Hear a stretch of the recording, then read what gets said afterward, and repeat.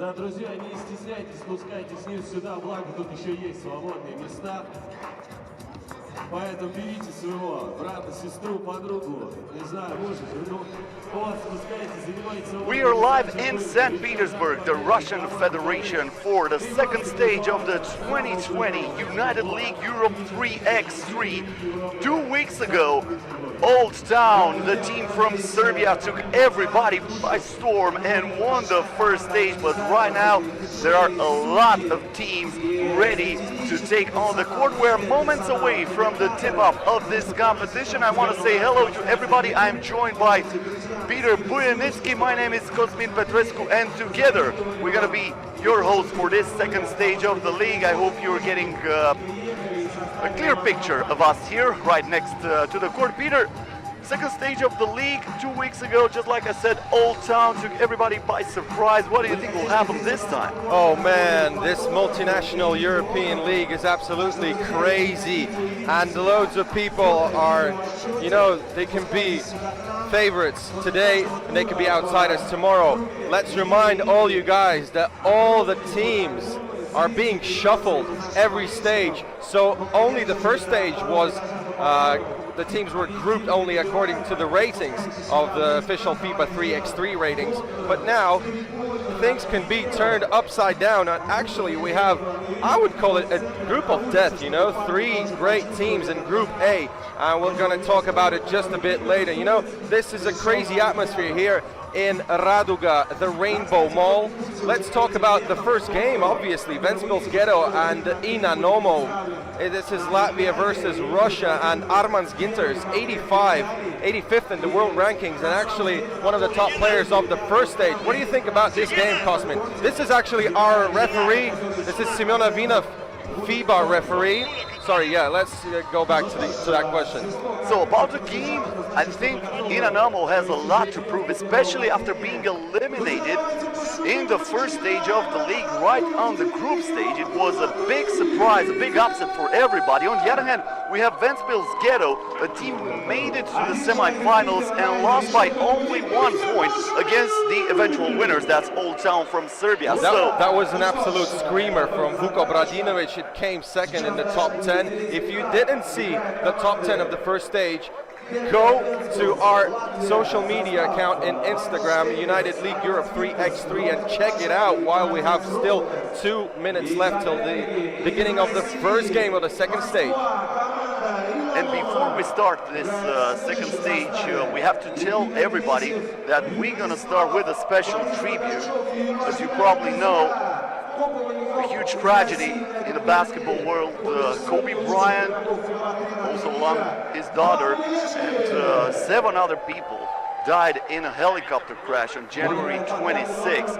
And United League Europe 3x3 is also a league with a lot of people inspired by Kobe Bryant. We all were inspired by Kobe Bryant. So at the start of the game, we're going to have a tribute for the Black Mamba, a man who did so much for basketball, a man who actually was ready to dedicate his entire life to help other people and to develop all kinds of basketball. And I'm pretty sure if Kobe would have played 3x3 basketball, he would have been absolutely amazing at it, no doubt about it. Yeah, but unfortunately we'll never know. We'll never know. Rest in peace, Kobe. Rest in peace, Gianna. Rest in peace.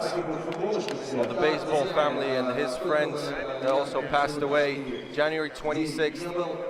And let's get the second stage started. Unfortunately, just a bit. I thought we're gonna start with a 24-second tribute, but this looks a bit weird. Okay, we started the game and Robert Paja gets the first point of this matchup, and probably these points won't count, but actually this looks weird. Kosmin, do you understand what's going on? Well, they were supposed to have a 24-second shot clock violation, of course, in the honor of Kobe Bryant, but looks like the players probably forgot about it. Actually, the point counted. So Ventspils Ghetto is up by 1, and as the answer, Yuri Bespalov is heading straight to the hoop, and he is getting hacked, so he's going to go to the free throw line with a chance to tie it for Inanomo. Just like I said, Inanomo was beaten like a drum in the first stage of the league. They lost 22-15 against Rosenerggo Adam, and then 22-7 against Riga. So I'm pretty sure they're ready for an old-fashioned vendetta right here. And they're going to be focused to get their first W of the league this year. Yeah, not only Inanomo were outnumbered in the first stage, also other two Moscow teams. Actually, there are 3 Moscow teams out of 12 teams of United League Europe 3x3. They were all eliminated, and also Rosenerggo Adam team from Belarus. So I suppose the Moscow teams are very highly motivated to come back and gain some points. If you want to know how teams gain points in United League Europe 3x3, it's quite easy. We have 12 teams. The first team who goes first in the stage gets 24 points, and all the others get 2 points less. So it's 24, 22, 20, and the last team eventually gets only 2 points. So now Venville's Ghetto finished 4th last time, Inanomo only 9th. So obviously they would love to come back and beat Venville's, but we already know that this team is full of talent. And just a reminder for you, 2 of the guys from Venville's Ghetto played for Riga Ghetto last year and became the champions of the debut season of United League Europe 3x3, the first ever professional 3x3 basketball league in Europe. That won't count. That was an offensive foul. And we continue. And talking about this Venville's Ghetto team, the same roster representing Latvia, the second edition of the European Games in Minsk last year, and they came back home with the silver medals. Now the game goes on. This is Bryant, stops the dribble, gives it down low to Armand Ginter's. Nice give and go, but here it's a huge denial by Logachev. Oh my goodness, he just deflated that ball. Yeah, Boris Logachev lost about 15 kilos in the last 2 years. He became very agile and he gained some speed and got some hops. So that chase down block was a very good defensive move by this guy. This is Vlad Mileshkin, an ex-St. Petersburg player from Rosenerggo Adam, now playing in Moscow.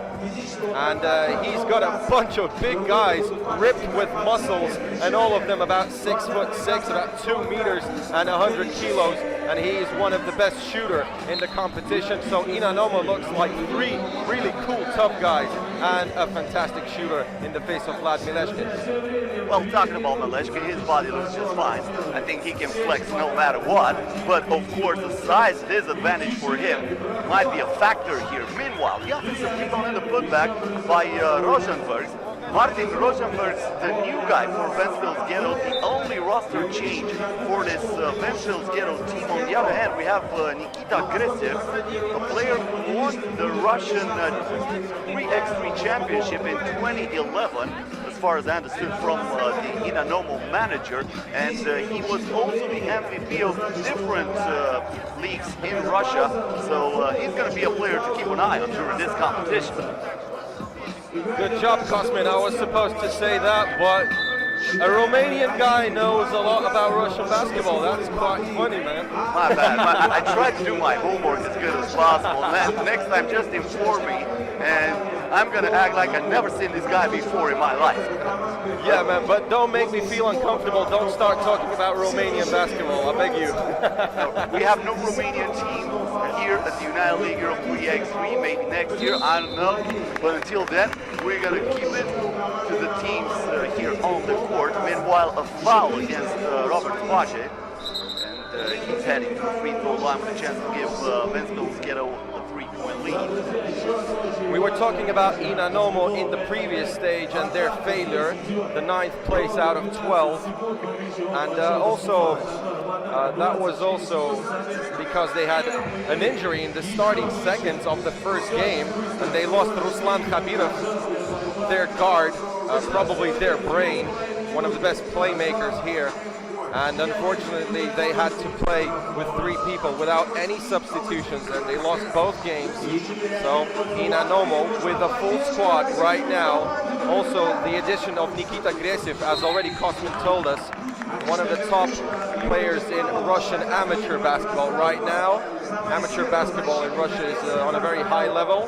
Yuri Bispalov also plays, and he used to play a lot of 5x5 basketball. Now he's maximum focused on 3x3, and he got the contact to go and try get a point from the free throw stripe, and with a friendly roll, he gets it to 4-2.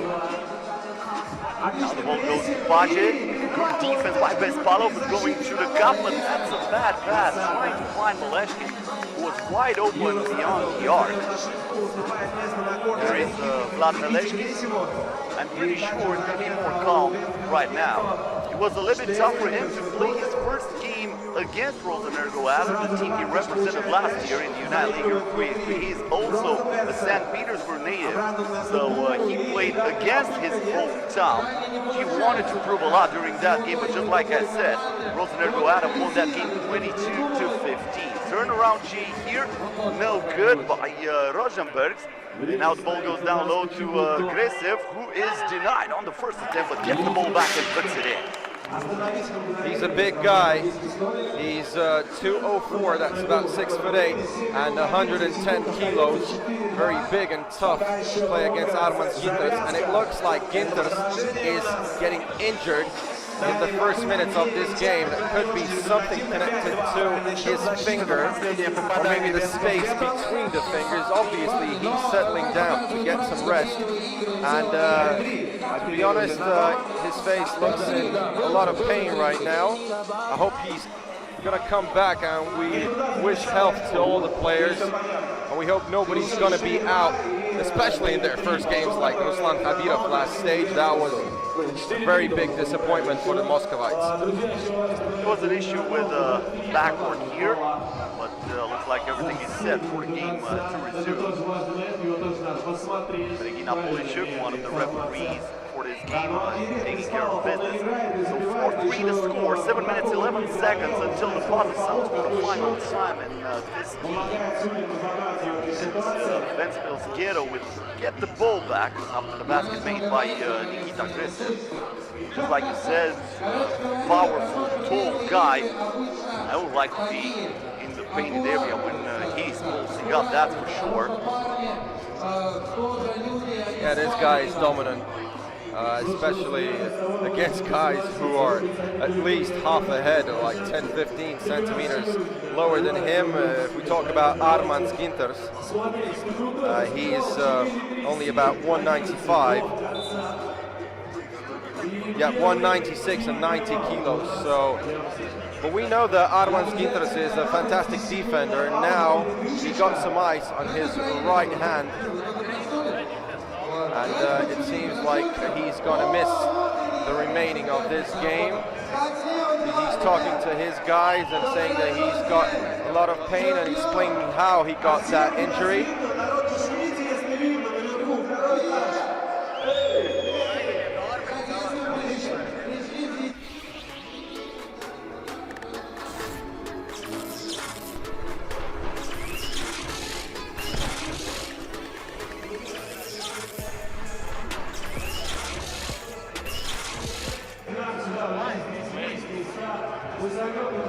Big shout out here to our sponsors, main partners for the United League Europe 3x3, Rose Adam, Rosenerggo Adam, Leningrad Nuclear Power Plant, and Ural Sea Bank, along with the technical partners Sportigo. And once again, don't forget to follow us on Instagram. You'll find us at United League Europe 3x3. Hit that follow button. You're going to be updated with everything that happens here in the United League Europe 3x3. Also, like Peter told you before, the top 10 of stage number 1. And we had some ridiculous plays during that stage, and I'm pretty sure we're going to witness some more here. Vlad Maleshkin with the ball. Maleshkin with the hesitation move, gets in the paint, 1 second on the shot clock, and he knocks it down, working that block perfectly. We have seen his girlfriend right now on the screen, obviously here on all of his games, his biggest fan, and this is Robert Spajic driving inside right past Nikita Gresiev. Nikita didn't foul, and probably that was the right decision not to gain loads of fouls against Ventspils at the beginning of the game. Ventspils are probably one of the smallest teams in our league in terms of size, but you know, they got that basketball IQ and the chemistry for shizzle. Spalov pulls the trigger, nothing but air on that shot. By the way, talking about Vlad Maleshkin's girlfriend, I'm pretty sure she is his biggest fan, but I'm not quite sure she was not happy he was eliminated in the first stage after the group stage, because that meant free Sunday. So from her point of view, maybe that was better. I'm pretty sure Vlad Maleshkin was upset with that result, but judging only from her point of view while Steinberg hits the two-pointer, she might be happy. Yeah, also in terms of Vlad changing his city, native of St. Petersburg, now living in Moscow, training with Inanomo. This is Robert Spajic, nobody around him, and he just forgives Inanomo with missing that distant shot. 7-4, Nikita Gresiev again against Armand Ginters. That could be a key matchup in this game, and Ginters obviously is going to foul a lot. That was a huge push by Ginters, who actually used both of his hands just to move Gresiev outside of the painted area. Clear foul there, and Gresiev is going to the free throw line, trying to cut into this lead. And he missed the free throw. Vespalov fights for the rebounds, but Robert Spajic collects it in the end. Ball goes to Rosenberg, inside to Ginters. Ginters working in the post against Maleshkin. Tough hook shot, it rims out. Offensive rebound by Spajic, puts it up, still no good. Gets the ball back. The shot clock did not reset. He did not touch the rim there. Nice pass inside, the fake, the shot, and the finish by Armand Ginters. Great start by Ventspil, double timing Inanomo right now. 8-4, but this is Vlad Maleshkin coming back with that two-pointer. One of the best shooters of the league, just a reminder for you, and one of the top scorers of the first season of United League Europe, playing for Rosenerggo Adam from St. Petersburg. He was able to score absolute screamers from beyond the arc. He scored a few shots from the parking lot eventually, and obviously this is an offensive foul, and Regina Polishuk showing us with her signature gesture. Another offensive foul, and actually quite a lot of fouls in this game. Very physical matchup. Both teams want to win the first game. Maleshkin, pick and roll, and Lukachev throws it down with authority. Inanomo is down by only one now. And with that 3-0 run, Robert Spajic trying with the lefty, no good, but this is Rosenberg on the rebound. Logachev working great in these two attempts, winning the defensive rebound. Now looking for a pass to Maleshkin. He's got only 4 seconds to complete that shot. He goes for the two, and that could have been a +1 leadership for Inanomo. Good blocks off by Rosenberg. This is Steinberg from way outside, and he comes up short. Ball goes out of bounds, and once again, Inanomo will have the rock with a chance to tie it or even take the lead with double 4 minutes, 11 seconds left. Logachev is checking out of the game. This is Yuri Vespalov. Vespalov to Maleshkin. Maleshkin is waiting for the screen. Over, stops the dribble, gives it down low to Gresiev, but he got his pockets picked off. Spajic with the back door, and Ginters could have been an and one. He's asking for the foul, and obviously the refs are whistling, and we have a TV timeout.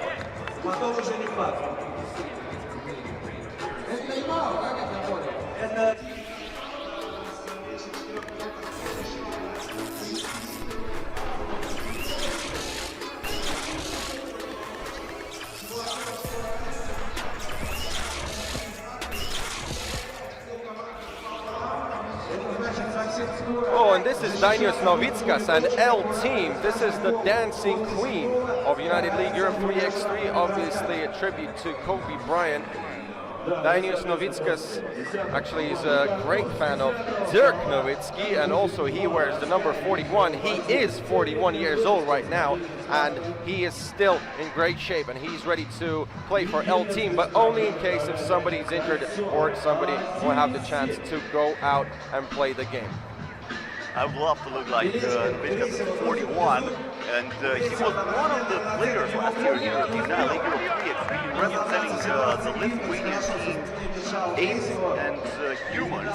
But just like you said, he impressed everybody, especially with his dance moves. He realized that that team was not quite good enough to go for the title, and now he is the manager of the Lithuanian team that you will see later on here on the court. This is Armand Ginters. Gives the ball on the right side to Robert Bajin. Bajin defended by Bespalov. Bajin with 2 seconds on the shot clock, and he is blocked by Jura Bespalov, who puts the lock on him. And now he's checking out of the game, trying to catch a breath. This is Alexander Pavlov on the left, a player from Inanomo, one of the top shooters and probably one of the key players of this team. He is unfortunately injured for another 1.5 or maybe even 2 months, and we heard rumors that he's going to miss the whole season of United League Europe, but we still wish him the best of luck and health to come back maybe at least on the last or maybe 2 of the last stages. Okay, so now Venville Ghetto up by 2, both teams with 5 fouls, and we got 3:20 to go. Nikita Gresev again against Ginters. Can Ginters deny him? He did, but this is a pass to Mileshkin, and from 9 meters away, Mileshkin was just a bit short, and he gets the hustle for the rebound. Mileshkin here chooses the other side of the screen, lets it fly again. Same outcome. Gresev with another offensive rebound. He fights in the post, finds Logachev, puts it too strong on the glass. Bajin with the fade, gives it to Ginters. Ginters now against Logachev from way outside, knocks it down. Armand Ginters, cold-blooded assassin, gets it up by 4 to Venville Ghetto. This is a shooting foul for Robert Spajin. Nikita Gresev with a 1-shot attempt, and Venville Ghetto now reached the limit of their team fouls. Inanomo getting to the bonus. They're a great free throw shooting team.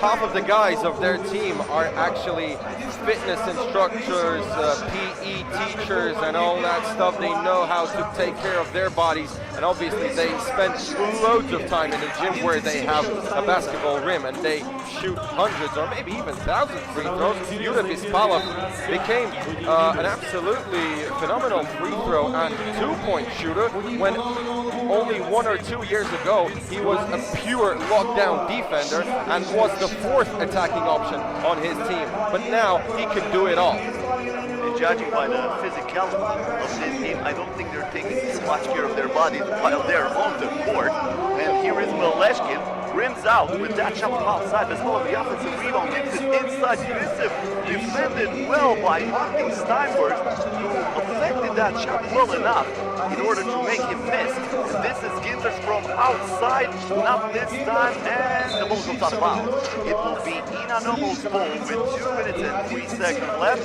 You also had a glimpse of Michael Hicks, one of the players from Ener Gagdansk, representing Poland. They will play later on in more than 1 hour against Riga Ghetto, the winners of the first edition of the United League 3x3 last year. Oh, this is Boris Logachev with the assist from Bespalov. Inanomo down by 3. And actually, I think we didn't even mention the 3rd team in Group A, and I was talking about it before we did the tribute to Kobe Bryant. We obviously forgot about it. Team NL is the 3rd team in this group, and I call it the group of death. All 3 teams are capable of playing in the final of every stage of United League Europe, and I remind you that we have an absolute randomizer for every stage of United League Europe 3x3. This is Michael Hicks. Shout out, my boy. Yeah, Michael Hicks waiting for his turn to play.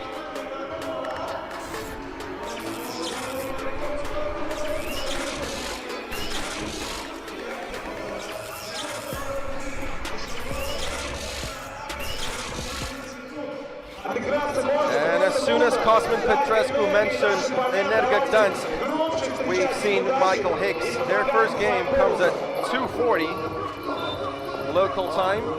If you're from Poland, probably it's going to be 40 minutes past 1. Steinberg now with the rock. Bad pass. Went between the legs of Maleshkin, but Maleshkin got a piece of that. So they consider it deflected.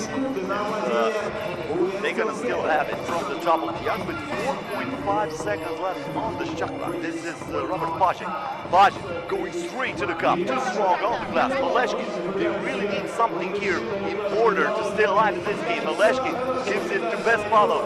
Bespalo keeps the dribble alive, lets it fly from outside. It's no good, and a huge rebound by Arman Skinters over Grisev. Oh, and an even bigger mistake by Arman Skinters with the huge rebound. He gets the turnover, and now Inanomo probably have the last chance to come back because it's only 1:15 till the end. This is Vlad Mileshkin just in and out, but Inanomo hustles for the rebound. This is Jura Bespala.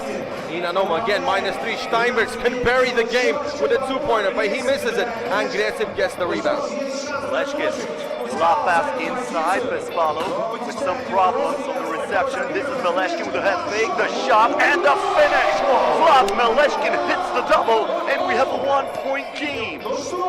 That was a huge shot. Oh, bad D by Grisev, and that could be the end of the game. Actually, Rosenberg could have sealed the deal with scoring that 2-pointer from the corner, but that doesn't go in. I don't know how Mileshkin reached for that ball. That was almost an offensive rebound for Arman Skinters, but Mileshkin was able to deflect it. Still, Venville with the rock, and we have a foul away from the basketball. The last foul to give against Inanomo, so they are not in the penalty yet. They're going to keep it from the top of the arc with Steinberg, who gives it to Robert Page. Steinberg from outside, no good. Who gets the rebound? This is Page, and he puts it in. Yeah, Arman Skinters, a true leader of that team. He can do everything, and I'm quite surprised with his size. He's not afraid of anybody. He wins all the rebounds, and he brings Venville's Ghetto again back up by 2. Grisev, he scores from the inside. 18 seconds till the end. 6-second difference between the shot clocks. Can Inanomo come back? Or Robert Page? We don't know. No! This is a steal by Grisev. 7 seconds. Mileshkin for the probable win. Right now. No! Pass to Grisev. And it's 2 seconds. Oh my goodness me. Why didn't he shoot from beyond the arc? Not enough team chemistry. That was a very bad mistake, and my congratulations to Ventspils Ghetto.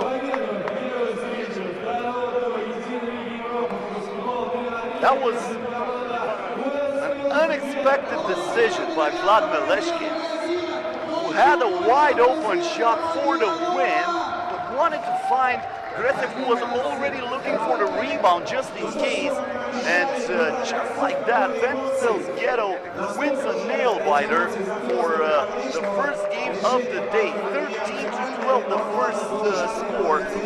A low-scoring affair, I might say, but Inanomo still without a win in the 2020 United League Europe 3x3. If I'm not mistaken, this is the lowest scoring game of the season so far.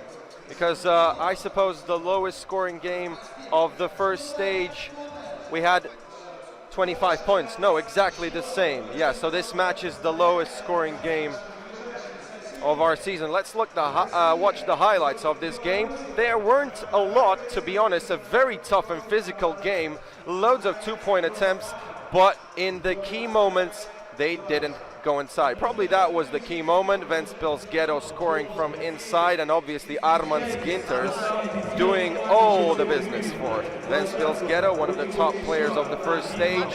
He was in the all-star team, all first team United League Europe 3x3 of the first stage. And we're coming up with Astravets Rosatom from Belarus and Team Red Faces from Moscow.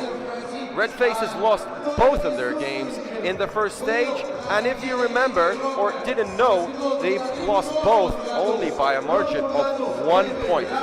Both games were super tight, and they lost both in the last seconds. They were they were ahead in both of their games, and actually they were beating Venville's Ghetto 20-17 and lost 21-20. Very highly motivated for today. I had a big discussion yesterday, so the best of luck to Red Faces and Astravets Rosenerggo. So we're getting ready for the second game of the day after a nail-biter between Venville's Ghetto and Inanomo, ended 13-12. We're going to move on to this game between Red Faces and Rosenerggo Adam. As Peter told you before, Red Faces lost both of their games by only one. On the other hand, Rosenerggo Adam, with the roster here on the screen, Kozlov, Ignatiev, Zagar, also, and Bugaev, lost both of their games in the first stage of the United League Europe 3x3. So one of these teams will get the first W. On the other hand, Red Faces with roster, Veselim, Vershkov, and Arutunian. Both teams part of B in this competition, just like we told you before. For the second stage of the league was a random draw, so these two teams might say they were lucky enough to be part of this group, just like I said, both without a win before in the competition. But in my opinion, Red Faces looked better during the first stage of the league. Like Peter told you, they lost by only one, and I'm pretty sure they're ready to get the first win of the tournament right here, right now. Yeah, and Mike V was one of the top scorers of the first stage. He scored 17 points only in 2 games, and he has an absolute record of United League Europe 3x3 in terms of scoring points in the lowest amount of time. He scored 7 in a span of 33 seconds. If you didn't see this highlight, you better hit us up on Instagram, United League Europe 3x3, and go take a look. Mike V with both of his ankles swollen,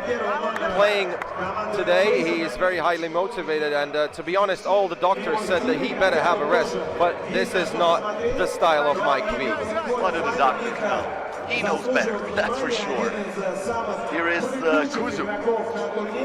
Pass inside to Arutunian, and Mike V is there for the tip in. The ankles look just fine on that jump. Huge vertical leap, and right there was Ignatiev with an air ball from the corner, and coming right back is Ivan Kuzub with the point for Red Faces. Yeah, Ivan Kuzub absolutely fantastic in the post. He got all the moves. This is a 3-second violation in favor of Red Faces. They're going to continue their attack right now. The same squad as last time. They also gained a guy called Maxim Shumkov, a very high-flying player, and also the participant of the slam dunk contest of the Students Basketball Association in Russia. And Mike V told me that this is the guy they need. They need a scorer, they need an aggressive dunker, because Mike V can do the lobs and he can do the dunking stuff. Again, a super high arcing shot from Mikhail Vershkov, and this is 4-0 on Red Faces. How did that go in? I have no idea. It looked like the rainbow here in the Rainbow Bowl, but I'm pretty sure that was delicious for Mike V. And just like that, Red Faces are taking control of this game right from the start. This is going to be Václav Bugaev. Gives the ball to Ignatiev, and we have a 12-second violation. He was not paying attention on the clock. That's a turnover against Rosenerggo Adam. We also see Pavel Satirov before, the manager of the team, who was telling me that he's the governor of basketball. Yeah. This is his nickname. Yeah, the governor of basketball from Belarus. He told me that he's a little bit upset that his best player is unable to be here for this stage of the United League Europe 3x3 because he has to represent his 5-on-5 team in the national championship, but he cannot wait for him to be available maybe next time 2 weeks from now. A miss from Artyom Kozlov. David Arutunian, the only Armenian guy in United League Europe 3x3. Pass to Kuzub, and this flushes down. 5-0. Astravets Rosatom with some trouble. They gained Gennady Zakhar, this guy who shoots and scores the first points for Astravets. Probably he has one of the biggest wingspans in United League Europe 3x3, a very furious attacking player, and he looks quite old, but he is only 27. Ljubljana gives the ball inside, and that's fouled by Ignativ. Pushing it going there, I'm not sure, because Rose Adam is not happy with the start of this game as Ivan Kuzub receiving the rock right here. Kuzub trying to keep the dribble alive. That's not a foul against Ostrovets Rosatom. Should be team foul number 4, if I'm right. Or maybe I'm not. Unfortunately for me, that's team foul number 2. Photographer right in front of the board made me think that Ostrovets Rosatom was fouling way too much. What a block here. The ceiling just went down as Yuri Ignativ came all over his opponent. Oh my God.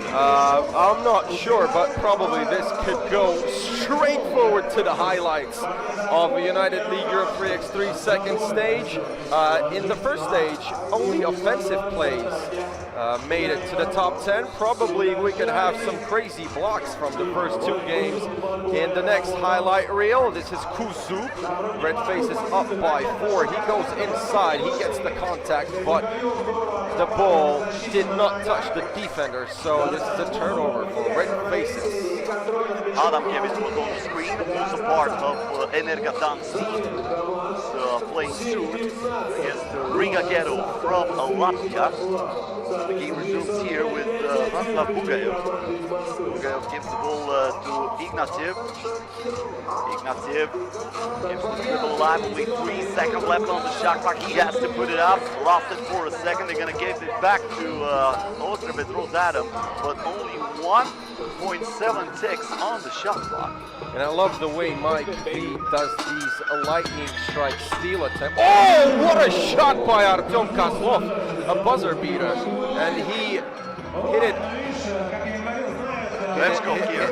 In a very important shot for Astravets, getting the 3rd point. Vershkov scoring the 6th point for Red Faces. Artyom Kozlov, can he do 2 in a row? No, he banked in the previous shot, but failed that one. And Mike V, again, he's very aggressive, shooting from the 2-point line. Oh, what a sneaky play by Gennady Zakhar. He made the ball go out of bounds from Ivan Kuzub. And we have a TV timeout right now.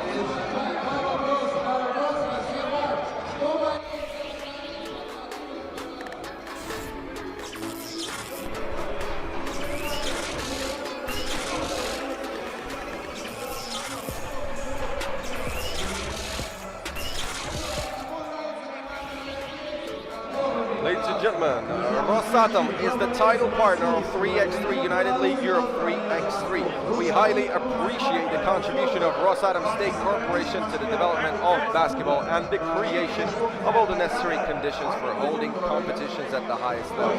We have no doubt that further cooperation will only flourish and develop new unique projects in the sports industry. The game resumes here with Vaslav Bugayev against Mike V. Bugayev gives the ball to Zakhar, puts it up from outside. Rebound goes to Ivan Kuzub.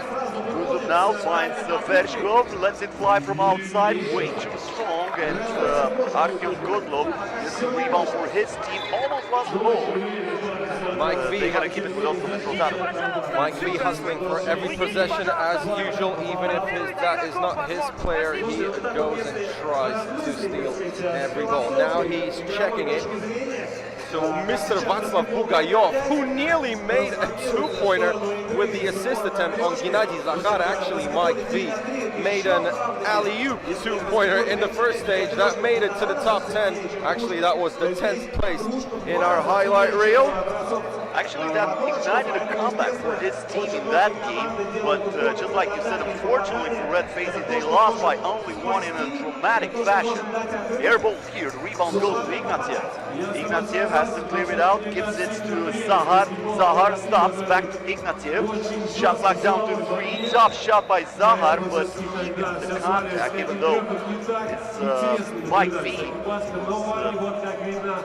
Getting hurt there, but that's going to be one free throw for Zahar. Yeah, he was kicked by Zahar with his knee, and Gennady is a big, very big guy actually, very tough. So Mike V now struggling with a bit of pain in his stomach. Gennady Zahar gets the free throw. Astravets only down by 2 right now. Mike V with a fadeaway, 1-point attempt, no good, and Astravets get the rebound, start the new attack.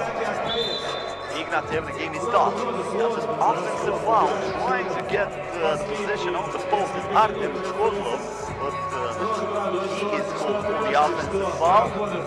That's team foul number 3 against Oldtown Adam. Red Faces get the ball back with Ivan Kuzub. Kuzub to Vershkov. That's another foul against Oldtown Adam. Unhappy with the goal of Avla saying, what can I do to contain this guy? It's pretty hard to defend Mike V, that's for sure. Yeah, he is very fast, very agile, and very strong actually. So this is Mike V coming to the rim with the rock, no good. Trying to bank that in.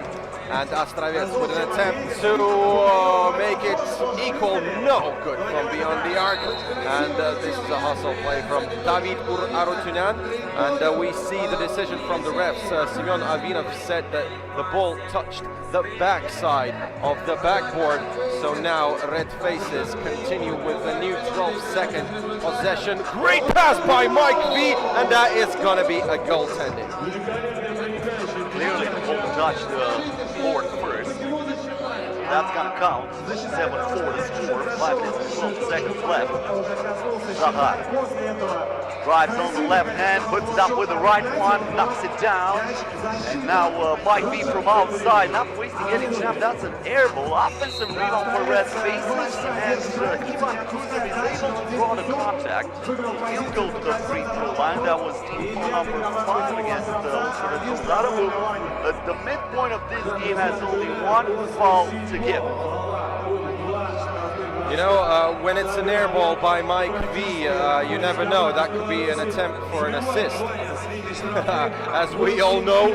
So that was no good from the free throw stripe. Artyom Kozlov inside, and he gets the contact. He is fouled. Red Faces with a little bit of shouting on each other. They got the chemistry, but obviously sometimes, you know what's happening right now? This is the favorite rap track of Team Red Faces, so they could have a bonus motivation, and Mike V obviously trying to get a 2-point attempt, but it is Ivan Kuzub scoring inside, 9-5. Now the drive there is missed by Artyom Kozlov. Red Faces gets the ball back. Once again, Ivan Kuzub, the player who scored before, gives it to Vershkov. Mike V on the wing, stops the dribble, lobs it in. Almost went in like the last time, but it rimmed out. Got only the front of the iron. A 2-pointer here, and also rims out from Ivan Kuzub. But Red Faces are getting offensive rebound after offensive rebound, and also Rosenerggo is doing a bad job of boxing out. Looks like Astravets Adam are really fatigued. They need to have a rest. They don't know how to gain points and score buckets. Only 5 points so far on the scoreboard. 9-5. Red Faces up, and they are very close to get their first win of the season. Reminder for you, both teams lost both games in the first stage, so now this is a battle for the first points to go and try, maybe even win it all. Who knows? Because actually all 12 teams all around Europe here are really greatly matched up, so we cannot really talk about like pure favorites of the league. We talked about it last time, and you know what happened. Riga eliminated in the quarterfinals, so everything is possible. A two-pointer here did not go in from Ignatiev. Red faces now with the ball. This is Artunian to Mike V, and he was almost there for a huge throwdown, but I think Zahar got a piece of that.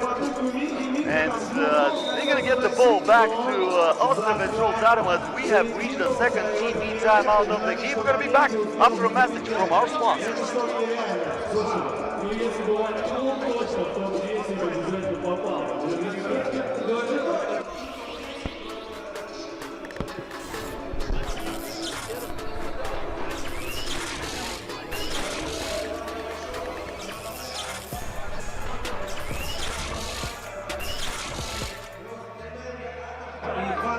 Wow, guys, I nearly jumped out of my pants after that dunk attempt by Mike V. And that could have been the top moment of the stage, but unfortunately for all of us, and especially for Red Faces, that didn't go in. But thanks for the effort anyway.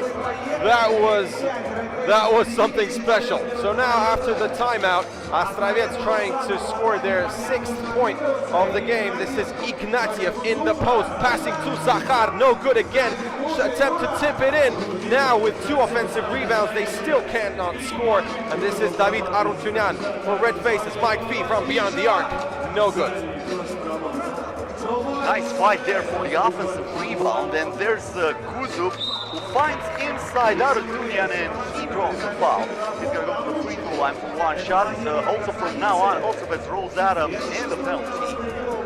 I want to tell you an interesting story about David Arutunian. I think you would never notice that, and that is the last guy who would you think, what do you think he does for a living except basketball? He is a physics teacher at school. He prepares kids for the exams, and he had a Skype lesson this morning at 8:30. Could you believe that? This is unbelievable. I also know a strongman who's a geography teacher. He's from the Netherlands. So sometimes athletes have hidden talents that nobody would think about. But talking about talents, nice Euro step there by Ivan Kuzub, but looks like the wheels fell off. And then a miss from the corner from Artyom Kozlov. Wanted the baseline two-pointer, but did not drop it. So the score stays 11-5, and Mike V saying, I'm going to call a timeout. Let's calm down the things a little bit here. We have a 6-point lead, and we can hang on to it.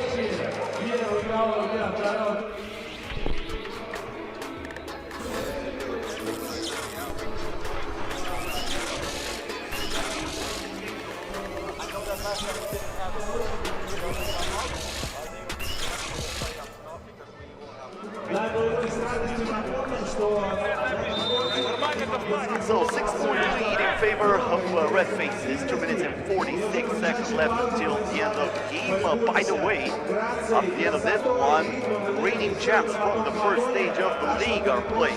Oldtown from Serbia will take on Zvezdochki from the Russian Federation. Also a Moscow team eliminated after the group stage of the competition. Nice finish there by Václav Bugayev, avoiding the block and finishing with the right hand on the left side of the court. This is team foul number 7 for Astravets, and also number 8 straight away, because Václav Bugayev gets the technical foul for discussing that decision by the referee. You better not do that, especially if you're down by 5 and you got Mike V on the free throw stripe. He is absolutely flawless from this point. He gets the first free throw attempt, and Red Faces are probably 2 minutes away from their first win of the season. I had loads of chats with nearly all the guys all together and in separate. They were very upset after the first stage. They were absolutely sure they could go to the playoffs and probably even play in the semifinals at least, but as we already told you, they couldn't even make the playoffs, losing both games in the group stage only by a margin of 1 point. 2 out of 3 from the free throw line for Venville. The ball is now awarded to Rosenerggo Adam with a drive here by Kozlov. Rebound for red faces Venville. It's to Arutunyan. Kuzu back to Arutunyan, but that was well read by Zahar, who intercepts that ball. And now Kozlov from mid-range, no good. Rebound goes to Ivan Kuzu. Kuzu back to Mike V. Mike V on the wing, lets it fly. You're gonna take it and you're gonna like it, Mr. Zahar. That was the message.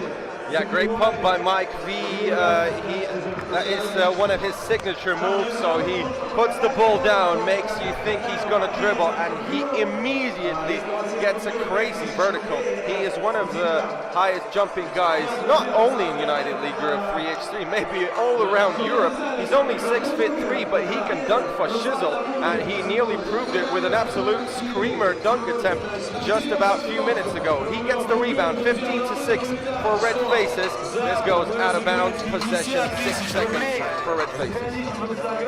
Tough situation here for Rosenerggo Adam. As I like to say, they are in a situation more complicated than Dostoevsky novel right here. Oh. Down by as many as 9 with 1.5 to go. Look, Mike V makes the two-pointer, but that was only maybe a 1/10 of a second late after the buzzer, so that couldn't become a buzzer beater. 15-6 still, 1.5 minutes to go. Yuri Ignatiev with the drive attempt, and he banks it in with a finger roll. Now the ball is controlled by Zenit. Venville from the baseline, and he knocks that down too. And now Artyom Kozlov and Venville denies it on a two-pointer, then saying, "You know what? I'm gonna shut up the light, mister." Yeah, Mike V really hyped up. Crazy on the offensive and the defensive end, always playing till the end. This is Kuzu with the flashy moves. Oh my goodness! That was probably one of the easiest points he could ever score, but probably he put too much power into that post move. Loader here from Mike V, and he looks pure. Another two-pointer for Red Faces. This time missed by Ivan Kuzu. Rosenerggo Adam not able to take advantage of that position from Bugayev. From outside is Kuzu again. Rims out. Rebound goes to Bugayev, who clears it out, gives it to Ignatiev. Wide open for 2 is Artyom Kozlov, who knocks it down this time. With only 15 seconds left, nothing can happen here. Yeah, Red Faces are gonna get their first win of the season. This is an offensive foul for Red Faces, and 12 seconds exactly till the end of the game. So Václav Bugayev, he had a technical foul a few minutes before he starts. Probably the last attack of the game. But this is a kickball violation by David Arutunyan, so the second wave, the second attempt to attack and score by Ostravets. Only 10 points in this game, and we're getting down to 3, 2, 1. And this is a shooting foul just at the end of the game. Ivan Kuzu makes the foul, and Ignatiev is on the free throw strike.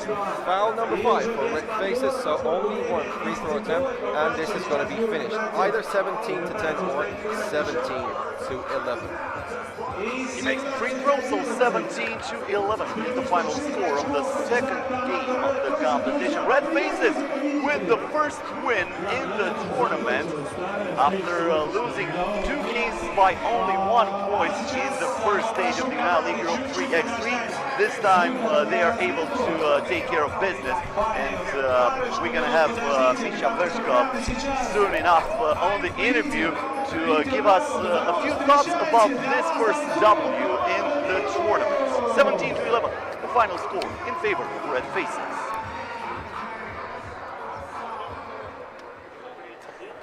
Приветули, ребятули, как настроение? Рядом со мной Мишка Вершков. Привет. Ты сегодня, что сейчас делал-то? Как так можно-то? Ладно, не отвечаю, у меня другой вопрос, меня не для баскетбола сюда зовут. Всех интересует, я разговаривал там за кулисами с ребятами, где делают такие прически. Такие прически делают подружки, только в которых хорошо работают пальчики, которые умеют делать руками. Ладно, Миш, у меня просьба, можем мы расплести на минуту? Нет, конечно. Нельзя? Это типа на счастье? Не, я просто не заплету их сам. А, понял. Тогда Здесь нет. я понял. Ребят, давай, ладно, для меня вместе делаем. Поехали. 3 на 3! Бум! Yeah, that looked like under strike right there with our man Ruslan, who's also the MC of the United League Europe 3. He one of the MCs for the United League Europe 3x3. So 17-11 is the final score. Red Faces with the win. Coming up next is Oldtown against Tri Zvezdochki. The game will start in about 15 minutes, so stay right where you are and don't forget to come back on the YouTube channel in about 15 minutes for the next game. Work with us, not against us, and we're gonna give you also some of the best plays of the last game won, just like I said, by the Red Faces, the Moscow team, with the first win in the tournament. Don't forget to subscribe on Instagram. United League Europe 3x3 is the account that you have to follow, and also don't forget to follow FIBA 3x3 on all our social platforms. We're on YouTube, Twitter, Instagram, and Facebook. Ваши аплодисменты. Нет, спокойно, это не аплодисменты, поаплодируйте девчонкам.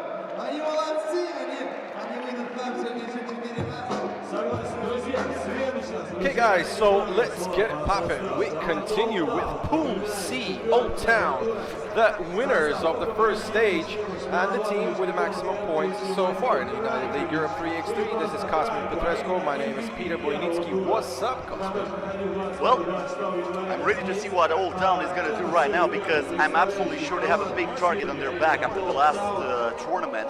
They started slow with a 21-10 loss against Team NL, as you were watching the roster for Tri Zvezdochki on the screen. But after that, they won all the games, including a 22-18 win against the reigning champs from 2019, Riga, in the quarterfinals, and also that amazing finals where they were able to win it in overtime. On the other hand, Tri Zvezdochki, a team who lost against the L team and Ener Gagdansk in the first stage of the competition. Let's go with the first shot, and Nikita Padun with the air ball. This is his professional debut in the United League Europe 3x3, the same as Danila Sagaidakov and Sergei Kozlov. And actually, this is a very strangely formed team. Just imagine, two best student basketball teams, 5x5 in Russia. MSU, the Moscow State University, and also the main sports university in Russia, MGAF. Just imagine, these guys play every month, maybe every like four times a year against each other, because two guys are from MSU and the other two are from GAF. But here, they are friends on the court and they play for one team, Tri Zvezdochki. That was a very tough decision to do, but when they tried to do it, they won the Summer Cup in Russia amongst the top amateur 3x3 teams. And now Sagaidakov with the first points of his professional 3x3 career for Tri Zvezdochki. Let's get it going. So it looks like rivalries are forgotten here for the 3x3 United League of Europe. And Sagaidakov is heading to the free throw line with a 2-point play opportunity. He cannot play that, and the rebound goes to Milos Milovanovic. This is Trajkovic. He was amazing in the first stage of the competition.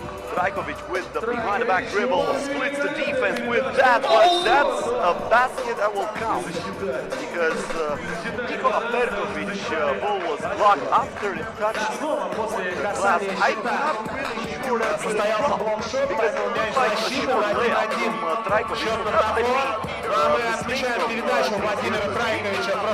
They're coming back and scoring with Sergei Kozlov with the left hand hook shot. Oldtown in attack. This is Obradinovic again, and he scored his first point with a crazy fadeaway 2-point jumper. He had at least 3 insane screamers in the first stage. most of them came into the top 10. Also, he's a very flashy behind the back passer, so if you want a lesson of flashy passes, just call Vuk Obradinovic. He speaks Serbian, English, and also Russian. He used to live in St. Petersburg. Well, that's going to be a long distance call because you have to call him on to the Serbian number, but you have a lot to learn from Vuk Obradinovic. Very powerful guy too. He gets the ball here, almost in the post against Nikita Padun. Top shot there from beyond the arc, and I think Padun got a piece of that. The game goes on. Good defense by Perkovic who deflects that ball, but it will stay with Tri Zvezdochki. 3-2 the score. Only 1 minute and 22 seconds into this game.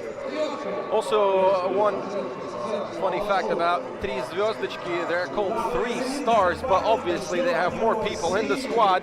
But you can only have 3 people on the court, and they are all stars. So that is the philosophy of the team. Sergei Kozlov gets the 3rd point for his team, and it's equal game. Oldtown losing the ball right now. New attack for Tri Zvezdochki. This is also the youngest team in United League Europe 3x3. Danila Sagaidakov and Nikita Padun, born in 1999, and 2 a bit more experienced guys in the face of Pavel Novikov and Sergei Kozlov, born 4 years earlier than Padun and Sagaidakov. So the average age of this team is only just about 20 years old. And talking about the rosters, Oldtown, one of the very few teams with no changes on the roster. Probably they went on the idea that the winning team is not changeable. 2-pointer here, missed by Milovanovic, but he had Kozlov all over him. Now Padu gives the ball on the corner, back to Kozlov, and he knocks it down from the baseline. Mid-range jump shot worked out perfectly. He gets the interception, puts it inside, but he threw it away. Good defense by Trajkovic. Vuk Obradinovic with the rock. He goes with the pass to Milovanovic. Great fake, and he goes past Sergei Kozlov. So Tri Zvezdochki coming up by 1. Nikita Padun looking for a 2-point attempt. No, this is a pass to Sagaidakov, and he was just a bit short. Sergei Kozlov working for the offensive rebound. One of the toughest defenders and rebounders in Russian students basketball, one of the highest scoring players, and also recently he gained a very good distance shot, so he's absolutely great on the offensive end, and he's dangerous from every point of the court. Oh, Sagaidakov, great Euro step, but just a bit short. Obradinovic. That's an offensive foul, moving screen against Oldtown. Team foul number 3 against the Serbian team, and we have reached the TV timeout. We'll be back.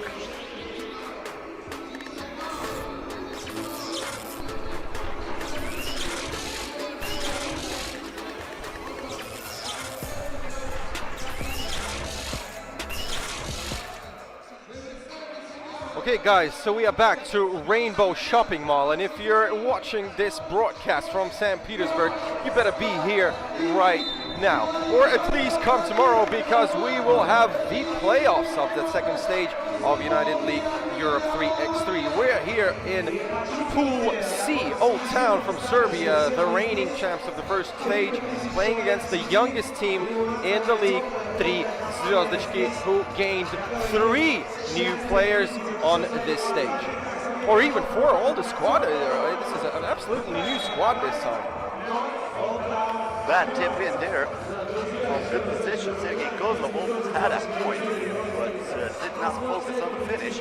Now Vuk Obradinovic trying to draw the foul, and he forces Padun to play incorrect defense. So that's going to be against Tri Zvezdochki. Vuk Obradinovic will get the coconut back from the top of the arc. He lets it fly, comes up a little bit short. And now Nikita Padun from beyond the arc starts the drive, puts it inside. Nice kick out. Kozlov for 2. Bang!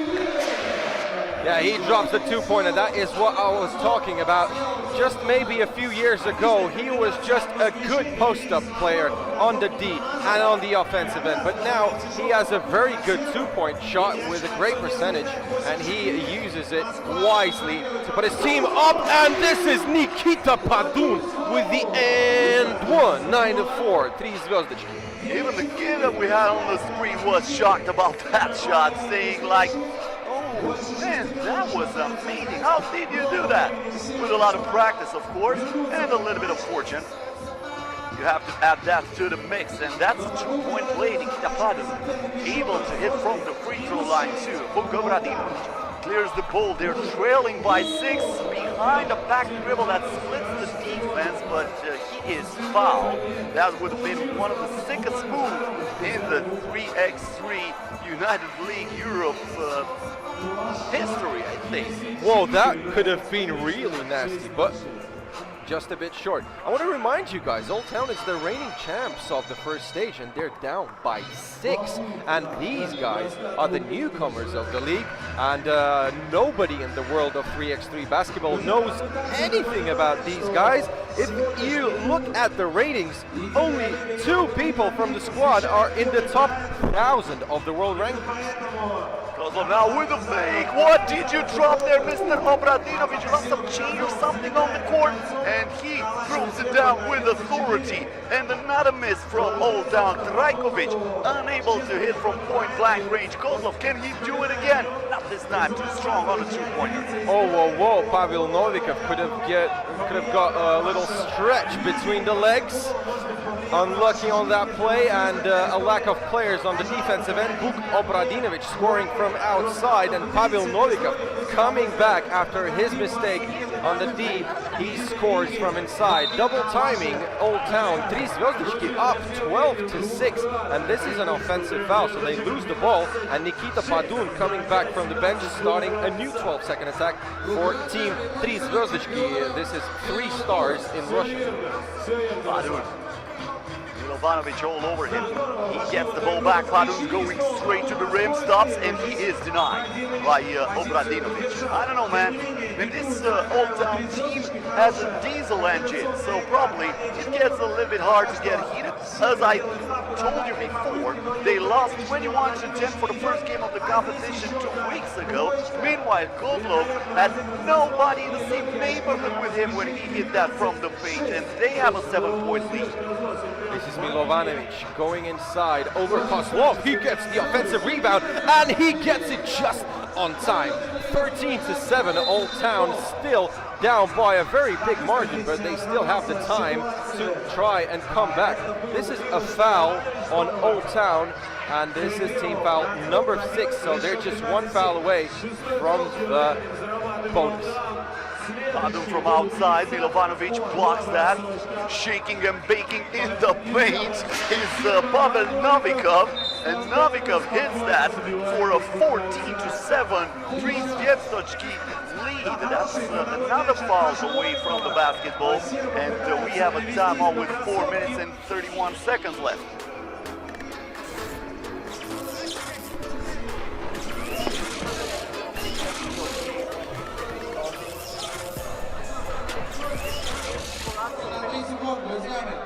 Возможно, у вас сегодня будут какие-то дела, и вы уйдете, но завтра будем продолжать, завтра будут плей-оффы. Okay, guys, so we're coming back after this timeout.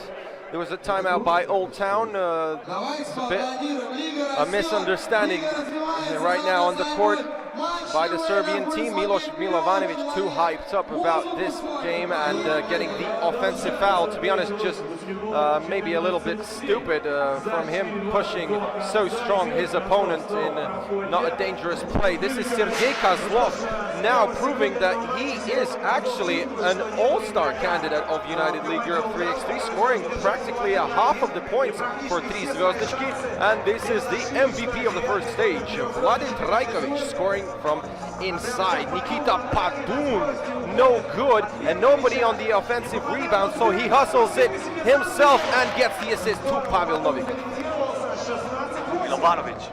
No, my bad, that was Trajkovic finding Vuk Obradinovic, lets it fly from outside, comes up short, and the rebound goes to Nikita Padun, who clears the ball here, not wasting any time, trying to put it inside, intercepted by Oldtown. Obradinovic looking for the contact, and he had Novikov in motion. That's an obvious foul against 3 Zvezdichki. Smart move by Vuk Obradinovic, who wanted nothing but the foul on that play. Vlade Trajko начинает. Sorry for my Russian. This is Vuk Obradinovic to Milovanovic. And obviously he's gonna shoot with only 2 seconds till the end of the attack. No good this time. We remember a crazy two-pointer and a foul from Vuk Obradinovic in the first stage. That went on number 5 on the highlight reel. So if you didn't see that, better hit us up on United League Europe 3x3 on Instagram.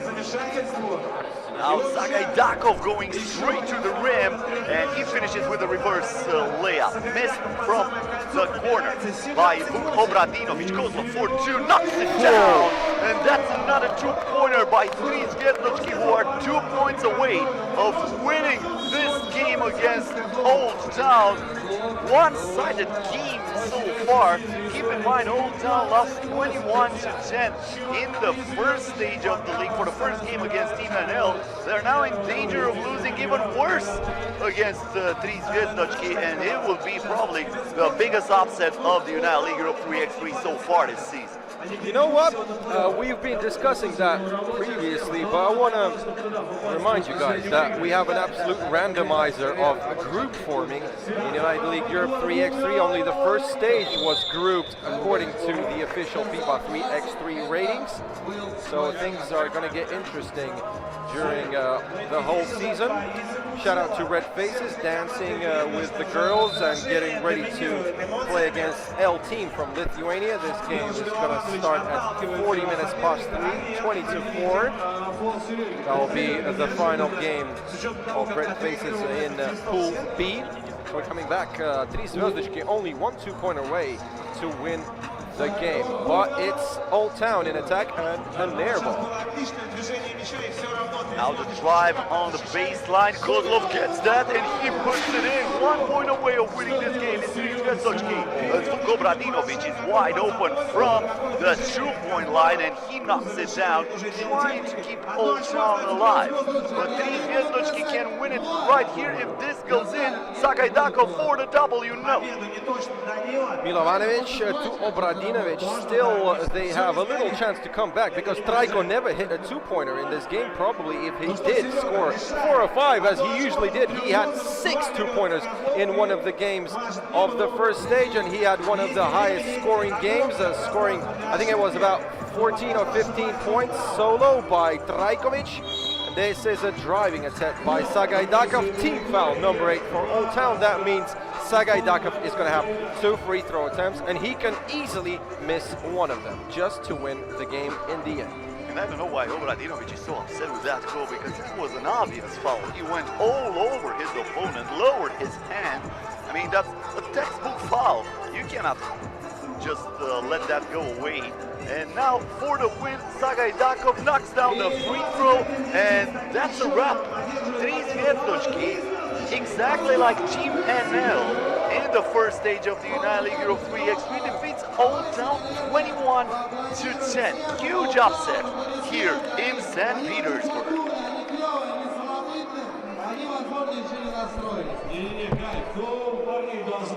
So coming up next, after this big surprise, it's going to be Ghetto against Ener Gagdansk, Latvia versus Poland.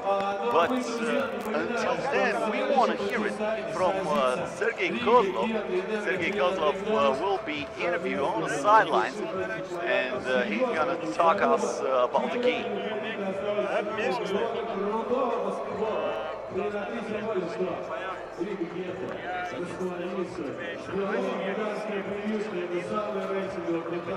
И со мной Сергей Козлов. Одна из главных причин победы 3 звездочек в этом матче. Серега, как с самого начала удалось поймать свою игру? Ну, мы настраивались к этой команде, мы не ищем легких путей. У нас пошел бросок. Мы решили, что надо продолжать, дожимать. В принципе, все и получилось. Со стороны было ощущение, что команда конкретно на тебя играла после того, как на стартовом отрезке не оказалось игрока Oldtown, который бы против тебя сыграл. Нет, это все относительно. Просто они плохо держат ролл. Мне удавалось провалиться под кольцо одному, а потом и трёха пошла. То есть это просто случайность. Скорее, нас каждый может взять на себя. Твой данк в середине матча на каком месте в хайлайтах будет? А сколько всего мест? Ну, ты хочешь где-то подальше, что ли, оказаться? Ну, на первом, на втором, на третьем ты так же. Попасть в топ-3. Отлично. Это был Сергей Козлов, команда «Три звездочки». Уже одна победа у них есть. I am pretty sure Sergey Kozlov is more than happy with this win right here. Probably he did not expect to win it that easy, and we're watching the highlights from this 21-10 win in favor of Tri Zvezdochki against the reigning champs from the first stage of the 2020 League Europe 3x3 Oldtown from Serbia, including the slam dunk from Kozlov. By the way, if you want to watch some of the action from the first stage, don't forget to follow us on Instagram. That's United League Europe 3x3. Also, you have the full streaming on the FIBA 3x3 YouTube channel. Subscribe for FIBA 3x3 on all social platforms, or on YouTube, Twitter, Facebook, and Instagram at FIBA 3x3. Okay guys, so right now, just in a few minutes, it's Riga Ghetto and Ener Gagdansk from Poland. We have about 10 minutes, so you better go get a fresh can of your favorite drink and be back. 10 minutes max.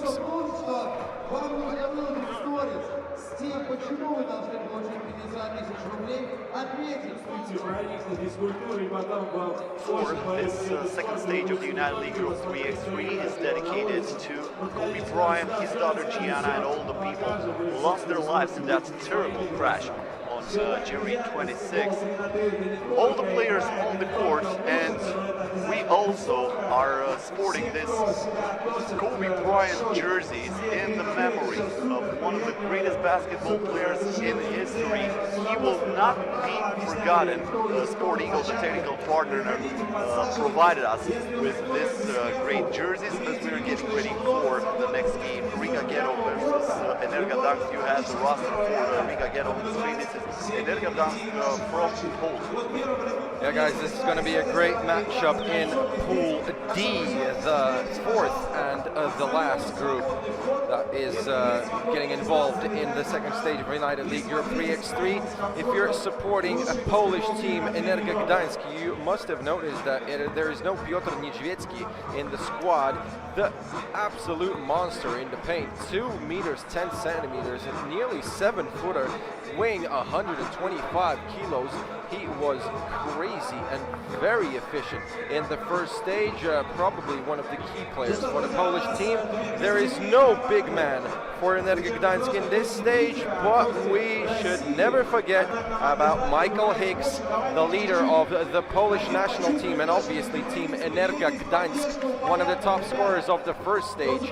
And probably they could change their style of play absolutely this time, because most of the focus was in the paint on Niedźwiecki, because there was an automatic mismatch against any team when Niedźwiecki was on the court. Now they have more shooters, they have more speed and more agility. Let's look what they can do against Riga Ghetto, one of the best teams in the world. And as you probably noticed from our graphics, probably the key matchup is between Carlos Lasmanis and Michael Hicks, two pure scorers here. Lasmanis and Hicks, two of the best scorers in the first day of stage number one, because after that, just like I said, Riga was eliminated by huge upsets. Oldtown from Serbia was the team to eliminate Riga during the second day of the competition. Michael Hicks, we all know money. He is a scoring machine, and if he catches fire, he can score from all the angles, from all the spots on the court. Just like I said, sometimes he has more hot spots than Wi-Fi. And cannot wait for that duel here between Carlos Lasmanis and Michael Hicks, who is actually showing us right now his well-sculptured body. Both teams had black jerseys, so one of them has to change. That's why we're witnessing Michael Hicks like he's going to the beach. He's not going to any beach. He has business to take care of first. And if you didn't notice, Michael Hicks has got a tattoo on his back which says only one life to live. This is his philosophy.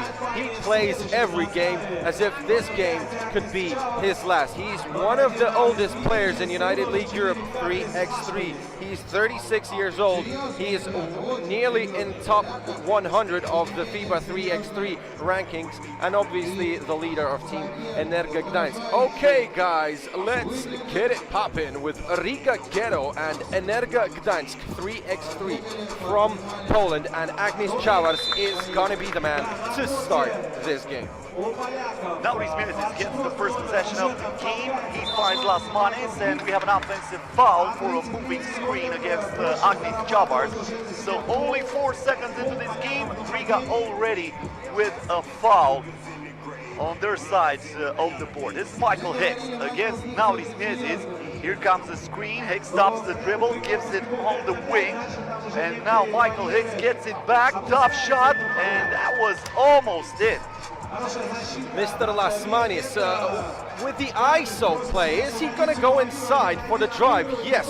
What a flashy lob on the basket, nearly got it in, but he hits the rim. This is a turnover, and the first points from Karlis Lasmanis, number 5 in the world rankings with a dunk.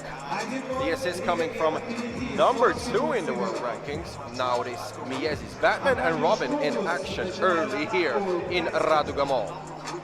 And don't forget, Lasmanis was coming after an injury for the first stage of the United League Europe 3x3. He was telling us that he is so happy to be back on the court. Meanwhile, Adamkev is now the big man for Ener Gagdansk after the replacement in the roster. Hits from inside with the right hand hook shot. This is Krumin's tough shot from outside, almost backed that in, but in the end he was not 100% fortunate. And then Chavars fouls Michael Hicks on a 2-point attempt, so they're gonna send money to the free throw line for 2 shots. That was a very smart contact by Michael Hicks. He has now 2 attempts from the free throw stripe, and Karlis Lasmanis is he's so easygoing that when he went to the bench, he took his phone maybe to check his Instagram photos. I'm pretty sure he didn't do that because I had his phone right in my front, and he's actually checking his BPM right now. He has about 140 BPM. I think he's checking his pulse. Just like I said, he's coming after an injury, probably trying to take as much care as for his body as possible. So I think that was he was checking. Or maybe he was checking the United League Europe 3x3 to see if that dunk before was already posted on our Instagram account. If you did not follow us, don't forget to follow us. That's United League Europe 3x3 on Instagram. Hit that follow button, fellas. Nauris Miezis with a 2-pointer and the money in the bank. An equal game. We are tied at 3. And Yakov Tarasov discussing stuff with the players right now. Probably some misunderstanding, too much contact. We've seen a few hard fouls just at the beginning of this game. In the post, Adamkevich looking for a handoff, and this is Mr. Pavlovsky with, actually he's got the Batman mask, but we know who is Batman. He was with the ball, but eventually Riga Ghetto with a turnover, and Ener Gagdansk with a chance to come up by 2! Lucky bounce there for Pavlovsky. Now Rosenerggo looks for Krumins, and that was a grab against Arkadiusz Kobus. As you're watching, 2 of the players for Team NL. Team NL is ready to play after this against Inanomo, making their debut at the second stage of the United League Europe 3x3 after finishing second in the first stage of the league. So going to the free throw line for 2 shots is Edgar Krumins. That was an unsportsmanlike conduct, so that's why they're awarding Krumins with 2 free throws. As you probably know this, starting last season, FIBA changed the rule book. So for the first unsportsmanlike conduct, you get 2 free throws, but that's it. Not 2 free throws plus the ball. Starting with the second unsportsmanlike conduct, you also get a possession. This is Michael Hicks, if you still don't know his name, and if you want crazy high arcing shots, you're gonna get him from Hicks. Oh, this is getting a bit hot. Krumic and Pavlovsky in a collision. Sorry, that was Adamkiewicz, and that was nearly a fight just on the court. Krumic was knocked over. And I was also paying attention on the Hicks Lasmanis duel. After that 2-pointer, Miezis is hitting from outside, but unable to score there. Also, they had something to talk about it. Probably no love lost between Michael Hicks and Carlis Lasmanis. That's a foul against Riga Ghetto. A loose ball foul. Michael Hicks is getting the ball back from the top of the arc. Hicks with the pop fake. He lets it fly. Wanted a foul. The ball goes out of bounds, and it will be awarded to Riga Ghetto. I want to apologize to all the Polish fans. I've called Arkadiusz Kobus a few different names. I was a bit confused. So it was Arkadiusz Kobus and Krumic who were nearly got into the fight just a minute ago. Now this Miezis hitting it from beyond the arc, but couldn't find the rim, hitting the backboard. And this is Michael Hicks with 5 seconds. And can they score? Oh, that was easy, but a great hustle from Adamkiewicz with the putback after the rebound. Adamkiewicz also comes down with a steal here. Michael Hicks, the bounce pass, but unable to receive that is Adamkiewicz. Michael Hicks a little bit frustrated after he almost dished a delicious meal for Adamkiewicz, but it looked like he wasn't hungry. So he's saying, I'm pretty much full right now. I don't want to be fed up. Michael Hicks had a great flashy play in the first stage, and he made it to the top 10 in the highlights, and obviously that would go high up in the top 10 if he could fulfill that pass. Actually, the pass was not bad. Maybe even if it could have been perfect if his partner could catch the ball, but they failed to do. Oh, this is Agnis Chavars, and now this Miezis with a slam and an interference from inside the basket. Chavars too hyped up about his dunk that he wanted to take the ball again and dunk it straight again once again.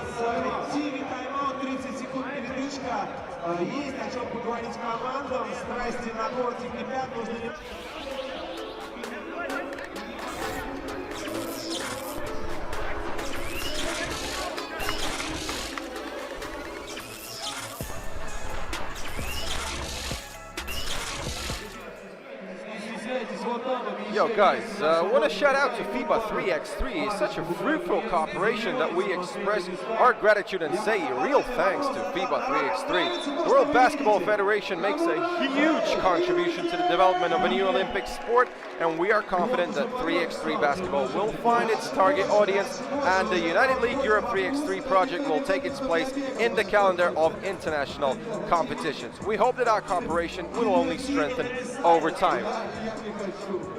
Maybe I'm gonna get something like that for tomorrow. I don't know. You want to eat a cat or what? I don't know, man. Just supporting the red faces. You said it's one of the most spectacular teams in the league. Why not? I don't know. Or maybe I'm not gonna do that. I'm just kidding. Actually, it's quite weird how you knew that. Yesterday I discussed with Red Faces about they are about to get their faces painted with professional colors, how do you call that stuff, on their face, like they use it in cinemas, in films and movies, so that when you sweat you don't get your paint off the face. I thought it was going to be like Red Faces Oil on Canvas 2020 edition of the United League Europe 3x3. That might be something that you can sell for a ton of money. I don't know. I'm not really good with paintings and art like that. I don't want to get into that business. It's none of my business. But right now, we have to figure out what happened to the board there. Just a small technical issue. And, I'm pretty sure the referees are going to talk about it, and they're going to figure it out eventually. I'm a bit confused what happened. Probably the refs are discussing one certain moment. Anyway, Ener Gagdansk is up by 2 against Riga Ghetto. This is Arkadiusz Kobus missing the shot from beyond the arc. Now Lasmanis with a hand in his face, right between the eyes of Michael Hicks, who's saying, I was close but not close enough. Now Hicks, can he answer against Lasmanis, who's trying to put the lock on him? Michael Hicks, of course he does! Right back at you, my friend! Krumic, what a scoring run! 6 points in a span of 10 seconds. 2 distant shots from Riga and 1 from Ener Gagdansk. Now a crazy fadeaway by Michael Hicks. Too confident with his shot. It's an equal game, tied at 10. What a flashy pass by Krumic. Chavar's 3rd 2-pointer in a row, no good. And Krumic fails to score an easy bucket from inside, but he goes outside to score the 2-pointer. No good, and Lasmanis gets the offensive rebound to get the second chance point. And now Michael Hicks is getting the technical foul for flopping after he was trying to fool the referees, saying he was fouled by Karlis Lasmanis, but that's a flop. So they're going to send probably Lasmanis to the free throw line for 1 shot. Lasmanis, the most accurate shooter from the charity stripes for Riga. Lasmanis won a tournament last year from the free throw line, but you know, usually when you're talking about things like this, the player misses the shot. You know, I think Michael Hicks just made a shout out to culture. You know, St. Petersburg is probably the top city in Russia in terms of culture and theater, music and all that stuff. So probably he could get a part-time job here in St. Petersburg in a local theater. If not, maybe at least when he goes back to Warsaw, maybe some Polish theater can hire him, I don't know. Because I'm pretty sure they're definitely watching this on FIBA 3x3 YouTube channel. And they already made a repost. This is Michael Hicks against Lasmanis. Same key matchup. Michael Hicks, 2 players all over him. And there is Krumic with the rebound. Lasmanis from outside.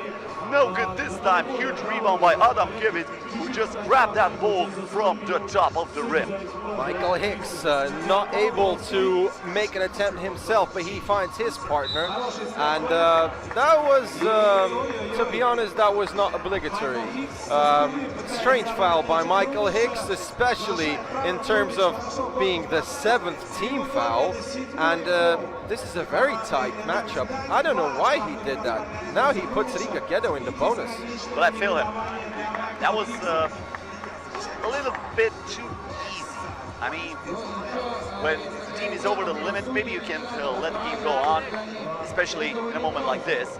So 14-10 against in favor of Riga Ghetto. A miss there by Arkadiusz Kobus, and here is Krumic who is driving, and he's drawing the foul. He's gonna go to the free throw line for 2 shots with a chance to put Riga up by 6. That was actually a bit funny moment in the previous attack. Arkadiusz Kobus is so tough that he went for that layup through the D, and also his partner from the team, so he was pushing his own teammate to make his way to the bucket, but no good. He's like ludicrous, I think, like, move, man, get out of the way. I didn't want to use all the lyrics, you know, we're on FIBA official challenge. I'm not sure about man, but still a good shout out to Luda. This is Michael Hicks. Actually, Ludacris is one of his favorite rappers. When I had a chat with him about his favorite music a few weeks ago, but he said his favorite rapper is Lil Weezy F Baby, Lil Wayne from New Orleans. 5 minutes left in this game. Michael Hicks through the screen, bounce pass inside, and the finish by Adam Kivic. And he's gonna dunk that, but in the end he just laid that in. Lasmanis, step back J for 2, rims out, and rebound goes to Kobus, who finds Adam Kivic in the corner. I think if NBA 2K or NBA Live or anybody else will ever make United League Europe 3x3 basketball simulator, I think that Karlis Lasmanis deserves his own signature step back. He makes so lots of space that it's impossible to defend. And now a crazy one-leg challenge attempt from distance from Hicks. Riga Ghetto with a 6-1 run, and they're getting really close to win the game in the following maybe 1 or 2 minutes. Looks like that was a shot clock violation. They're going to award the ball to Ener Gagdansk. No, I think they changed the decision. So probably they're going to keep it with Riga and 3 seconds left on the shot clock. That's what the referees are indicating here. 3 seconds on the shot clock. The possession goes to Ener Gagdansk. That's not bad. So Michael Hicks, with plenty of time to act, puts it up. No good, and the ball rolls out of bounds. Good box out by Karlis Lasmanis, who was keeping Arkadiusz Kobuš away from that rock. Yeah, that was a very sneaky play. That was nearly a foul, but, you know, Karlis Lasmanis knows the game. That's it. This is me. Oh, flush it down, baby. 17-11 from number 2 of the world rankings. Now this is Michael Hicks, fadeaway 2-pointer. He never hesitates with 2-point attempts. That's also his signature move, because you were talking about Karlis Lasmanis. From the corner, baseline fade away for Michael Hicks. Sometimes it goes ugly like that, sometimes it goes in. We have a TV time. I will be back after this.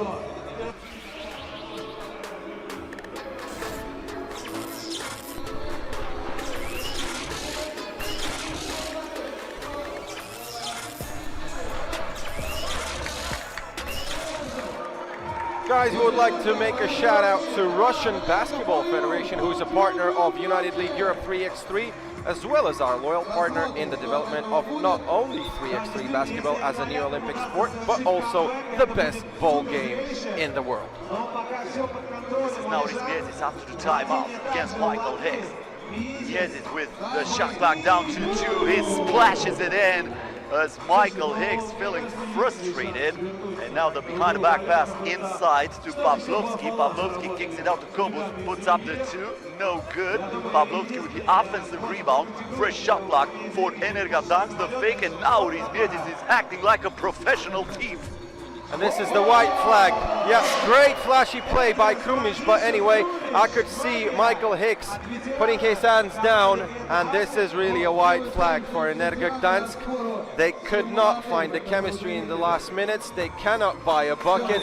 They haven't scored for about 3 minutes, only maybe 1 point, and probably Michael Hicks is playing just a bit selfish, not using all the capacity of his teammates. So Riga Ghetto are very close to win the game. This goes as a technical.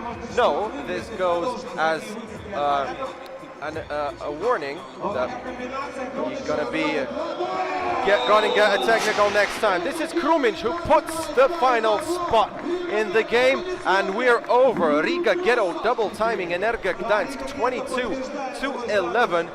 Great beginning of the game, very tight matchup, but it seems that Riga Ghetto was better prepared physically for this game, probably had more chemistry and more motivation to play, probably something else, but I'm not gonna guess. I think Cosmin Petrescu is getting ready to put on a show with Mr. Karlis Lasmanis on the baseline. We're getting ready for an interview from number 5 in the world rankings, so please, I want to give the floor to my homie, Mr. Cosmin Petrescu from Romania, and his partner for the interview, Karlis Lasmanis, Riga Ghetto. Karlis, you're coming after a stage where you were eliminated in the quarterfinals. Looked like you were playing right now definitely to win this tournament. How was it for you for this first game? So first game was kind of tough, you know, because you always have to prepare your body for the first game and mentality and mind, and it's not easy. And against that kind of team like Poland, you know, who can score from every position, so it was a hard game. You're coming after an injury, but you had a key matchup against Michael Hicks, probably the best player for the Polish team. Was that also a mind game against Michael Hicks, or is it only about basketball and physical game? It's all about the basketball and physical game because we try to play our best against every team, so it doesn't matter who we play. Thanks a lot, Carlis, and best of luck. That was Carlis Lasmanis here with us. The games continue here on the United League Europe 3x3. Follow us on FIBA 3x3 YouTube channel. 1/3 behind, 2/3 of the first day. Still to go. 4 matches already finished in the second stage of United League Europe 3x3, and we can revise what happened. So Ventspils Ghetto started the game with Inanomo with a win 13-12. Then Astravets Rosatom took the floor with Red Faces 17-11. Red Faces' first win in the history of United League Europe 3x3. Then Oldtown, the reigning champs of the first stage of United League Europe 3x3, lost to 3 Zvezdochki 21-10. And right now we've watched the game Riga Ghetto against Ener Gagdansk 3x3 from Poland, and Riga Ghetto was stronger 22-11, and probably one of the toughest matchups in theory of United League Europe 3x3 matchups is Team NL and Inanomo from Moscow. Inanomo, the Muscovites, lost their both games in the first stage, so they are willing to come back now with a full squad. 4 people here.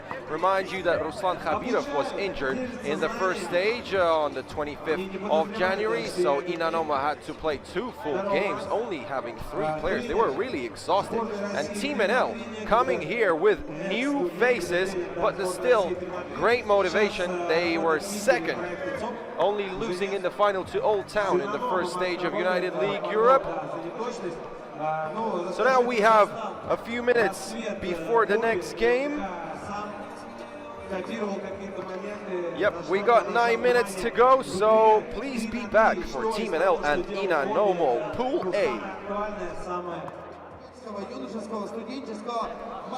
Up next on the court, the runners-up of the first stage of the 2020 United League Europe 3x3. Team NL is ready to take on Inanomo. Inanomo already with a loss in the competition, and actually 3 games played, 3 losses so far in the 2020 United League Europe 3x3. As we are welcome you once again in our booth. I'm here with Peter Bujanitsky, I'm Cosmin Petrescu, and together we're trying to rock the mic for you guys to make it as interesting as possible. So, Team NL with a different roster right now, as you are watching it on the screen. Jesper Japse got injured, he has a hamstring injury, but guess who's back?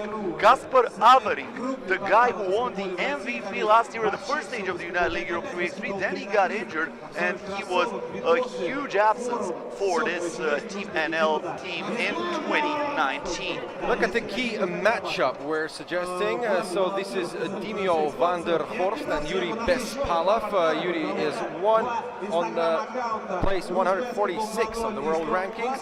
Dimio van der Horst, number 21. And Team NL is one of the top teams according to the world rankings of the United League Europe 3x3. They won the very first stage in the history of United League Europe last season, and they were close to doing it the first stage of the second season, but they lost in the final to Oldtown from Serbia.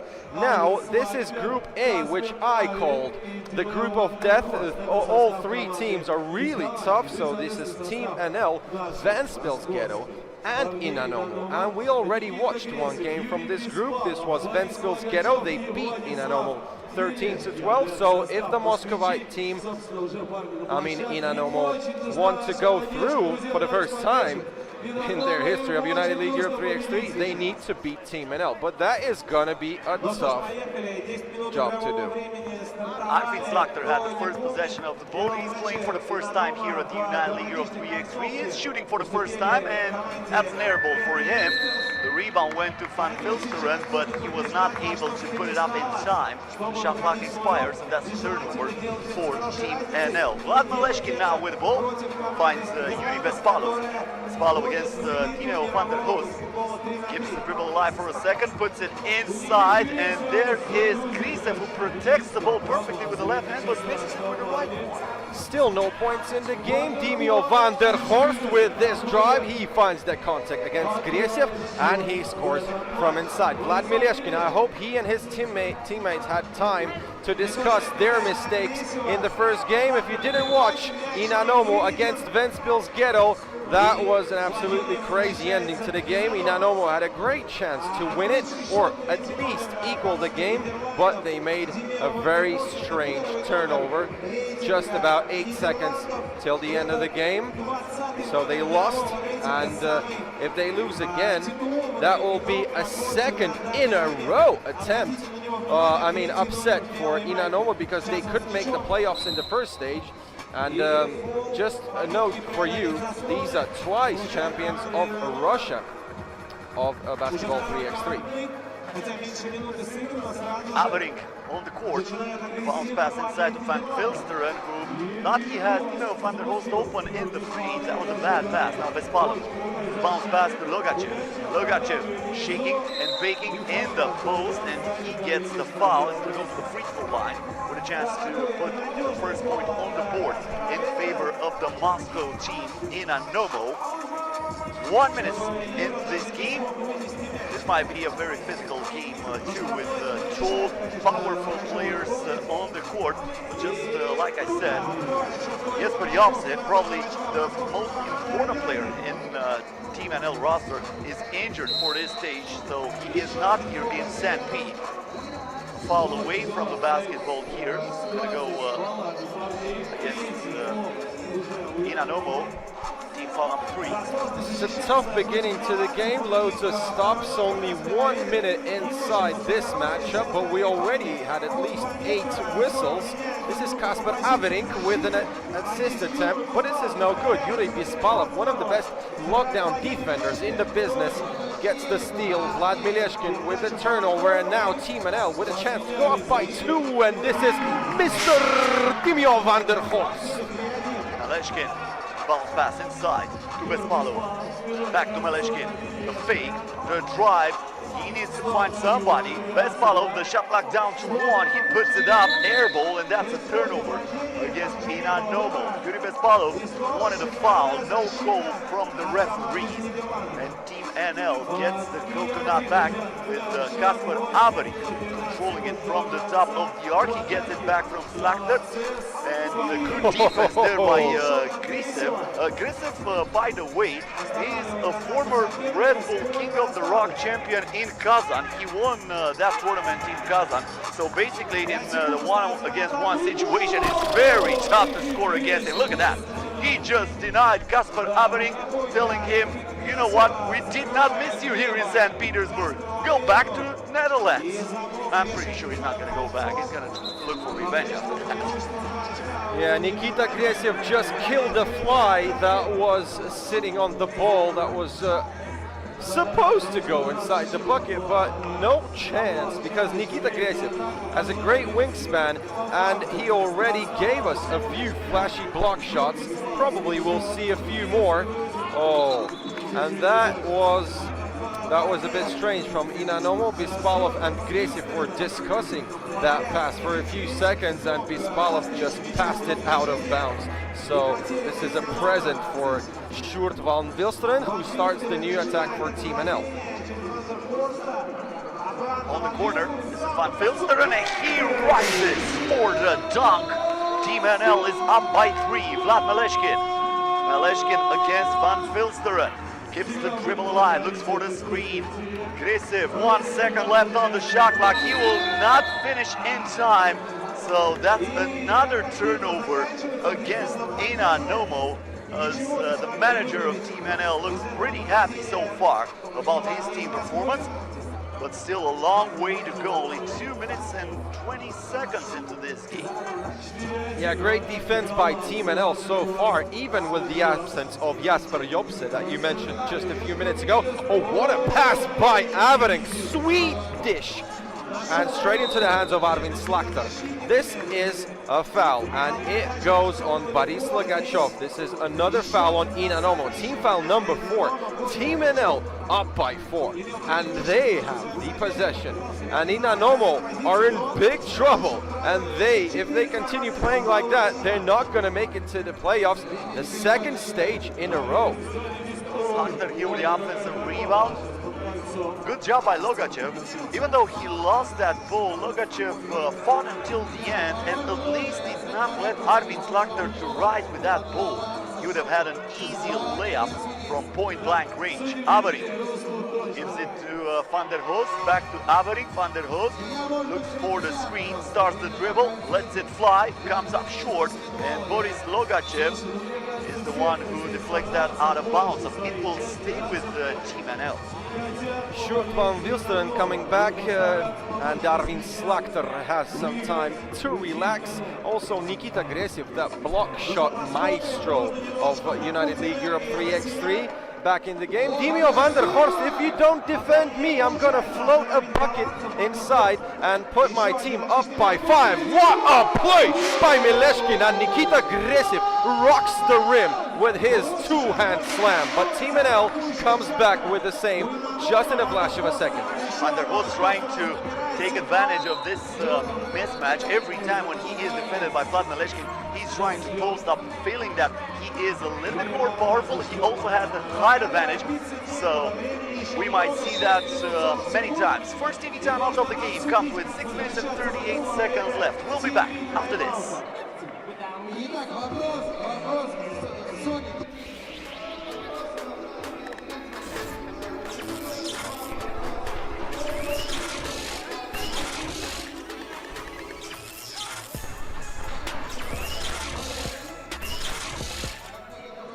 Guys, want to say thanks to Dinamo Rosenerggo Adam, who is a sports training center and the organizer of United League Europe 3x3. Dinamo Rosenerggo Adam is a project aimed at the development of youth and students' mass sports. It has been implemented since 2014 thanks to the management of Rosenerggo Adam concern and nuclear industry enterprises. After the timeout, Grisev is muscling his way in the paint, and with the second effort, he is able to tip that ball in. Van der Hoos from the corner. The rebound goes to Yuri Vespalov. Vespalov has to clear it out first. Now he starts the action. Bounce pass inside, and that's a 3-second violation. Too much time in the paint. That's another turnover against Inanomo. Yeah, you get too excited when you go inside the bucket and look for that pass, but it won't come as soon as you want, so this 3-second violation is not a big surprise. Inanomo using the paint a lot, but they could have shot the ball actually a bit more often, especially using Vlad Mileshkin. So this is Dimio van der Horst scoring for Team NL, 8-3. Bespalov failing to drive and score, and after the rebound, this will not count. This is a foul before the active shooting, foul on the floor, so a new attack for Team Inanomo. Fresh 12 seconds. It's going to be Yuri Vespalov. Still waiting for that block against Arvin Slakter. Mileshkin on the wing. No good from beyond the arc, and the ball goes out of bounds. Looks like it was touched last by Sjoerd van Wilsteren. So it will stay with Inanomo. Fresh shot block after the Vlad Mileshkin's miss from the 2-point range. Now Mileshkin looking for the foul, and Avery is a little bit too close and a little bit too aggressive. So that's going to be a foul against Team NL, not in the active shooting. Kasper Averink looking just a bit, I mean, if in terms of style of play, like Aron Roye.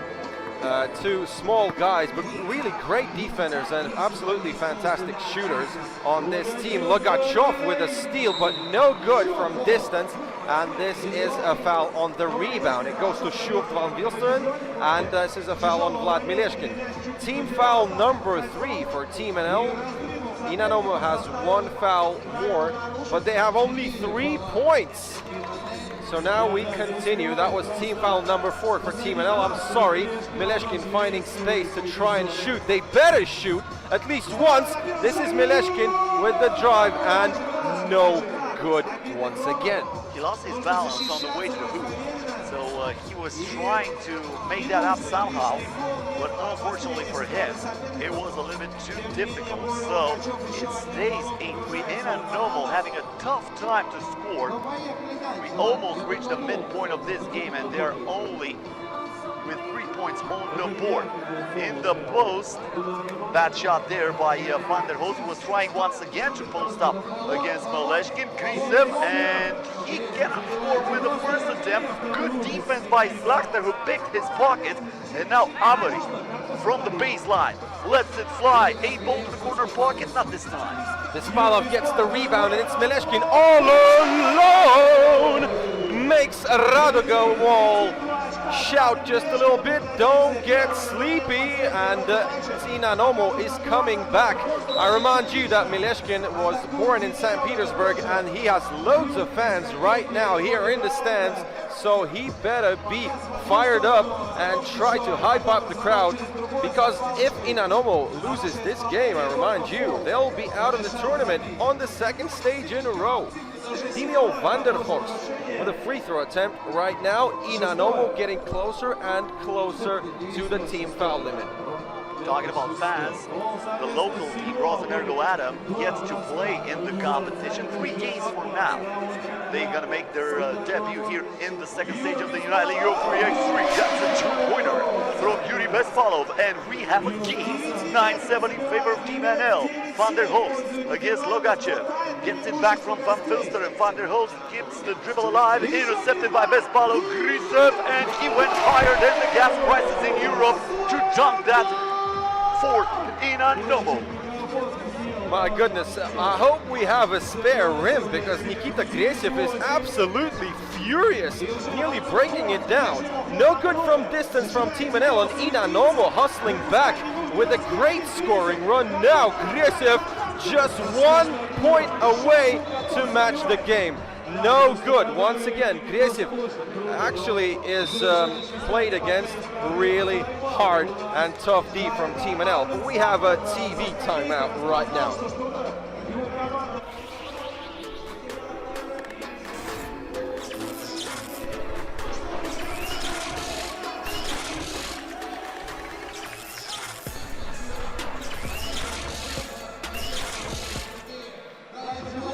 Big shout out to Sport Ego, who is our technical partner, and it's a Russian brand of high quality sports and corporate clothing. All our players are playing in Sport Ego jerseys. It's a sign of real quality of these products is comfort and ease of operation. Things are sewn in the company, and they are characterized by wear resistance and retain their valuable properties during long-term use.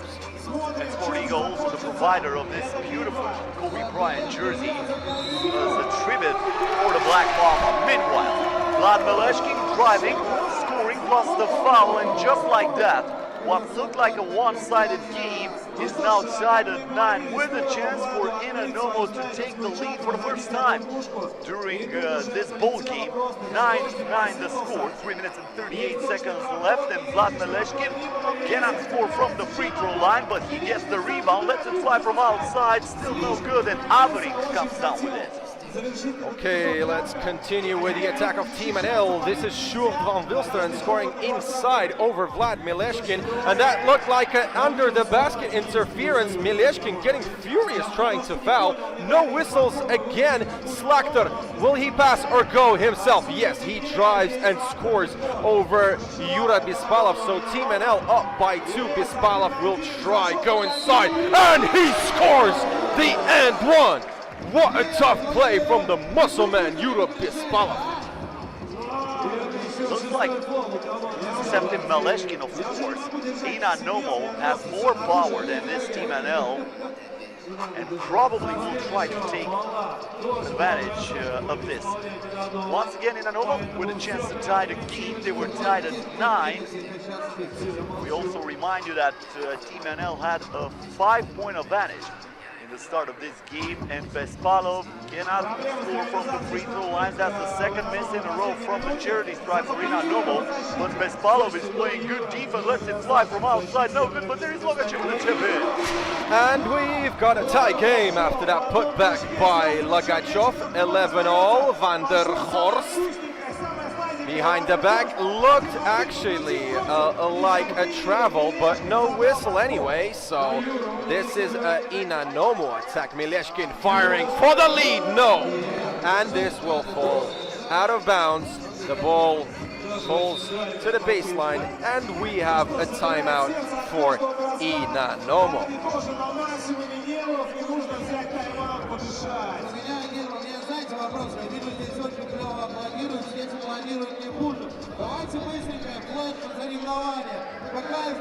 I want to say thanks to SlamDunk.ru, information partner of United League Europe 3x3. This is one of the most popular and recognizable sites with a basketball theme, which concentrates all the news of foreign and domestic basketball.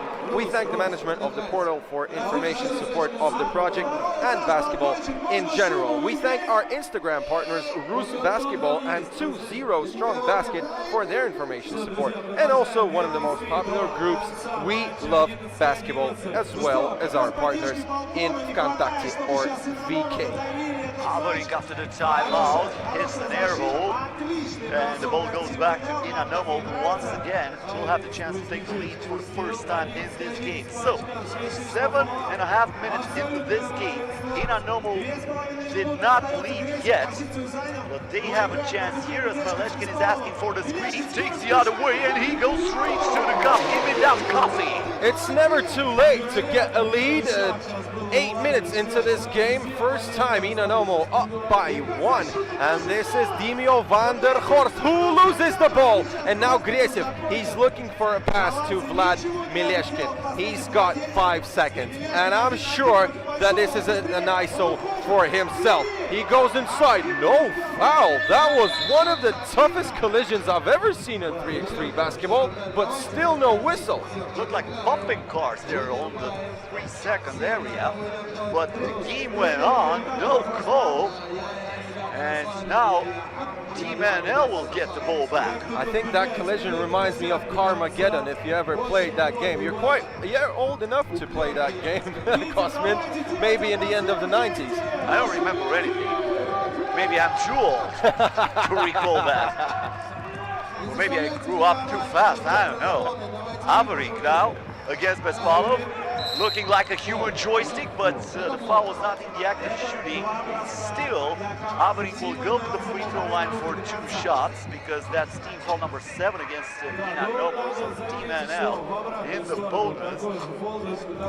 Kasper Averik, as I said, MVP of the first ever United League Europe 3x3 stage back in 2019, the only stage that was held in the Galleria Mall right downtown in St. Petersburg. After that, we moved here in this beautiful Raduga Mall, still in St. Petersburg, and I'm pretty sure everybody is pleased with the court, with the standings, and with the quality of the games. 1-point ball game here, Team NL up in front, and looks like that's a foul against Team NL, so Gresiv will head to the free throw line for 2 shots. And now this is getting really hot. If you recall the first game, Venville's Ghetto beat Inanomo exactly in the same numbers, 13-12, but here we still have 1.5 minutes. All the games with Inanomo are super tough, and remember, I was talking about the group of death. This one really is a tough group. So only 1 game left in Pool A, and it's going to be Venville's Ghetto against Team NL at 5:30. But if Inanomo loses right now, they are going to lose the chance to qualify. And if they win, this is going to be a crazy roundabout, and everything is going to be decided in the points difference. That will also depend on the outcome of that last game when Venville's Ghetto will play against Team NL, because if Inanomo wins this and Venville's Ghetto wins against Team NL, then Team NL is eliminated. No matter what, we're going to have one very tough team that will not take part in the playoffs tomorrow. But this is what United League Europe 3x3 is all about. This is what the organizer wanted for this year. To have groups like this, to have days like this, that every single game will be very important. 2 shots there, made by Sir van Vilster, and a 2-pointer scored by Europa Basketball. And once again, we have a lead change here. Let's go with Arvin Slakter, who tries to drive and score himself, but no. Pass to Van Vilsteren, short, what a pass! And Slakter says, dankjewel, alsjeblieft, from Van Vilsteren, and this is a great block on Jura Bispalov. Fantastic play from Dimio van der Horst. I want to see that block once again. This drive by Bispalov could have decided something. And also he showed him the finger, like, not on my watch, mister. So, looks like Inanomo will have the ball from the top of the arc. 6 seconds left after the chase down block by Dimio van der Horst. Jura Bispalov in the post, back to Maleshkin. He has to let it fly, puts it up, no good.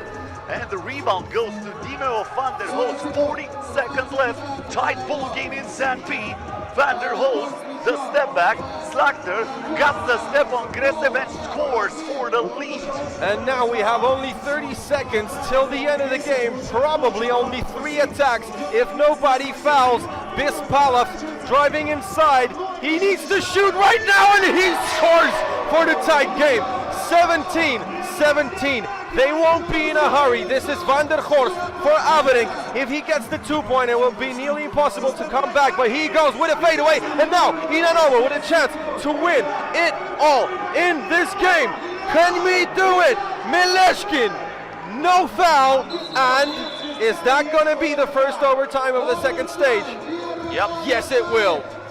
First OT in the second stage of the 2020 United League Europe 3x3 for this huge game between Team NL and Inanomo. Both teams with plenty of chances at the end, but none of them able to hit. Probably Kasper Averink had the clearest shot of them all because he was wide open on the baseline. So, overtime, first team to score 2 points win this game. High stakes here, as we told you before. If Inanomo loses this, they are eliminated. If they win, they have to wait for the outcome of Venville against Team NL game. So, Inanomo with the first possession of the overtime. This is Logachev, Maleshkin for the win, knocks it down. She is the Terminator. Hasta la vista, baby. 19-17. And Inanomo still has a pulse in the second stage of the United League Europe 3x3.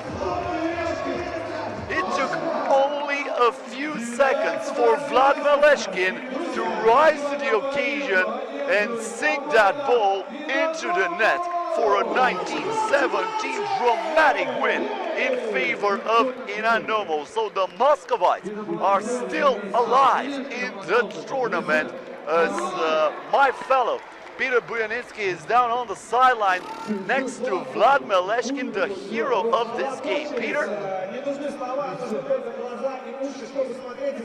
Ребят, Влад Малешкин рядом со мной. Влад, не буду тебя долго отвлекать. Ты находишься дома. Вы проиграли оба матча в первом туре. И я уверен абсолютно, что хотели доказать всем, на что вы способны сейчас. Вы были буквально на миллиметре от второго вылета подряд. Просто поделись эмоциями. Но у нас непростая ситуация сейчас в команде. Мы имеем 2 травмы, поэтому задействовали состав, в котором ни разу не играли. Плюс я вообще новый игрок в команде. Парни пытаются подстроиться под меня, я под них. Пытаемся найти свою игру. Сейчас показываем уже намного лучше и красивее баскетбол, чем на первом туре. Влад, спасибо тебе огромное за твое время. Удачи в плей-офф, возможно, но за него еще надо будет побороться. Спасибо большое Владу. Ребят, у нас небольшая пауза, и мы идем дальше. Ice in his veins, that's for sure. Vlad Maleshkin, the hero of the game. So, here are the standings. Inanomo with a win and a loss. They played both of their games, so now they have to wait for the Venville Ghetto against Team NL in order to see if they advance or not. The easiest way to advance is if Venville Ghetto win against Team NL, because then Team NL will have 2 losses. We will do the math to tell you everything about the points needed for every team in order to advance. So probably for Venville Ghetto is the easiest way to qualify if they just win that game against Team NL. Of course, easy to say that, hard to do, especially against a team with the back against the wall. Here are the highlights for this game, including the slam dunk from Team NL. It was Van Filsteren who rise to the occasion, and then Van der Hoos with the hook shot. The dunk here by Gresev with authority, and then the tough shot by Timo Van der Hoos. It was a game where Team NL was up by 5. They looked in control, but then Inanomo caught fire from beyond the arc. Meleshkin, Bespalov, and then Gresev with the dunk. After that, Vlad Meleshkin with the reverse layup, avoiding Kasper Avarink's block. Bespalov with a huge N1 at the end of the game. Meleshkin there, and that was probably the defensive play of the game, with that chase down block from behind by Timo Van der Hoos. And this is the dagger. Vlad Meleshkin from outside, knocking it down for a 19-17 win in favor of Inanomo.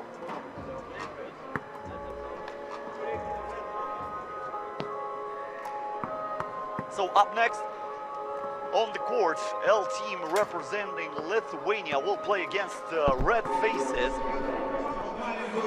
Up next, L team 3x3 representing Lithuania will take on Red Faces representing the Russian Federation. Red Faces with the first win in the tournament after defeating Rose Adam Ostrovets a few games ago. Once again, we want to welcome you to our booth. Peter Buyunitsky, next to me, I am Kostin Petrescu, and together we're going to be with you all day long here for the second stage of the United League Europa 3x3. This is the roster for L team.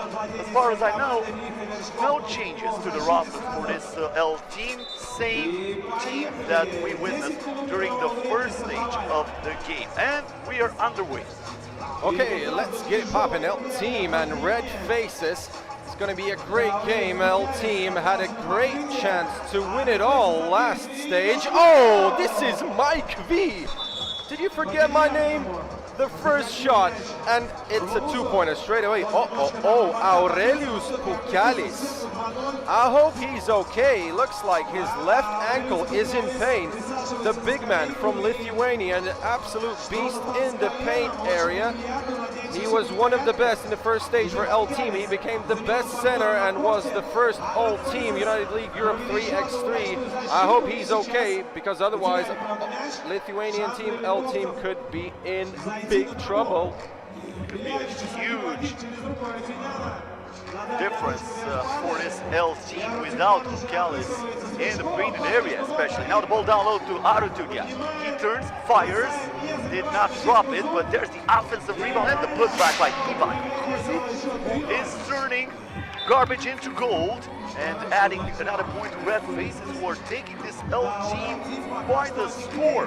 We have a 3-0 lead, and Dinos Novichkas cannot believe it. Only 53 seconds into this game, and his team is trailing by 3. His team was third in the first stage of United League Europe 3x3. A great result. Oh, what an arc from Mike V. Another distant shot from Mikhail Vershkov, and now he goes for the foul. And Pukalis is back in the game. That's why Vershkov was ought to foul, because otherwise Pukalis would easily score over him. Pukalis is 205 centimeters, and it's an automatic mismatch every time when he's against someone in the post. Great assist from Pukalis and first point for L team. Pukalis was the one to finish that. Also Pukalis here affecting the shot of Ivan Kuzov. It's very hard to score when he is contesting your shot. A huge guy in the paint, so it was not easy for Ivan Kuzov to come down with a point. L team will get back from the top of the arc. This is Paulius Beljavicius. Beljavicius keeps the dribble alive, tried to lob it inside for Pukalis, but Mike V is also showing his defensive skills here. Driving to the cup, kicks it out, Arutunian. Nice ball movement for Red Faces, but then also good defense for L team. That was, I think, Beljavicius putting the hand in the pocket of his opponent and saying, I'm not going to let you go that easy to the rim. I'm going to take that ball. That's going to be mine. That was a 12-second violation for Red Faces. A great attack, and that could have been a scored bucket, but just a bit unlucky with the Eurostep. Kuzub lost the ball, and now it's a foul on Red Faces. Team foul number 2. We're 2 minutes into the game, and no fouls yet for Lithuanian team. This is Vingalis passing to Beljavicius. Are they gonna drive inside? Vingalis tried the mid-range jumper. He's no good, hustles for the offensive rebound, but it goes out of bounds. So a new 12-second fresh for Kuzub and his team Red Faces. Kuzub here with the watermelon. Mike V back to Kuzub, pulls the trigger, empty bullet this time, and the rebound goes to Vingalis. Vingalis stops the dribble here, and Pukalis was bumped by Vershkov. But, looks like they're not going to call a foul on Vershkov, but they're going to still keep the possession with L team. 6 seconds left on the shot clock. He's so sneaky, he's so fast movement of the hands, it's just impossible to catch. And now a check. Mike V to Beljavicius, Paulus scoring with the contact on Mike V. Kuzub looking for a 2-point attempt for Vershkov. Mike V just in and out, and L team with the attack. Pukalis in the post. Beljavicius from the corner, 8-ball to the corner pocket. Looks like he is a pool fan. And just like that, we have a 1-point game. L team down by 1. After a great start from Red Faces. Mike V almost lost it here. A little bit too aggressive was Sharunas Vingalis. Having a small chat with Regina Polishuk, one of the referees here on the court for this game. But this will go on with Vershkov. Misha Vershkov here stops the dribble, looks for Kuzub. Kuzub against Pukalis, gets in the paint, trying to make him leave his feet. No good, but there is Vershkov again with the in and out. Second time in a row. Yeah, he's so close all the time. He looks like an automatic rifle from beyond the arc, but just a bit short. And Vingalis uses these 2 misses and makes his own 2-pointer to put L team up by 1. That is a 5-0 run from the Lithuanians. 1 second to go. Kuzub, no good, but Vasinin gets the rebound, and he does not have the chance to score from inside. This is gonna be a foul on Vasinin, so Red Faces team foul number 3, and we go for the TV timeout.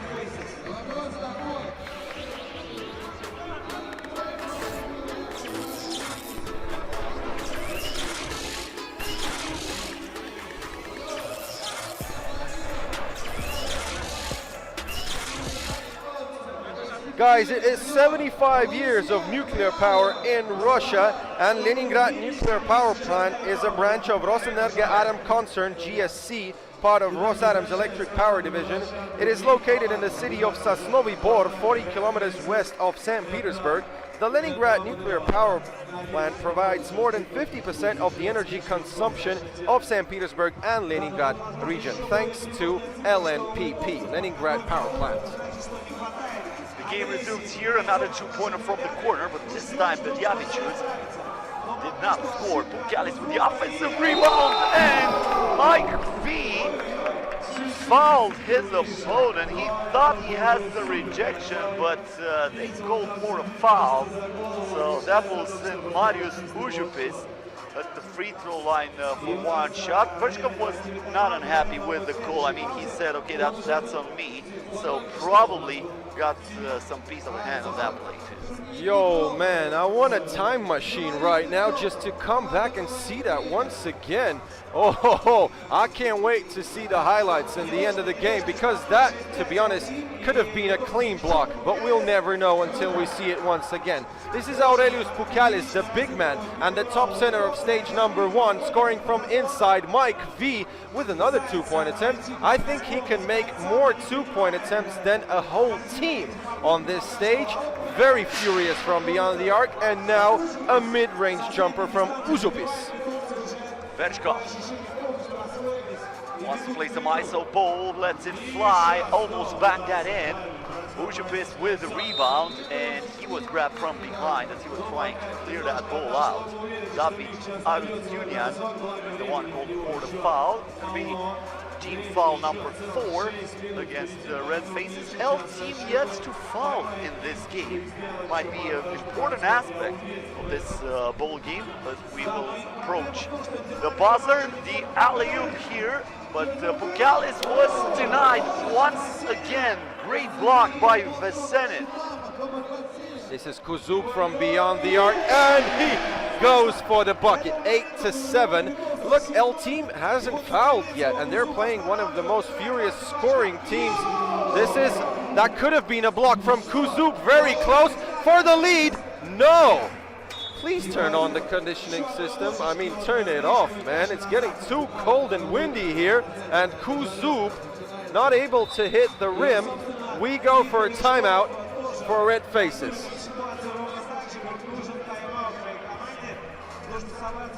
Once again, a big shout out to the main partners of the United League Europe 3x3. That's Rosenerggo Adam, Leningrad Nuclear Power Plant, and Ural Sib.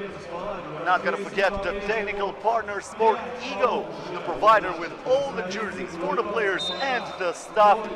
Great organization here in St. Petersburg, and if you want to find out more, don't forget to follow us on our Instagram account. That's United League Europe 3x3. Hit that follow button to be updated with everything that happens here in St. Pete.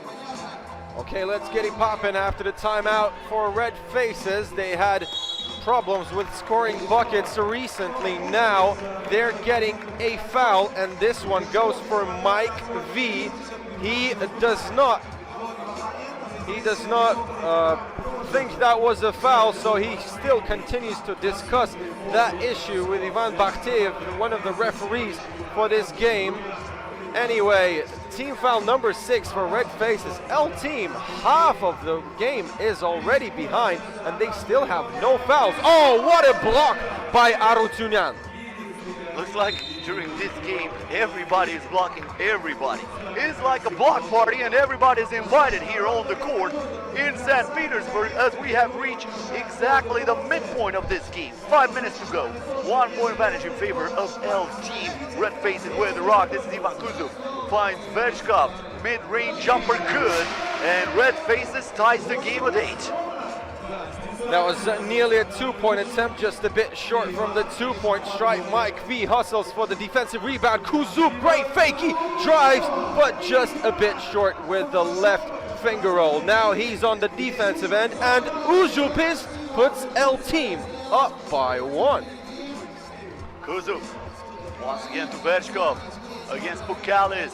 From the land of plenty, knocks it down. Nothing but net for Mike V.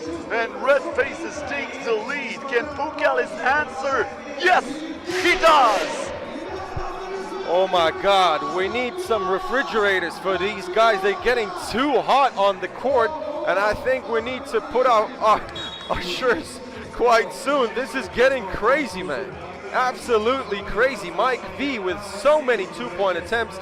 A bit short with the previous ones, but he makes 2 in a row. Don't forget, this guy was able to score 7 points, 7 consecutive points in 33 seconds last stage here in Rosenerggo Mall. Another 2-pointer, and this is for L team. They're up by 3. Oh man, they're more heated up than a Leningrad nuclear power plant reactor. As we have reached the second TV timeout of the game, we're gonna be still here with you because probably the refs forgot about this TV timeout, and I can understand them. The way they're playing, you might forget about the TV timeout. Right here, a foul on a 2-point attempt. This is probably the only way to cool them off. Foul them, but that's usually not a good thing, especially against Vechkov, who's a very accurate free throw shooter. Yeah, it could have been a team plan for L team not to foul in the starting 5 minutes, because Mike V never gets tired and he will never stop shooting. And if you give that guy some space, he's gonna kill you with his distance shot. He's perfect from the free throw strike, but actually he missed the first one, so I'm sorry, not really perfect. You know, it happens every time to me when I praise somebody for free throw skills. Usually they miss that. Pukalis will not miss from point blank range. So L team is up by 3. Mike Vechkov with a hammer! Are you kidding me? He just turned on the jet, but Pukalis answered with a dunk of his own. Mike V for 2, short. Stop! This is getting insane, guys. 3.5 minutes still left, and probably this is the best game so far of the whole season. My goodness, these teams were so cold for about a few minutes in the beginning. Nothing special happened, but then in a span of a few minutes they're putting on a real show. Man, another TV timeout right now.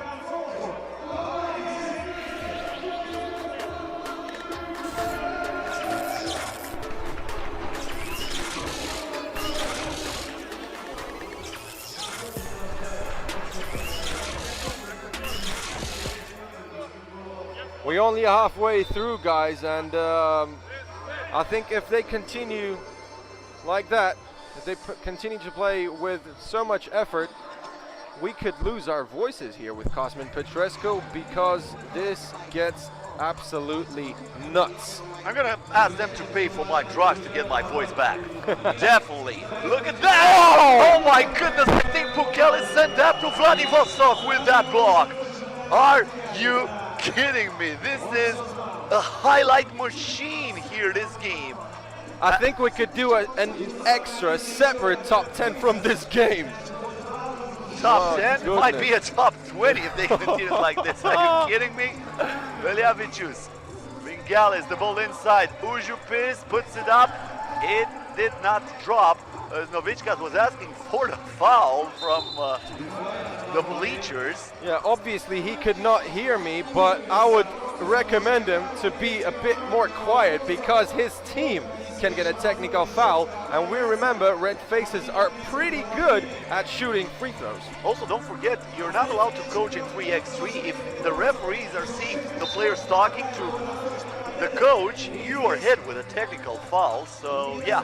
Yeah, unfortunately for Novitskas, he's sitting just a few feet away from his players, so he better be just a bit more quiet. Oh, attempt for an alley-oop on Pukalis, and this is Mike V. Oh, whoa, and things are getting hot here on the court. And you know, I'm not surprised, because these two teams are putting on a show. They're fighting for each point, and now they're discussing this exact moment. Pukalis with a smart play. Mike V coming down from the crazy vertical. Obviously, he would touch Pukalis, and I don't know why Pukalis was so upset with that, because Mike V really looked like he wanted just to keep Pukalis safe, you know, not to hurt him. And that was not really a good foul, because red faces are over the limit, so Pukalis is now in the jersey stripe for 2 shots, makes the first one. And he'll have the chance to put his team up by 5. Don't forget, red faces were up by as many as 4 when we started this game. They were up 5-1. Pukalis hits both of his free throws. Mike V from the corner, short. Yeah, and things could get really interesting here in Pool B. I remind you that L team and red faces play with Astravets Rosatom from Belarus. Red faces beat Astravets 17-11, and if they lose now, it's going to be quite weird roundabout. Oh, Užupis going for the dunk, but not in my house, says David Arutyunyan. What a crazy game, full of highlights. And you know, if Red Faces could come back, that could be one of the best games I've ever seen in my life. And you know what? I don't want to be that kind of guy, but can we ask them to play again after this game? Can we ask them to play another game? I don't know, maybe just an exhibition game. I was talking about the time machine. Yeah, I think you agree. This was awesome. And by far the best game of the tournament. Talking about spectacular plays, because of course the last game with the Maleshkin two-pointer in the overtime was also an amazing game. Vershko from the corner knocks it down. Of course he is still heated up, and Red Faces still have a pulse. Uzupic here in the paint knocks it down, and they are only 1 point away of winning this game at 21. Yeah, this is a match point, nearly impossible for Red Faces to come back, but everything is possible in 3x3 basketball. Still 2 minutes till the end of the game, and Aurelius Pukialis again becoming an absolute hero in the endings of any game, using his size and his skills in the post. Mike V with a chance to score from 2. It's Kuzub and it's good! Only -4. Is it possible to come back? Do you believe in it? L team can win it right here. The pass inside and the finish by Sharunas Vingalis, who's wrapping up this game 21-16 for one of the most spectacular games in the United League Europe 3x3 history. Yeah, absolutely crazy game, absolutely astonishing performance from both teams. Yeah, I would like to salute all the players for that effort. Oh, and yeah, you should see that. You should see that, because Ivan Kuzub got blood on his hand, and probably he's gonna show it to the camera maybe in a few seconds. That was such a tough game. One of the craziest games I've ever seen here at the United League Europe 3x3. How was it there on the court? A lot of blocks, a lot of two-pointers, spectacular plays. Where did you get all that energy from? Well, we started very bad because we felt like sleeping. I don't know what's the problem, but half of the game we were sleeping. So we wanted to energize more. Then in second half, we started to play. Yeah, you were down by as many as 4 when this game started. When was that moment when you said, you know what, we're gonna push that button and we're gonna put it into another gear? Maybe after first timeout, I think. That's the main spot. Yeah. All right, thanks a lot and best of luck for the next games. That was it. Ladies and gentlemen, if you're watching the FIBA 3x3 YouTube channel right here in St. Petersburg, we had a game that, just like Peter said, we can have a top 10 highlight only from this ball game right here. Stay with us. Yeah, grand mulțumesc to Cosmin Petrescu for that interview. We have a 20-minute break before we come back in Pool C for Ljubljana Center and 3 Zvezdički from Moscow.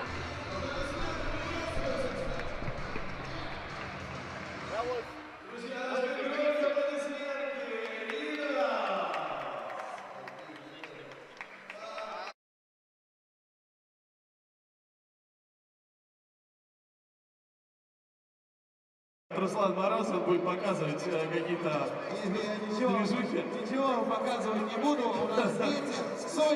Соник, потише музычку, погромче меня, пожалуйста. Что, кто там, кого-то надо? Да, нам нужна два человека. Очень тяжело, да. Жесть, сейчас этот, шапок. Сейчас карты на раздевание. Ладно, так все, меньше флуда. Кто хочет получить подарки от лиги? Ручки. Ты? Еще. Ljubljana Center versus 3 Zvezdički is coming up next in the United League Europe 3x3. We're liking that Bon Jovi song. We're halfway there, but I'm pretty sure we're not living on a prayer as you're watching the rosters for the Ljubljana Center team with Shiga Habad and Yanis Kuroshin, if I'm not wrong, added to the rosters for this tournament. I might be. I think Koroshev was there for the first stage. On the other hand, Zvezdochki already playing for the second time today here in the United League Europe 3x3. Once again, we are kind of welcoming you to our booth. My fellow here, Peter Bujanitsky, is shooting you with a banana. So no guns allowed here in the United League Europe 3x3. Only the biceps and the triceps are allowed. These are the strong guns from the players there on the court. Okay guys, let's go. And it's Ivan Popovic and Sergei Kozlov, the key matchup of this game. If you don't know, Tri Zvezdochki are playing with a brand new squad. They had 4 other players in the first stage, but in terms of their schedule, all these guys playing students basketball 5x5, they cannot make it to every stage, but maybe that makes things even more interesting. Tri Zvezdochki couldn't do anything in the first stage, losing both games, and now starting with a bucket from Sergei Kozlov, but Brankovic responds with the same, and it's a tie game at 1.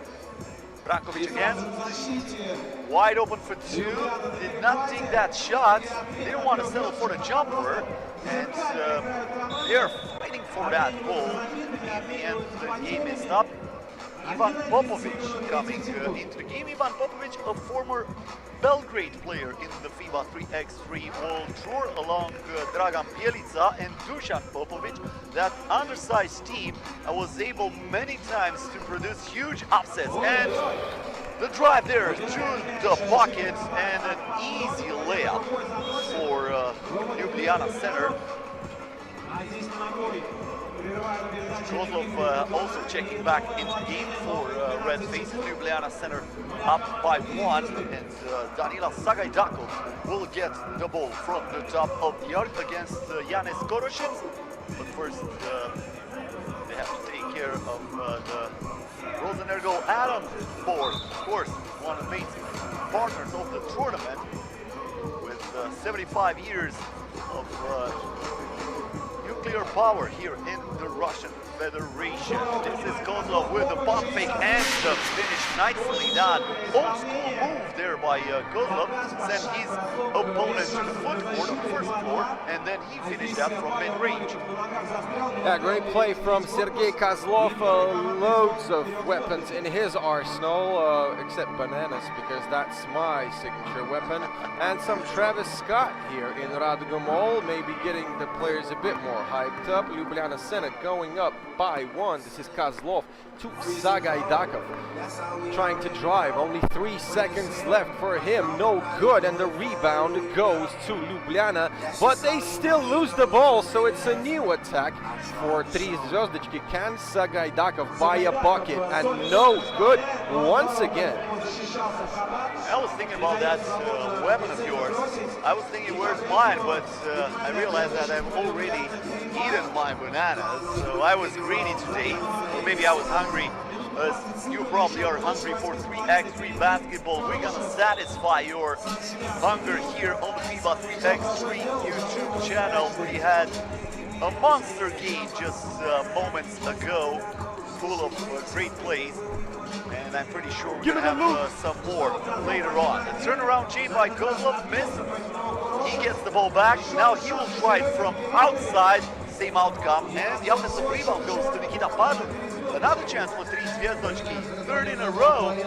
Can they get something out of this? Yes, they do. Kozlov from underneath the basket. That wasn't a 2-point attempt from Padun, that became an assist to Kozlov, and now we're tied at 3. Brankovic, very tough shot from beyond the arc, and Nikita Padun winning the rebound once again. The shortest guy on the court, under 190 centimeters, one of the top point guards in Russian students basketball, and he is going to start the new attack for Tri Zvezdochki right now with 2 minutes into this game, trying to play a pick and roll with Kozlov, falling down and gifting the ball to Ljubljana Center.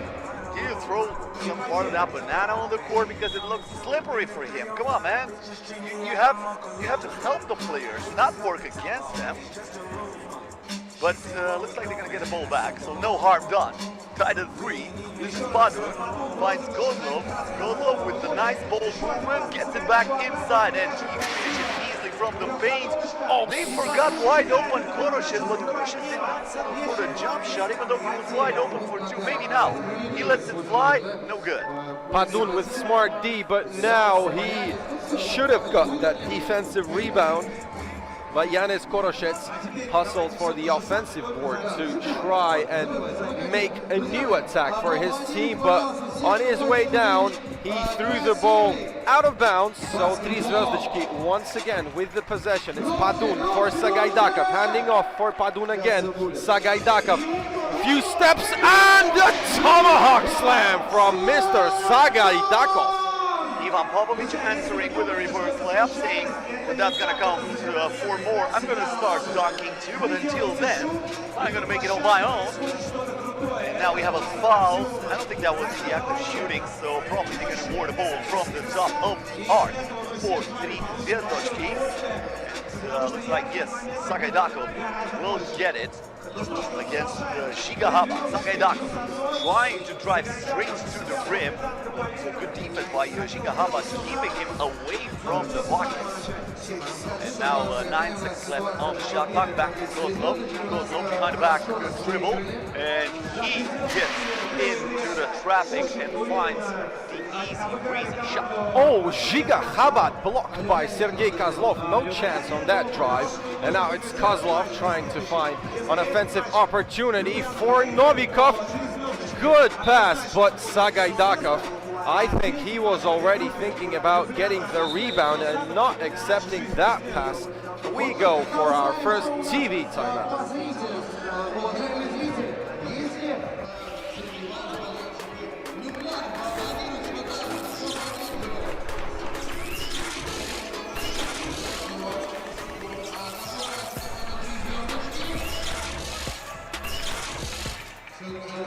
I want to say thanks to our brand new partner. Uralsibbank is one of the leading Russian banks providing retail and corporate clients with a wide range of banking products and services.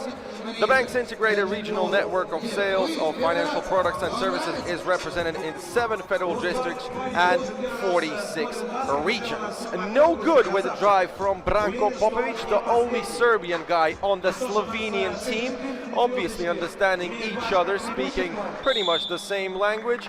That was a foul on Pavel Novikov, and he hit his back.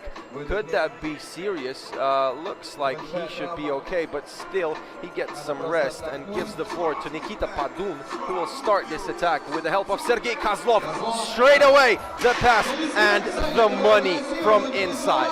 Especially without Koroshet on the court, Kozlov is taking advantage every single time of his size advantage. Now, Ivan Popovic with a tough shot. That looked like the Dirk Nowitzki fadeaway of 1 foot, but the answer for Tri Zvezdički comes from outside of the yard. That's a 2-pointer. Popovic behind the back pass to Brankovic. Brankovic stops, pops, and drops. Great bucket by Brankovic. Padun, can he make 2 in a row from distance? No good this time, and the rebound for Ivan Popovic. 101, and ISO for him. Nope, Brankovic is with the help. He couldn't make the bucket, but he gets the rebound, and unfortunately for Ljubljana center, he falls out of bounds, and this is a turnover. So Tri Zvezdički will start again up front with Nikita Padun. As usual, Nikita Padun, on je Popadun, that means he gets buckets, but if you don't understand Russian, it's okay. You have enough time to learn it. Sounds perfect to me. I mean, I'm not going to argue with that. And it looks like you're not going to argue with this call from the referees. A little bit of blood of Yanis Koroshet's elbow, so he has been checked out of the game, and he is replaced by Giga Hava. Has the ball here going to Popovic. Popovic not able to go through Pavel Novikov, who's playing excellent defense here. Popovic again against Novikov, stops, pops, and drops again. Yeah, Popovic absolutely great with these contact pull-up jump shots, and this is Sergei Kozlov, the maestro of the 3-second area. Now it's Ljubljana center trying to come back. They're down by 3. We're reaching the equator of the game, and that is going to be a shot clock violation. Nobody helps Mr. Brankovic to see the shot clock, and that turns into a turnover for the Slovenian team. 3-point lead in favor of Zvezdočki. They got the ball here with Danila Sagajdakov. Kozlov on the baseline. Kozlov trying to post up Brankovic. Nice posting and toasting in the paint.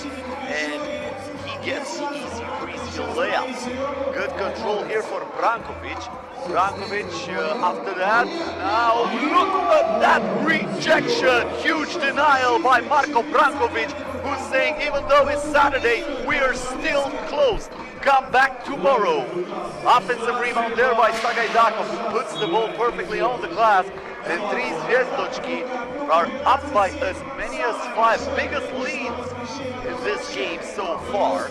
With 4 minutes and 28 seconds until the end of the ball game. And could Zvezdočki become the biggest surprise of United League Europe 3x3 with this squad? Only 2 guys in the top 1,000 of the world rankings, and I bet these guys are gonna get some points, and quite soon could be probably in the top 500 in a few stages. That was an offensive foul for Zvezdočki. They survived, and getting only the second foul in 6 minutes of game time. And now we're moving step by step to crunch time. Zvezdočki still dominant, up by 5. It's Novikov looking for Padun, and nope. Rebound collected by Habat. Both inside here, deflected by Padun, but looks like the last one to touch it was Yanis Koroshev. Because they're awarding the ball to Zvezdočki. So the Moscow team up by 5, lost the ball with 4 minutes and 4 seconds until the end of the game. Nikita Padun looks for Kozlov. Kozlov from way outside. He was not in the Leningrad area when he shot that, but he knocked that down for a 7-point lead in favor of Zvezdočki. And now we have a foul against the Russian team. With 3 minutes and 51 seconds, we have reached the second TV timeout. We'll be back after a message from our sponsors. I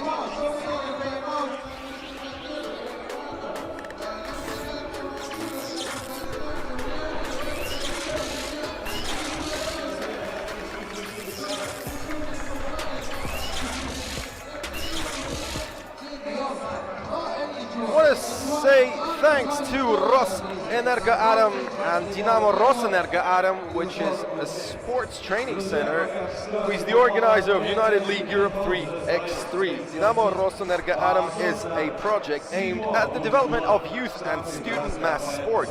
It has been implemented since 2014 thanks to the management of Rosenerggo Adam concern, GSC and nuclear industry enterprises.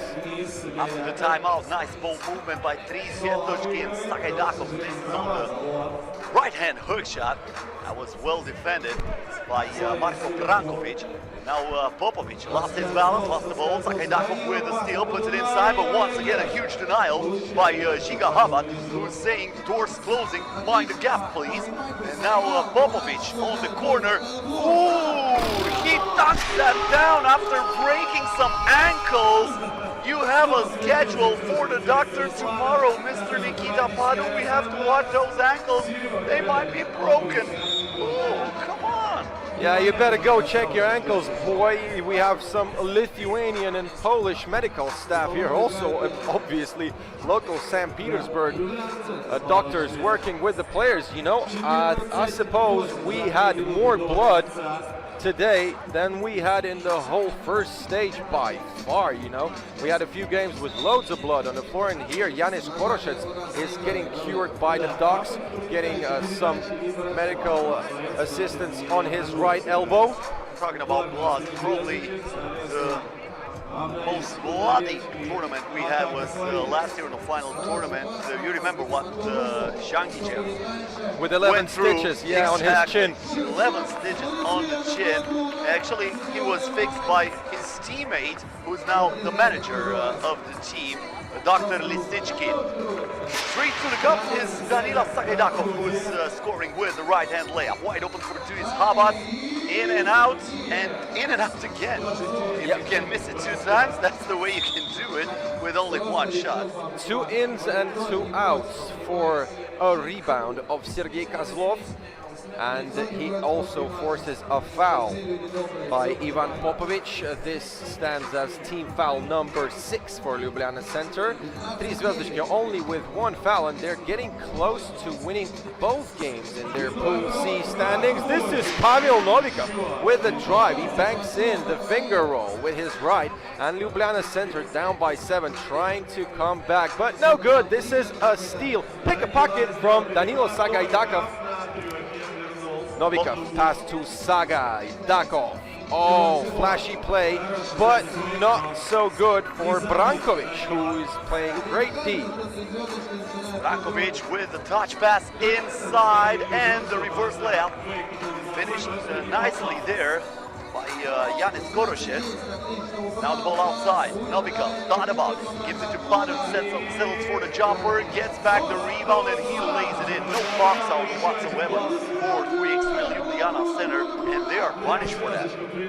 It seems that Ljubljana Center is very fatigued, and they don't have enough stamina to finish this game. Padun, fresh as always, could have made it +9 for Tri Zvezdički, but no good. No look pass. Novikov with the rock. Oh, behind the back, and I suppose he got a few lessons from Vuko Bradinovic. And now a foul from Pavel Novikov, one with this just moments ago. Tri Zvezdički 3 points away of winning this game, 1 minute and 8 seconds until the end of the ball game, so very close of defeating Ljubljana Center. Just like you said, Peter, Tri Zvezdički might be the biggest surprise of this first day in the United League Europe 3x3. Reminded, this is stop number 2. The first one took place 2 weeks ago. They defeated Oldtown from Serbia, actually the reigning champs, 21-10.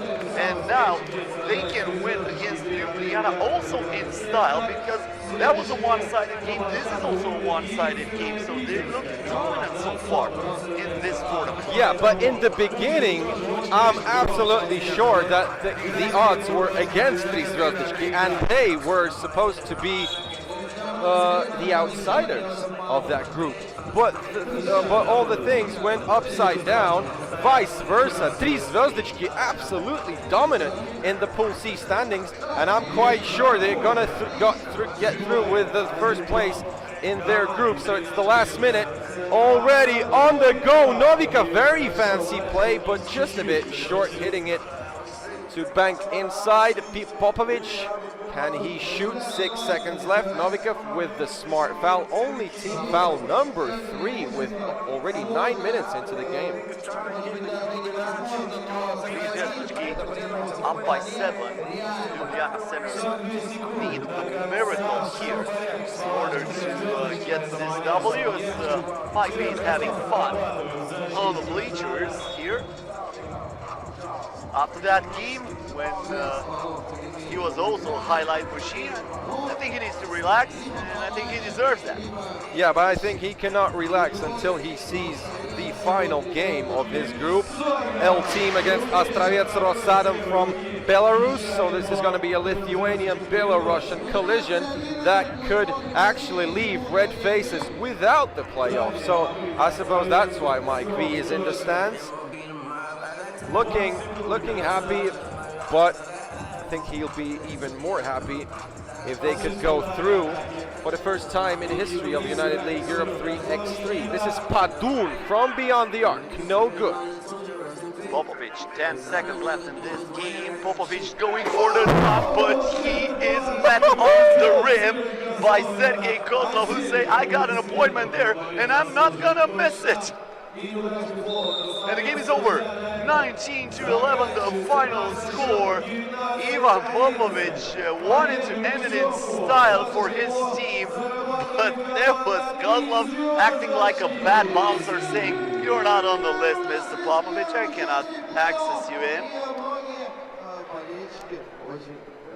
So 19-11 is the final score. We are getting ready for the first game of the hosts, if I can call them like that. The only team representing St. Petersburg is playing up next on the court. I'm talking about Rosenerggo Adam from St. Petersburg, and they will play against Ener Gagdansk from Poland. Ener Gagdansk already with a loss in this competition, so that's going to be a do-or-die game for Michael Hicks and the company. For Rosenerggo Adam, like I said, it's going to be the first game of this second stage of the United League Europe 3x3. But until then, Danila Sagaidakov is on the sideline with Ruslan for a short interview. Итак, у нас 3 звездочки, но играют 4 человека. Как вы это объясните? Ну, слушай, втроем играть очень тяжело, а четвертый, он как бы нас дополняет. И у нас такая гармоничная команда, видишь, что Серега творит. Это просто он все разносит. Какими 3 словами ты можешь описать Серегу? Серега мощный, красивый и накачанный. Но это можно как бы в одно все соединить. Все, нет? Все, не надо? Мы вас поздравляем с победой, с проходом в плей-офф. Молодцы, красавцы. Okay, thanks to Ruslan Morozov. With that interview, we're rolling out and getting ready for the first appearance of the hosts, top Rosenerggo Adam from St. Petersburg in Pool D, playing against Ener Gagdansk from Poland, who have already played their first matchup, and it was against Riga Ghetto, the reigning champions of the first season of United League Europe 3x3. Riga Ghetto double-timed Ener Gagdansk 22-11, and the third member of that group, Rosenerggo Adam from St. Petersburg, is already getting warmed up, and I see loads of people in the stands gathering here. No empty spaces, and that is supposed to be one of the hottest games of today. And once again, we had the chance to watch that huge block at the end of the last game by Kozlov, who denied access of Ivan Popovic at the end of the game. Here are the games played already in the tournament. This Ener Gagdansk versus Rosenerggo Adam will start in about 10 minutes from now, so stay right where you are and keep your FIBA 3x3 YouTube channel open, because we're going to be right back with you for more 3x3 action live from St. Petersburg.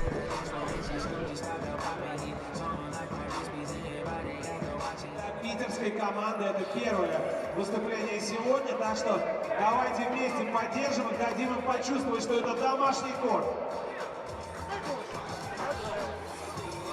In front of the whole crowd, top Rosenerggo Adam Sosnow Bibor is ready to play for the first time ever here at the second stage of the United League Europe 3x3 against Ener Gagdansk 3x3 Dance. As you probably witnessed, my fellow Peter Bujanitsky is still here having fun with the food. Actually, he was trying to get some energy. Since the last game, yeah, as soon as I finished the bananas, got a soup. Yeah, okay, so right now, Rosenerggo Adam versus Ener Gagdansk. Ener Gagdansk already with a loss in the tournament. They lost against Riga moments ago. 22-11 was the score there. So basically, they are forced to win this game in order to stay alive in the competition. The key matchup, Shalva Shatashvili versus Michael Hicks. Don't get fooled on that. Shalva Shatashvili having only 17 points in the first tour, because like we mentioned before, all the Moscow teams were eliminated in the first round of the competition. Rosenerggo Adam went through the quarterfinals, but that was it, so they did not play too much games. Once again, Michael Hicks showing his specs right in front of us here, next to our booth. And once again, they have to change colors for this very interesting game in another top group, I must acknowledge that. Only one life to live, that is said on the back of Michael Rayshon Hicks. Plays for Poland, he lives in Poland for the last 12 years, plays for the Polish national team of basketball 3x3. He's 36 years old, and he is the leader of his team, with the absence of the great Piotr Niedźwiecki, who is now absent, the giant, the Polish giant, who was the most dominant center, one of the most dominant at least at the first stage. Now, different style of play. And if you've seen the game against Riga Ghetto, it seemed that Ener Gagdansk were out of stamina at the end. And to be honest, it was a white flag waving from Michael Hicks. He stopped defending. The Polish team understood that there is no point to try and beat the Riga team. So let's get it poppin'. Rosenerggo Adam, the latest team to step on the court today, had loads of sleep after yesterday's night. It was Friday, just a reminder, as all Fridays in St. Petersburg are big fun. This is Alex Toparkov under the rim, hustling for, oh, that could have been flashy. That was an attempt of hitting the bucket lying on the floor with only 2 seconds to go. No good, and still no points in the game, but it's only 19 seconds in the start. That would have been a play of the day, no doubt about it. Michael Hicks against Shangichev. The pick and roll, Pavlovsky stops, pops, and drops. Shangichev did not fight on that fake, but still Pavlovsky had a good position next to the rim in order to finish that. Shangichev wants to answer from outside. Hits an air ball. And the ball rolls out of bounds. We're going to have the first substitutions in this game. Adam Kevitz and Shatashvili checking on the court. And Michael Hicks starting the new attack of Ener Gagdansk. He will try to pick and roll, but no roll when you can do it all alone. Banks the shot in, and 2-0. Ener Gagdansk up, beating the host. Oh, step back by Shell. And if we had United League Europe in a basketball simulator on PlayStation or Xbox, I think Shatashvili would deserve his own signature step back, as well as Lasmanis or other guys we discussed today. That Michael Hicks fade away corner three-pointer. Yeah, Shatashvili had. That's a good idea for you guys. 2K Sports, maybe you could try make an effort, and we'll have a new great game. Toparkov misses on a 2-point attempt. Adam Kevitz with rebound, and then good defense by Shatashvili, who saves that ball. This is Shangichev, kicks it out. Shatashvili wide open for 2. It rims out, and rebound goes to Michael Hicks. Screen by Adam Kevitz. Hicks tips the dribble alive against Shangichev, who fouls him, and that's going to be team foul number 1 for top Rosenerggo Adam via Sosnovi board. That's the full name of the team representing St. Petersburg in this tournament. Yeah, a little tough collision here between Shangichev and Hicks. Shangichev always acts like a crazy dog, you know, like a bulldog who already bitten you, and he will never let you go. This is Adam Kevitz with the hook buzzer beater, and it's 3-0 run by Ener Gagdansk. Short with the 2-pointer, Leo Lagutin with the offensive board, and Rosenerggo Adam with the first bucket right now. This is Shalva Shatashvili. Michael Hicks from outside. Toparkov soars for the rebound. Lagutin to Shatashvili. Shatashvili, hesitation moves, too strong on the glass, looking for the foul. The game goes on, and now Michael Hicks clears the ball. The shot clock down to 4. Nice pass inside, splitting the defense and finding wide open Pavel Pavlovsky for the easy, breezy layup. This is Alex Toparkov driving, finding the contact and hitting the bucket. And talking about signature fadeaways from beyond the arc, please welcome Michael Hicks. 6'2" Ener Gagdansk. What about some post moves from Shatashvili? No time to do it because this is a foul, and it goes to Maciej Adamkiewicz. Shatashvili will have the coconut from the top of the arc here against Adamkiewicz. Shatashvili back, gets the ball back from Shangichev, and we have a foul against the Polish team. That's going to be team foul number 2, even though Kobus is a little bit unhappy with the goal, saying he defended that clearly. Now look at Shatashvili.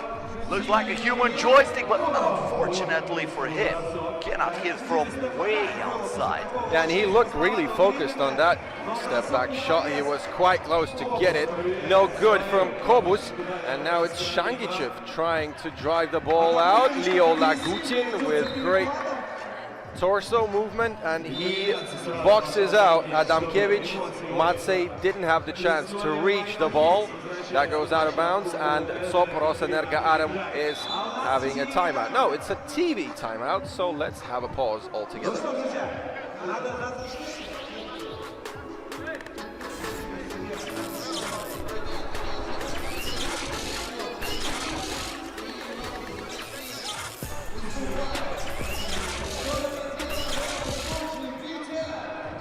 Okay, we're back, and it is 75 years of nuclear power in Russia. So top Rosenerggo Adam LaS from Sosnovy Bor, the Leningrad nuclear power plant team from the city of Sosnovy Bor, 40 kilometers west of St. Petersburg, with their first matchup of the day against Ener Gagdansk of Poland. Only 2 points on the scoreboard for the locals, and we're already 3.5 minutes into the game. So after the timeout, Leo Lagutin and Michael Hicks start their matchup. One-on-one basketball. Leo scoring 6-3. Hicks turned around Jade for 2. Got only 1 part of the board. Not even close to that shot. This is Leo Lagutin. Once again against Michael Hicks. Lagutin waiting for the screen. A lot pass inside. Toporkov rises. Misses the shot. Gets back the rebound. Fresh shot. Lagutin wide open for 2. Good. And Michael Hicks gets the rebound. No hurry now. He shows his partner that he needs a screen, but he goes to the left and tries to score the distance shot. Michael Hicks, never too many distance shots for Mr. Hicks. He never gets tired of shooting. Shanashvili here with the ball. Shangichev on the wing. Toporkov trying to create some space, puts it up and puts it in over Adamkiewicz. The degree of difficulty of that shot was up to the roof here in the Radugamo, because Adamkiewicz is now the tallest player in this Polish team, standing at 2 meters tall. But Toporkov was still able to knock it down from outside, and now the ball goes out of bounds. It will stay with Ener Gagdansk. 6 seconds on the shot clock. Leo Lagutin, great hustle for that steal attempt. No good this time, and the ball rolls out of bounds for Ener Gagdansk. Possession. Pavlovsky starting this attack. And he goes for the 2-pointer, and Kobus is the biggest man in the paint to get the second chance point and put Ener Gagdansk up by 2. Shell going for the shooting foul, but eventually no whistle. And looks like Team Rosenerggo Adam has 5 more seconds to continue their attack. Looking for a distant shot, I suppose, and this is Toporkov, 2 in a row, no good this time. Shangichev fighting for that rebound and somehow saved that ball, even though he was between 2 defenders, and now puts it inside to Toporkov, who is posting and toasting, and that was delicious for Rosenerggo Adam, who trails by only 1 now. Michael Hicks through the screen. Hicks trying to create some contact, and he was fouled, but not in the act of shooting.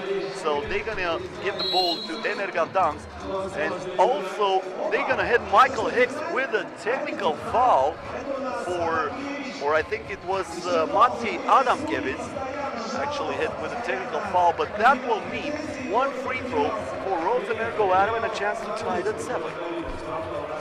Leo Lagutin at the free throw stripe with a chance to even things up here in the Radugamo, and he does. 7-all with 5 minutes to go. The crowd obviously is chanting for top Rosenerggo Adam from Sosnovy Bor. But Ener Gagdansk are super motivated to win this game because they lost their first matchup against the Riga Ghetto, and if they lose this game, they're not going to the playoffs. Once again a foul against Michael Hicks. He's getting the ball back. Fresh shot clock. Leo Lagudin standing in his face.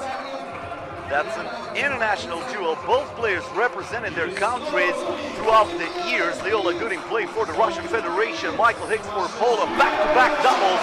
First it was Michael Hicks, and then Shalva Sharashvili answered with a double of his own. And now Sharashvili is called for a foul as he was trying to defend that entry pass against Mati Adamkiewicz. In terms of fouls, this is team foul number 5 for the local St. Petersburg Rosenerggo Adam, and Ener Gagdansk still with 3 team fouls.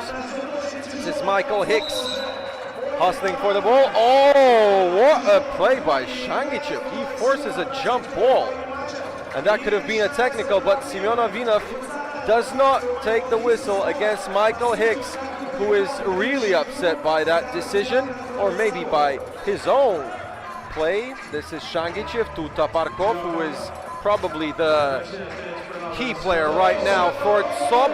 Shell, no good, but he gets the rebound and he is fouled, but not in the active shooting. Team foul number 4 for the Polish team. Arkadiusz Kobo is asking for some additional explanation. After this foul was called against him, Leo Lagudin will have it against Michael Hicks.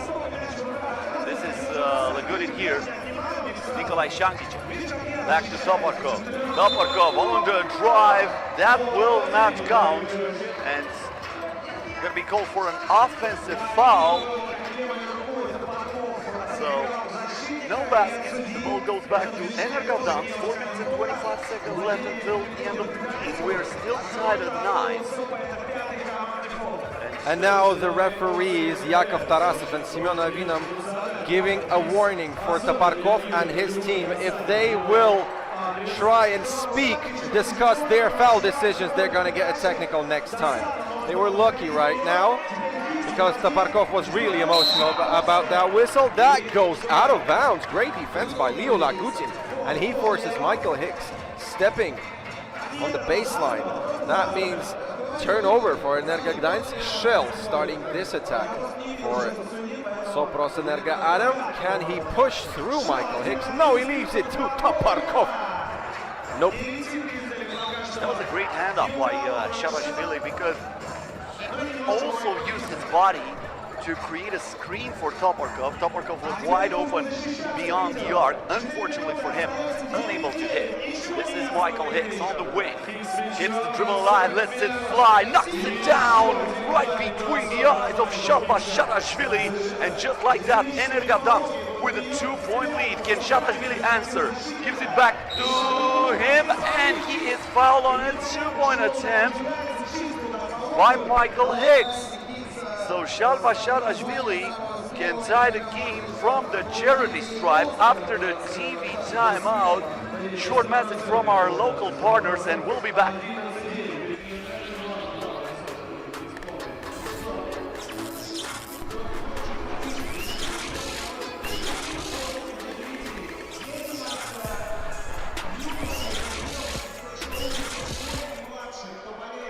Okay, guys, let's come back to Rosenerggo Adam from St. Petersburg and Ener Gagdansk of Poland. This is Pool D, game number 2, and the last one is gonna stand last of today's stage at 7 p.m. Riga Ghetto and Rosenerggo Adam. And if Rosenerggo Adam could beat Ener Gagdansk, that would be game for first place with Riga Ghetto. The same situation, no, not the same. Ener Gagdansk, they need to win this game in order to give themselves a chance to qualify to the playoffs of tomorrow. Sharashvili splits the pair. Adamkiewicz with the rebound. Hand off to Michael Hicks. Hicks stops the dribble, the bounce pass inside, nicely done, but Adamkiewicz cannot hit with the left hand. Now Sharashvili clears the ball, finds Taparkov. No, a little bit too strong on the pass, and the ball goes out of bounds. Both teams with some mistakes here, especially on the pass. And once again, we have a turnover. This is Pavel Pavlovsky starting this attack for Ener Gagdansk. Michael Hicks, what can he do? He's trapped by Shatashvili, trying to nutmeg his opponent, and an absolute screamer from beyond the arc. What is that going to be? That is a shot clock violation by Michael Hicks. Just a bit short releasing the ball, but still a great effort. Thanks for that. Very good defense by Rosenerggo Adam. Shot by Shatashvili. Gets the ball back against Michael Hicks. Leo Lagudin back to Shatashvili. Shatashvili lets it fly. It rims out. Can he get the rebound? No, there is Pablo. Pavel Pavlovsky, this is his nickname. Pablo with the rebound. Now Michael Hicks behind the back pass. Pablo on the drive. No good. And nice contest there by Leo Lagudin, who affected that shot. Nice pass to the referee table. And I hope the soup is alive. Otherwise they're going to act like the soup Nazi and they're going to say, no soup for you. Come back next year. Or maybe 2 weeks from now for the second stage of the United League Europe 3x3. For the third stage, my bad, that's my bad. Nikolai Shangichev, he went for the pass. It's still a live ball. Taparkov, no good. And the rebound for Mr. Kobus, who finds Hicks. Michael, is that a defensive foul? Yes, it is. And it goes to Nikolai Shangichev. So now Ener Gagdansk is only one step away of the bonus. That was team foul number 6 on Rosenerggo Adam. And we have 2:25 till the end of the game. One of the lowest scoring games, the lowest scoring game of today was Venville's Ghetto and Inanomo 13-12. Let's see if these guys can score more than the first game of the second stage. So you're talking about 2 free throws. Michael Hicks was smart enough to get the contact there, and he is now at the free throw line for 2 shots. The first one, he is able to sink it. One more chance for him to make it a 3-point game. And Michael Hicks knocks it down, 13-10.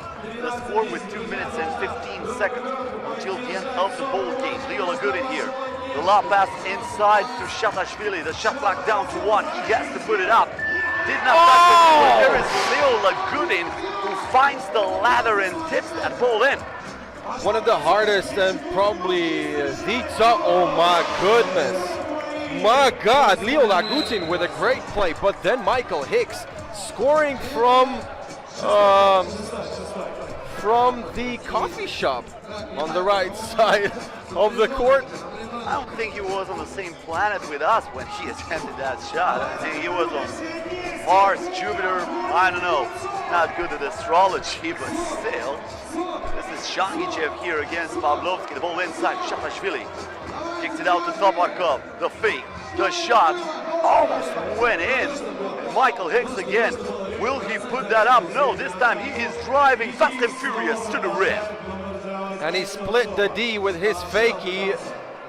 Both defenders just went left and right. Shangichev, it's -4 for Rosenerggo Adam. Still have a chance to come back, but there is only 80 seconds on the shot clock.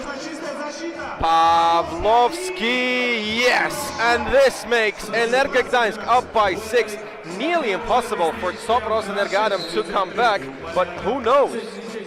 They desperately need a double here in order to make it a 4-point game with 65 seconds until the buzzer sounds for the final time. It will be Shatashvili against Michael Hicks. Here is Shatashvili, the head fake. Now he drives. Hicks will not deny that, knowing that a one-pointer is not helping Rosenerggo Adam too much. And now he controls the ball. Michael Hicks looks for Pavlovsky, but that's a bad pass. Intercepted by Lagudin. Lets it fly. No good. And now it's a chance for Kobus. Yes, he scores, and it's a 6-point margin. Taparkov. He made a few good shots tonight from the 2-point strike. This is Shatashvili. the cold-blooded sniper who is always ready to hit the hardest shot of the night, now pushing Michael Hicks on the back, and this goes as a foul on top Rosenerggo Adam, team foul number 8, and Michael Hicks can win it all if he makes both free throws. Not the smartest decision. There were only 4 seconds on the shot clock, and Michael Hicks was on the corner of the court. You still had time to defend and get the ball back, and now Michael Hicks on the free throw line scores the first one, and if he knocks down the second one, the game is over.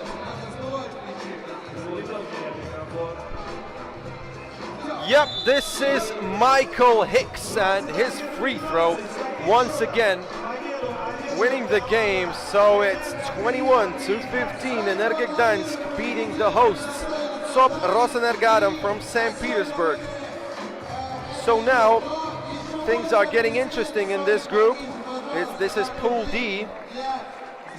Riga Ghetto beat Ener Gagdansk 22-11, and now the Polish team has a chance to go through to the playoffs because they beat SOP Rosenerggo Adam. But everything will be decided in the final game between Riga Ghetto and the hosts from St. Petersburg. Now it's Michael Hicks with the mic with Cosmin Petrescu. Mike, that was a must-win game for you in front of the home crowd against a very good team. What was the key for you in this game to get this W and still be alive in this competition? The first game I wasn't much of a leader. I went to the back, got my thoughts together, you know, just play our game and fight. You know, we don't have our whole team, so we're still filling out each other. Not a lot of practice, but as long as I can do what I'm supposed to do, we should be okay. First game I didn't do that. Second game was a little better, but it's a great crowd, nice city, it's awesome here. What about the absence of the tall guy from your team? He was huge underneath the basket. How do you manage to supply his absence here on the court? We missing a couple, you know, my Zamoyski from the World Championship team, this tall guy, you know. So we just have to do it together. That's the only way to do it. All right, thanks a lot, and best of luck for the next games, man. That was Michael Hicks saying thank you in Russian. So Ener Gagdansk still pretty much alive in the competition, but they will have to wait for the outcome of the last game between Riga and their opponents, Rosenerggo Adam, to see if they are qualified for the playoffs or not. A very big mulțumesc to my homie Cosmin Petrescu for that interview with Michael Hicks. Let's watch the highlights of SOP Rosenerggo Adam and Ener Gagdansk. 21-15, the Polish team won, giving themselves a chance to qualify to the playoffs. We have nearly a 20-minute break right now, and we're coming back to Pool A at 5:30. Venville Ghetto playing against Team NL, and that is gonna be a thriller.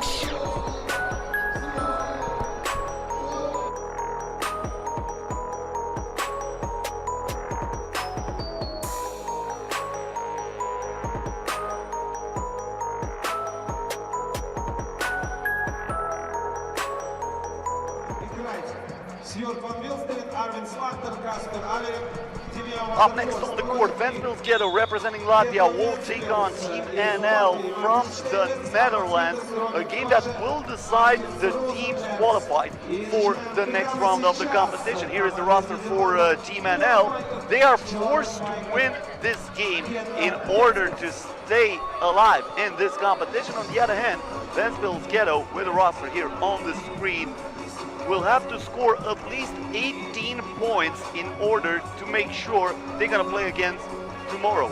If they score 18 points, they can even lose this game and they will qualify alongside Team NL.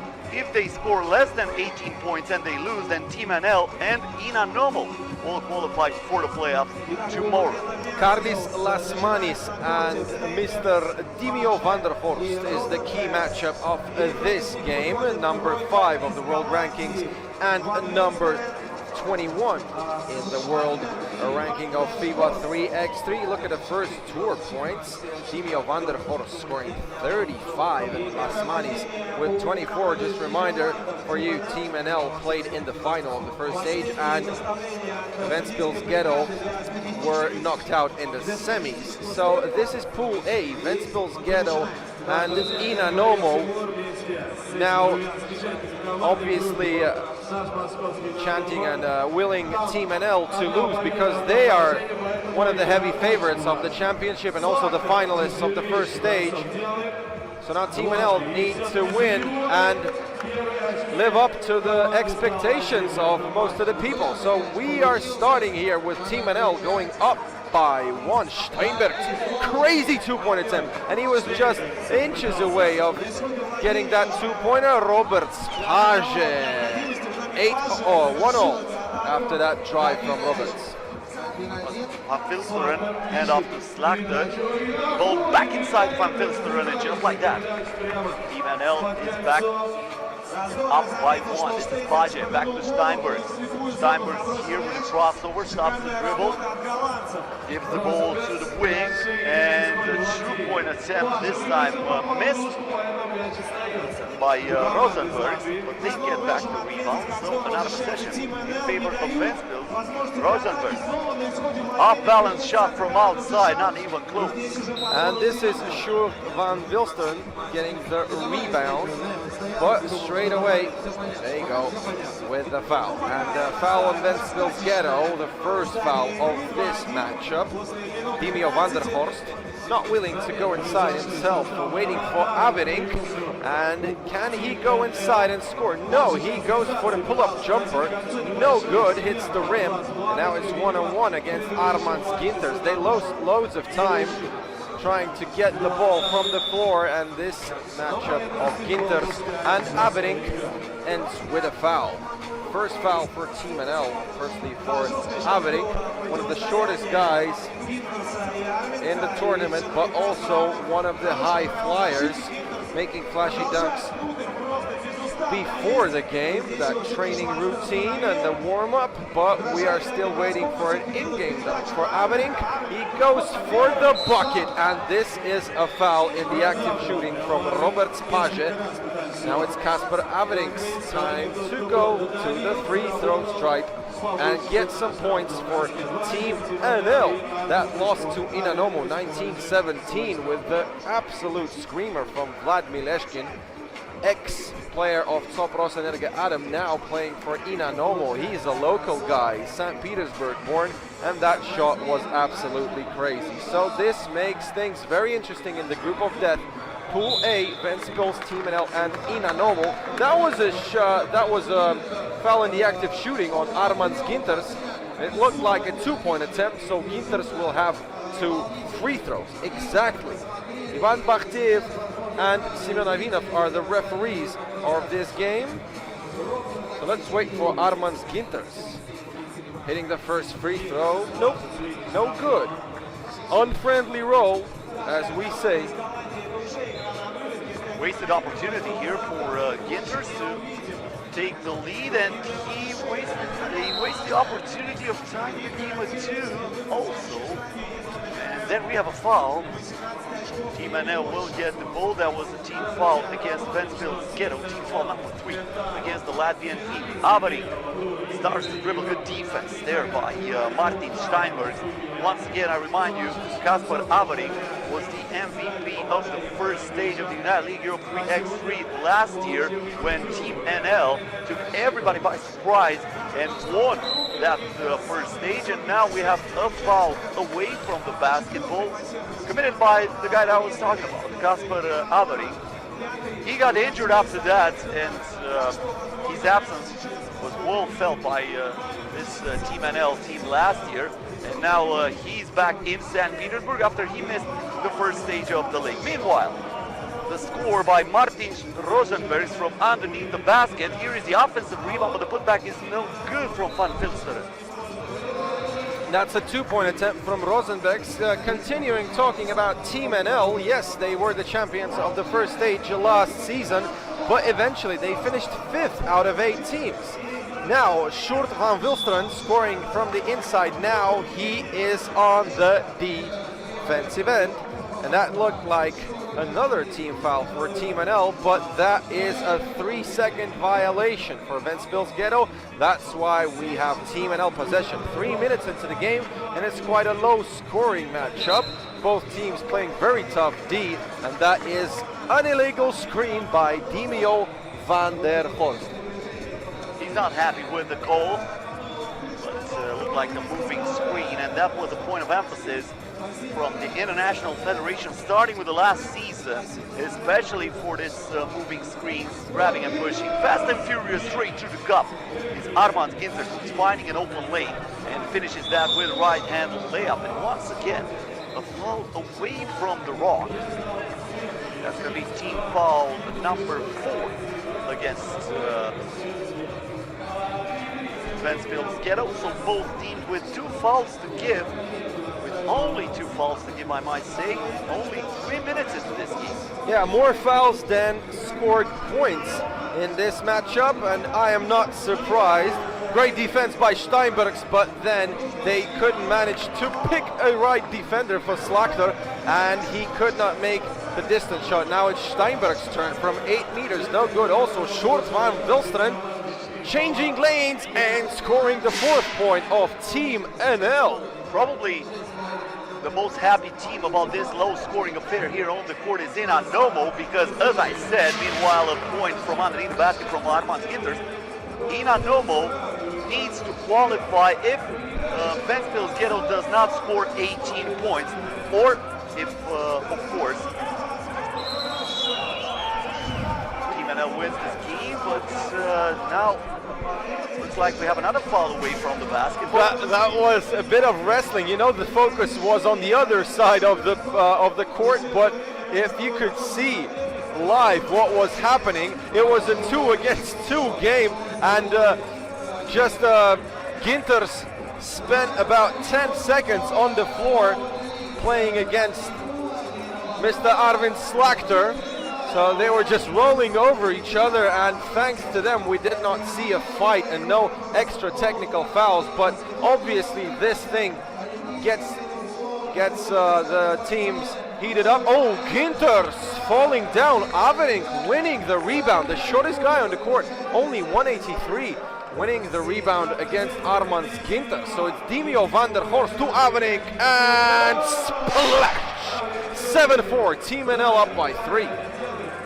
Paje, Ginters, bounce pass to Paje, good defense by Sjoerd van Wilsteren, flicks that ball and goes out of bounds. 5 minutes and 41 seconds until the end of the ball game. I think everybody forgot about the TV timeout because the game kept on going, and now they are letting them play a floater from way outside of the painted area by Paje. He missed that, and straight to the rim is Arvind Slakter, who gets the point for Team NL, who has the double the amount of points of their opposing team. 8-4 the score here. Paje stops, pops, and drops off the window. Great movement of the legs by Robert Paje. 8-5 Ventspils Ghetto on a very low scoring game so far. In and out, just a bit short is Arvind Slakter, and now it's Robert Paje trying to drive inside. He finds the contact. He has 4 seconds to shoot. Is he going to do it himself? Yes, and that is an air ball. Steinbergs no good with that attempt to save the ball, and he goes to Simeon Avinov to discuss that decision, but the ref is absolutely sure that he's right. Steinbergs is asking for a foul, but Team NL's got the possession. 5 fouls on Ventspils Ghetto, 4 for Team NL. Sjoerd van Wilsteren, nope, but he wins the rebound and goes for the second chance point. Team NL, great run, 9-5. Now 4 minutes and 41 seconds until the end of the game. Very unhappy with the fact that the game went on was Armand Ginters, who was saying he got pushed there on the rebound, and that's why his opponent was able to grab that rock. And now the game is stopped. Once again a foul, that's against Team NL. Steinbergs That was team foul number 5 against Team NL for both teams with only one foul to give now. From way outside is Inters, and a loose ball foul against Van Vilsteren. So from now on, Venville's Ghetto is in the bonus. And Martin Steinberg gets a warning that he is going to have a technical foul. Venville's Ghetto furious with the refs, and this can be a collision between a team and the referee staff. That is quite weird. Venville's Ghetto in the attack. Armans Ginters doesn't even look to give a pass because he can do it all himself. Beating Dimio van der Horst in the post, 6-9. Van Vilsteren finds Avering. He's going straight to the rim, but chasing from behind is Martin Steinberg, who did not give up on the play and pushed that ball out of bounds. Now we have a timeout with 4 minutes and 15 seconds until the end of the ball game. Or it looks like not. No, that's not a timeout. That was actually a technical foul against Venville's Ghetto. And Van Vilsteren is heading to the free throw line for one shot, but he misses this opportunity to put his team up by as many as 4. They're gonna get the ball back. Timo van der Host from the top of the arc here, and he's gonna be defended by Robert Paje. I had a very quick chat with Armans Ginters right now, and he said that the refs don't see how Team NL is grabbing us all the time, all these sneaky plays, and they don't get the whistles. Look, once again, and Armans Ginters gets absolutely furious, but this time the refs give the whistle, so this is going to be a foul on Team NL. Both teams are super close to the bonus. I mean, both of them are actually. That was team foul number 7 for Team NL, and Ventspils Ghetto with a great chance to come back with only 1 point. Good with the first attempt. And this is Martin Rosenbergs, the new guy of Ventspils Ghetto on this squad, and he makes them both. Van der Host, he clears the ball, gives it to Slachter. The hesitation move, drives on the baseline, and that's a foul against Ventspils Ghetto. That will send Sjoerd Van Vilsteren at the free throw line for 2 shots. So Ventspils Ghetto hitting from the free throw line twice a few moments ago. Now Van Vilsteren is going to the free throw line, and once again I have to notice this. The TV timeout should have come here with less than 4 minutes until the end of the game. But looks like they're saying, you know what, this is a low-scoring game, no TV timeout, keep on playing. We want to see something more spectacular than that in order to let the television put the sponsors on the screen. In my opinion, this is by far the toughest game today.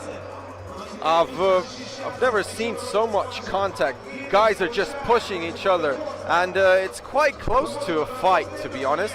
We've seen some wrestling between Ginters and I suppose it was Arvin Slachter. Yeah, that was their wrestling point.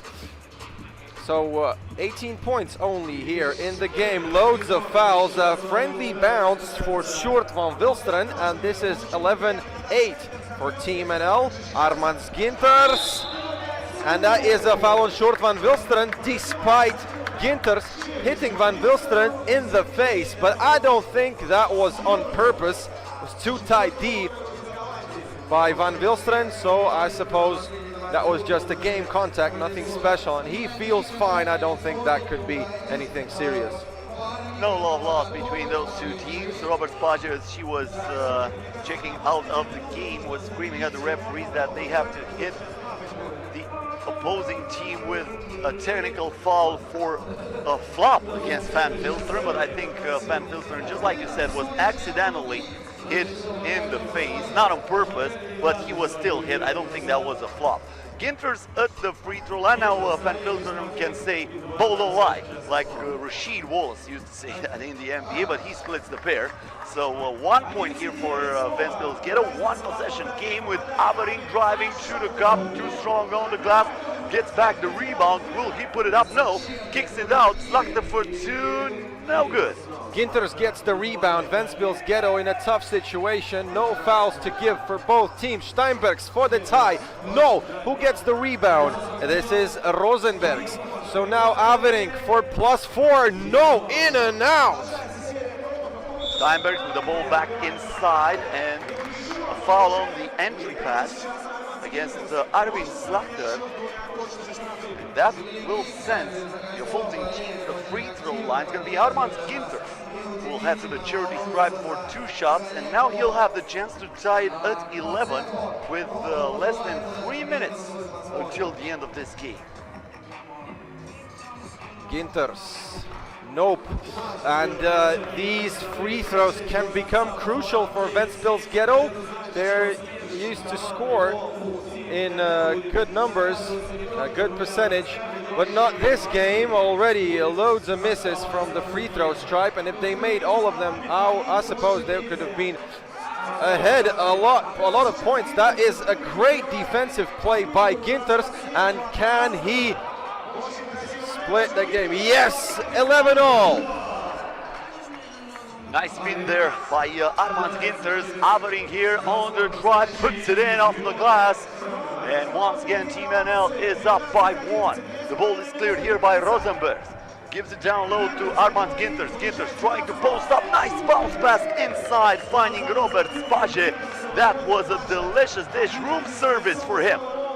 Timio van der Horst against Robert Spage. He's bigger, but Page with good D. Ginters to Page. You have 8 seconds more, so now it's Ginters trying to push. Timio van der Horst, fade away, no good. Page with the rebound, nobody around Rosenbergs, and he could not make the 2-point shot to put Ventspils Ghetto up by 2. Van der Horst. Crossover, the drive, and the finish with a friendly roll for Timio van der Horst. 1 minute and 39 seconds until the end of the game. Team NL is up by 1, and now we have a timeout in a very tight game here. Team NL 13, Ventspils Ghetto 12.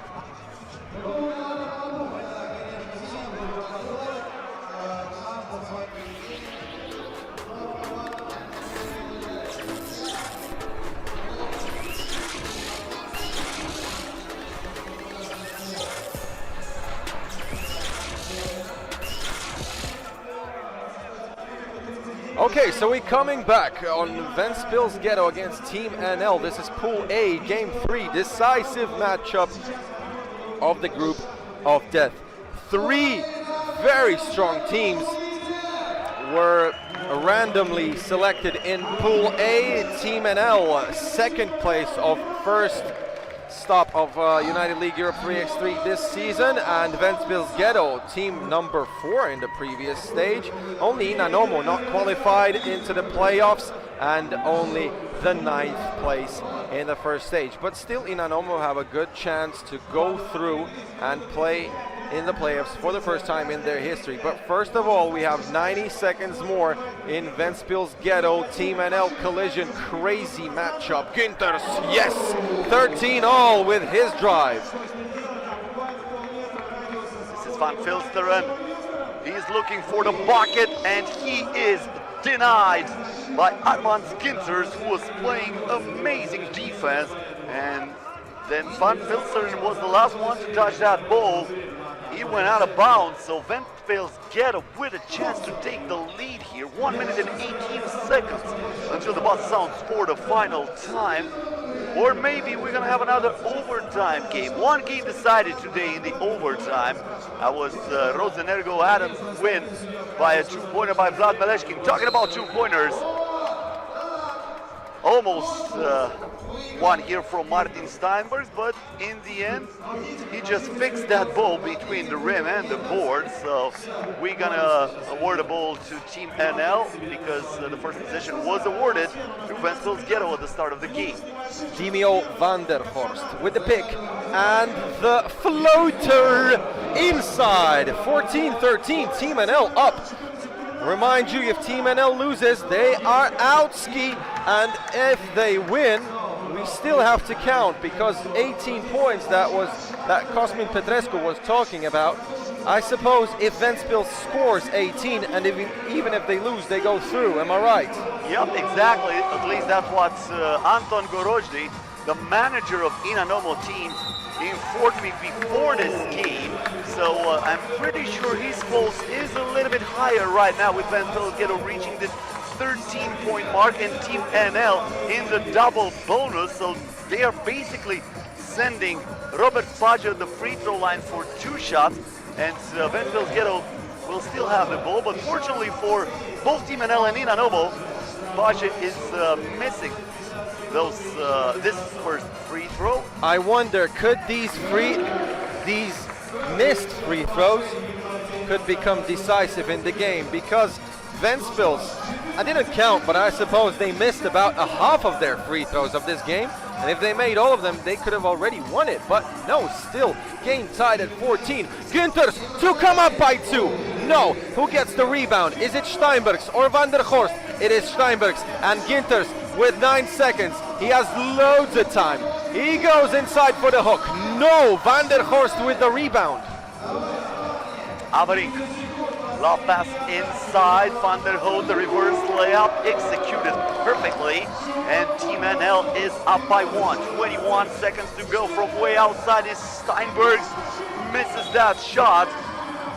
And Team NL will have it with 17.8 ticks on the clock. So basically, that's almost a 6-second differential between the game clock and the shot clock.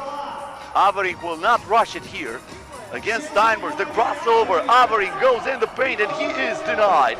One more chance for Slakter. He puts it up, misses the shot, and now they will have the chance to win it. Paja for 2, rims out, and the game is over. Team NL wins it 15-14 against Venville Ghetto. Once again, drama unfolding before our eyes here in the Rosenerggo in St. Petersburg. And once again, a very tight game ended with a huge opportunity for Venville Ghetto. If Robert Paja would have hit that, now Venville Ghetto would have had a 16-15 win against Team NL.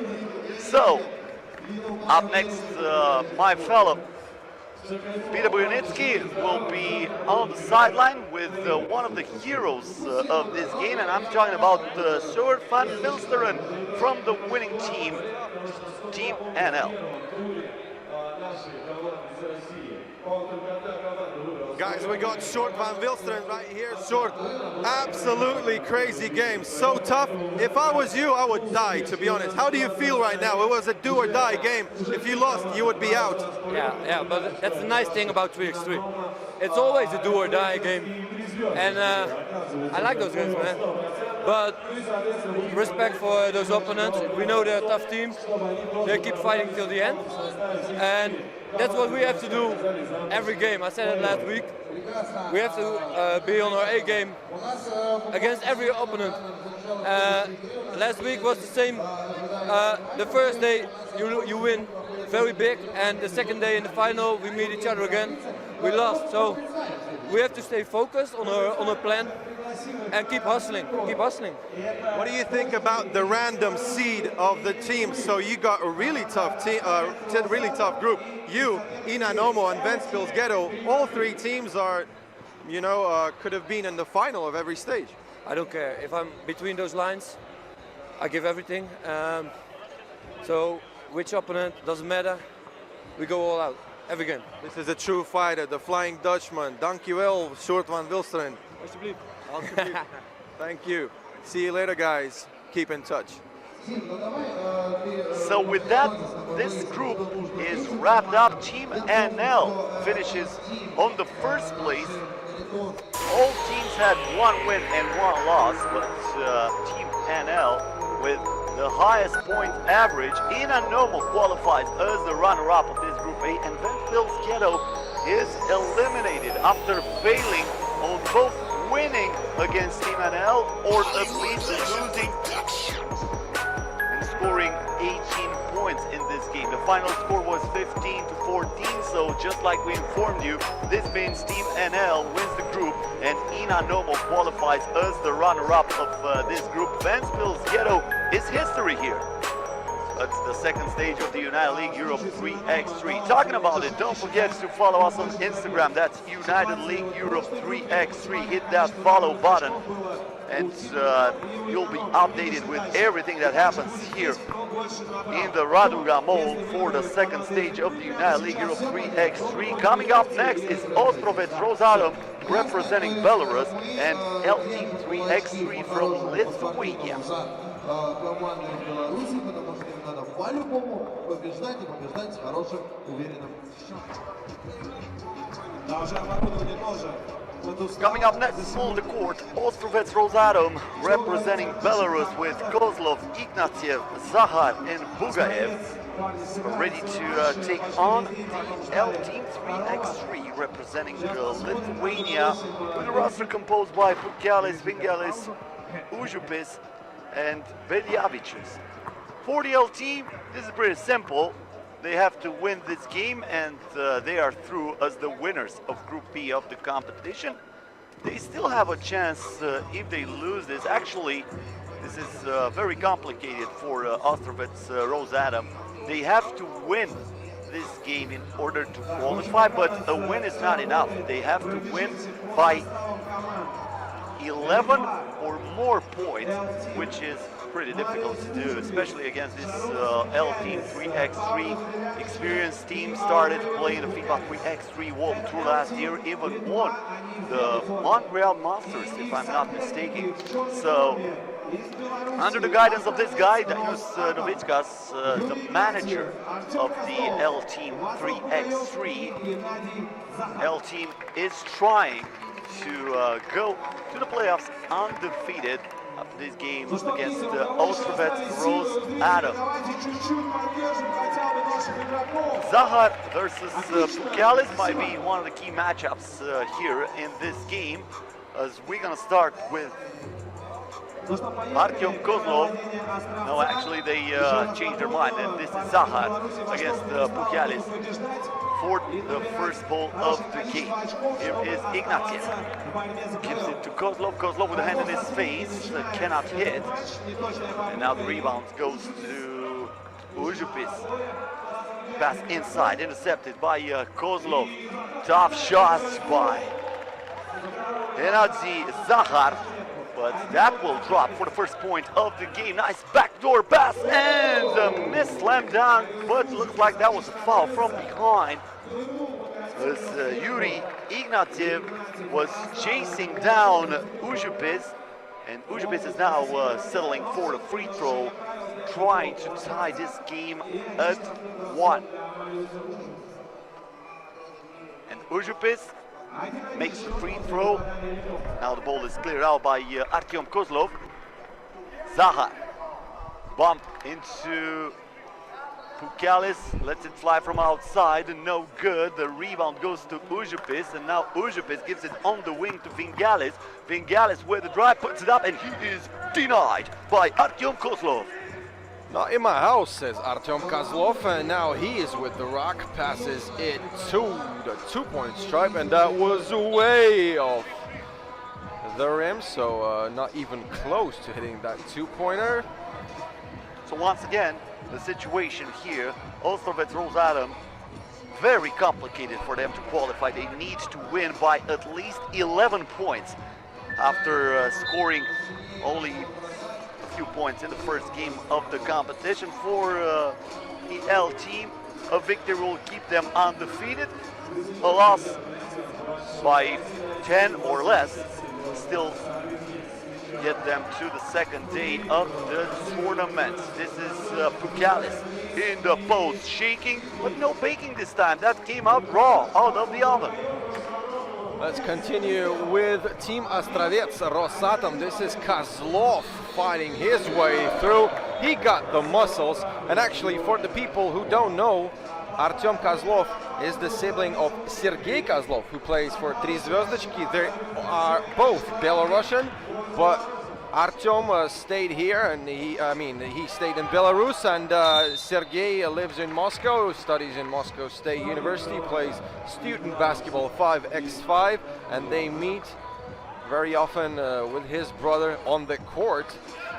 So that's, I think it's quite a weird feeling, playing your sibling outside of home in St. Petersburg every few weeks. But that's the way it goes. Zahar now against Bukalis, driving to the hoop, but there is Bukalis using his height to block that shot. Vengalis, step back G-foot to splash. 2-pointer by Vengalis, and LTV is up by 1. Ignatiev, tough shot and very low arcing. One that didn't have a chance to go through. Now he's a bit fatigued, moving to the bench, and it's Václav Bugajov on the court. Also fresh Bilavicius here against Bugajov on the defensive end, and he checks the ball. Artyom Kozlov with a hard 2-point attempt, but it goes in, and Astravets up by 1, 4-3. The spin, the shot, and the miss by Ujupis. The rebound goes to Artyom Kozlov. Hand off here to Václav Bugayev. Bugayev back on the baseline to Zahar, but he misses that shot. That's not an easy shot, I must tell you that. Meanwhile, Kozlov hits the 2-pointer. Even though you're so close to the rim, you cannot use the glass, so the pressure is on you. Baseline shot here, in and out for Beljavicius. And once again, Ostrovets with a chance to extend this lead. Keep in mind, they need an 11-point win in order to qualify. They have a 4-point lead so far, 3 minutes and 40 seconds into this game. Yeah, they're nearly halfway through to their goal, but you know, today no game has ended in a bigger margin than 11 exactly. So it would be the record of the second stage. The record actually is Riga Ghetto against Ener Gagdansk, 22-11, and the funniest thing about it that the score was tied at 10. The drive here and the easy finish for Sharunas Vengalis. L-team trying to come back into this game. Artyom Kozlov with a hand in his face. No good, it rims out. And the rebound goes to Ujupis. Vengalis for 2. In and out. Once again, Václav Bugayev with the rebound. Bugayev on the wing. Bad pass intercepted by Vengalis, and now we have a foul in the paint. It was Václav Bugayev who recognized the matchup and made a tactical foul. Timeout.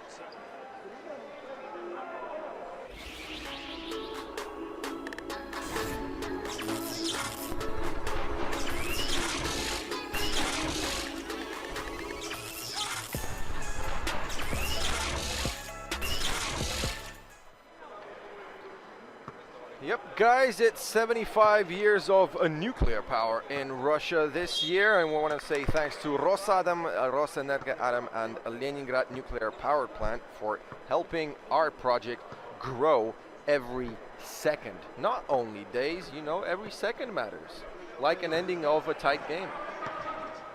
And once again, a big shout out to Rosenerggo Adam, Leningrad Nuclear Power Plant, and Uralsib, the main partners of the United League Europe 3x3 in 2020.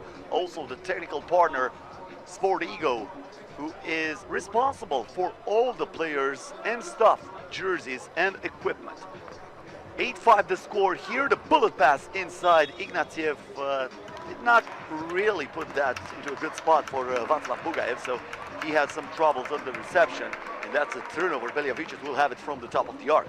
Anyway, that was I think that was a good decision, but just a bit unfortunate with the pass. Now we have another foul, and it goes to Astravets Adam. It's team foul number 4. And we see L-team having 0 fouls again. They already had a game where they didn't have a foul in the first 5 minutes, and they're 1 minute away of doing the same. Is there any fair play trophy or something? Maybe they're fighting for it too. I don't know. An extra night in St. Petersburg? I would not foul for that. 2-pointer here by Yuri Ignatiev. Ostrovets Rosatom with a 5-point lead. Just like you said, they're almost halfway there. I was talking about that Living on a Prayer song by Bon Jovi. and looks like they're living on a prayer, and they're up by as many as 6 after this hook shot by Zahar. 11-5 the score. Užupis going straight to the rim and gets the bucket. Yeah, and if Astravets Adam will be able to win by a margin of 11 points, that would be probably the most outstanding thing that could ever happen in the second stage of, not the whole stage, but the first day of the second stage of United League Europe 3x3. Quite unlikely to do it because L team is a very tough nut to crack, and they still have 0 fouls. Don't forget about that. When they start fouling, they will receive less points. And they are only 3 points away after this double scoring machine of Aurelius Pukalis. Well, he's starting to go on microwave mode, cooking on every single play there in the post. Back-to-back baskets by Aurelius Pukalis. They will look for him again. 5 seconds on the shot clock. He kicks it out here to Užupis. The fake, the stop, the shot, and the drop. Yeah, he beats the buzzer. A great run by L team, 3-0, only 2 down, and that means Astravets Rosadam needs to win 21-10, and that means that they can receive only 1 more point. They receive 2, the game is over for Belarus team, and that will mean L team and Red Faces of Moscow will go through. And now we have a timeout. Of course, L team would like to stay undefeated in the competition.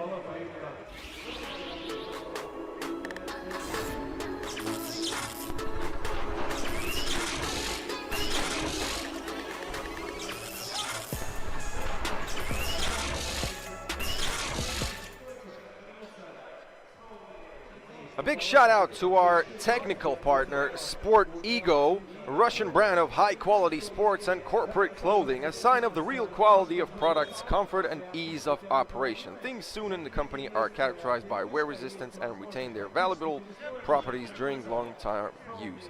SlamDunk.ru, information partner of the United League Europe 3x3. This is one of the most popular and recognizable sites with a basketball theme which concentrates all the news of foreign and domestic basketball. We thank the management of the portal for information support of the project and basketball in general. We thank our Instagram partners Ruse Basketball and 20 Strong Basket for their information support. One of the most popular groups, We Love Basketball, as well as our partners Vkontakte. This is Artem Kozlov with the screamer, makes the crowd hyped up. 13-10. Astravets Rosadam want to win their game, even despite they really don't have any chances to qualify, only if they score 8 in a row. Is that possible? We'll know after the timeout.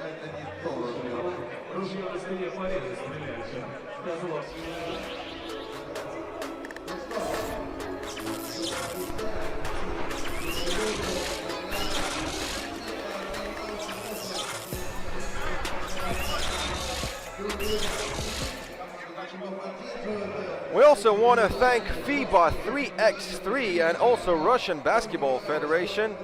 We express our gratitude and say thank you. Let's make the world of 3x3 basketball even more interesting. It's Aurelius Pukalis starting the attack for the Lithuanian team. Belevičius for the... how do you call it? If you win the game, if you don't win the game, but you eliminate your opponent out of the tournament with 4 minutes still to go. But they couldn't manage to score. It's Ignatiev. No time to shoot! Václav Bugayov, crazy attempt, a bit short, +3 for Astravets Rosatom. What a offensive rebound by Pukalis. Great hustle on the offensive board. And again, it's a margin of only 2 points. So now Astravets Rosatom cannot receive a point if they want to win the game. And also, they need to score 22, not only 21 points. I don't think even Tom Cruise could solve that. This is mission impossible for sure. I mean, come on. But sometimes stranger things had happened. Not this time. Užupis is sealing the deal here, and L team is down by only 1. A 2-pointer miss there by Kozlov. And I think also the level of confidence right now for the Rosenerggo Adam will be pretty much down. But still, they will have to fight at least to get the first win in the tournament. They were defeated 2 times out of 2 in the first stage of the United League Europe 3x3. And by the way, last year, the team that representing Belarus was not one of the powerhouses here at the United League Europe 3x3. So a win would still be some compliment for this Belarusian team, as Zahar is trying a very tough 2-pointer there, but got only the front of the rim. It looked really flat on that shot. No chance to get that from outside. That rolls out of bounds. Look at Dainius Navickas. It looks like he's nervous, but actually he's quite happy. I've seen a few reactions from him and a few guys in the stands. Also the Lithuanian team, they are already celebrating their qualification to the playoffs. But I'm sure Dainius Navickas and L team want more. They want to win in this matchup, beat Rosenerggo Adam and leave them without any wins in history of United League Europe 3x3. Artyom Kozlov, no good. Bank shot and nobody around me, and I cannot score even without anybody. Paulius Bilevičius. Sometimes you're getting too wide open. Sometimes an uncontested shot is tougher than something like that. That was contested by Bilevičius, but Artyom Kozlov hit it anyway. Bukal is now in the paint. This time lost the ball. Zahar now with the possession. The crossover, and he is fouled from behind by Paulius Bilevičius. First foul of the game. Phenomenal. 8 minutes into this game, and they're fouling for the first time. This is something I don't recall seeing, at least at this level. Maybe I've seen games like this, but they were really one-sided, maybe in a popular tournament where a very good team is playing against somebody very weak. But in a tournament like this, I don't remember anything like this to happen.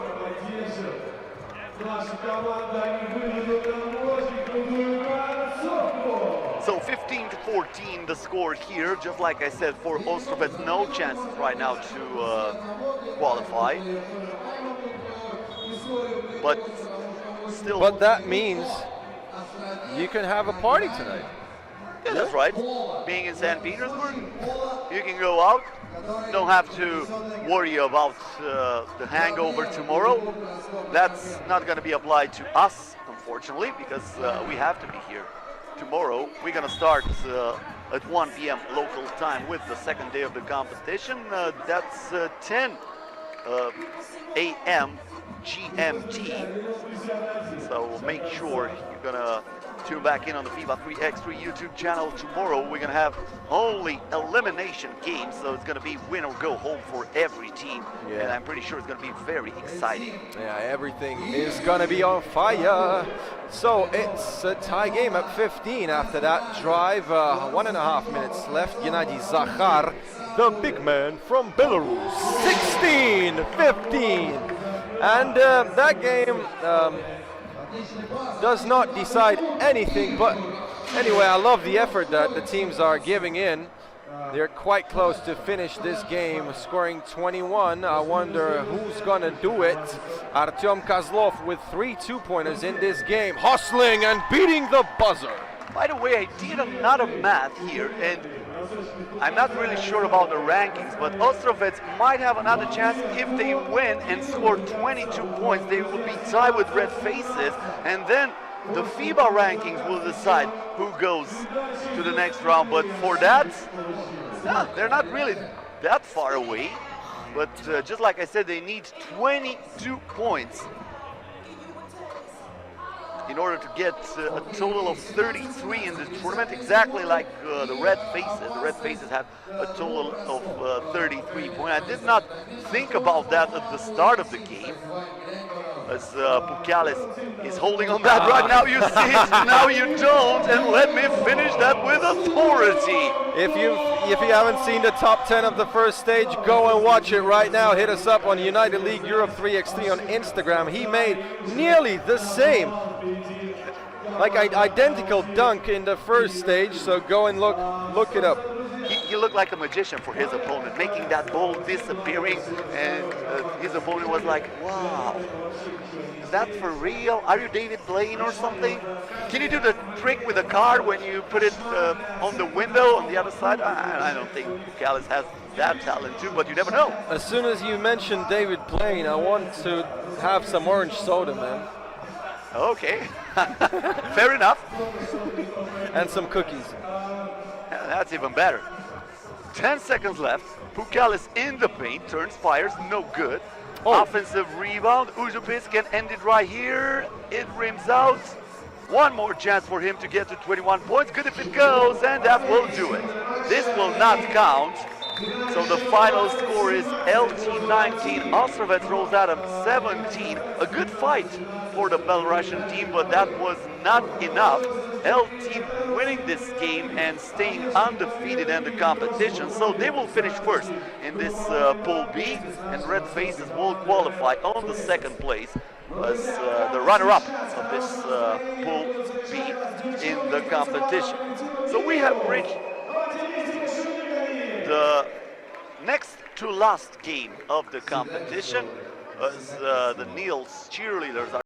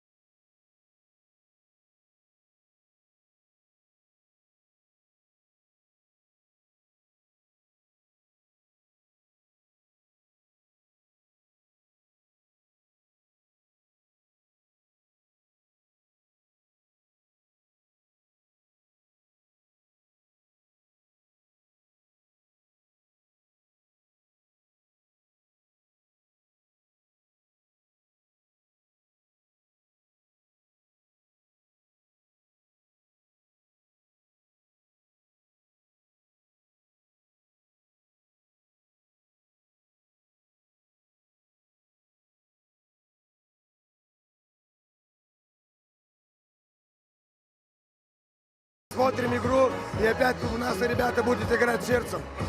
Я понял. Смотри, а что вот, как ты считаешь, нужно исправить перед завтрашним плей-офф? Вот какой компонент нужно улучшить, чтобы вы завтра смогли попасть в финал и выиграть? Если честно, есть много чего надо еще делать. Но самое главное, надо концентрацию. Но сразу вышел на площадку, должен играть с коленами, должен сыграть сердцем, концентрацию во всю игру, несмотря на какой-то бой противники. Надо играть сердцем. Этот баскетбол 3 на 3, это если ты даешь сердце, ты всегда получаешь хорошее. Давай что-нибудь еще подарим. Понял, спасибо, удачи завтра. Дариус Новискас, L-Team 3 на 3. Да, но мне кажется, знаете...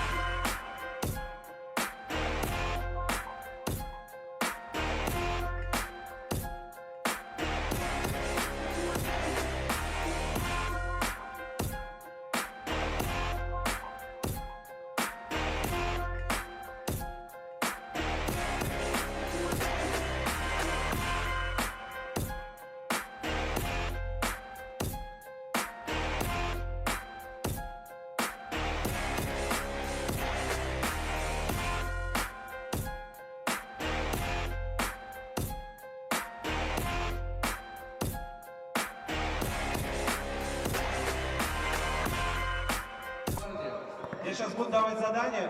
Давайте, идите сюда. Есть еще у нас молодежь, кто хочет сувениры от этой... Дядя на разминку. Молодец, иди сюда, только чтобы не затоптали, да, мужики. Идите к нам ближе. Сейчас мы... А можно мы твой мяч возьмем? Да, давай. Не зря же принес. Ну и для таких же меркантильных, как я, помимо баскетбола, завтра матч-шоу. Возможность выиграть 50 тысяч рублей. Чтобы попасть на эту веселую акцию, вам всего лишь нужно выложить пост. Last game in Pool C of the competition, Oldtown versus Ljubljana Center. This is the roster for Ljubljana Center.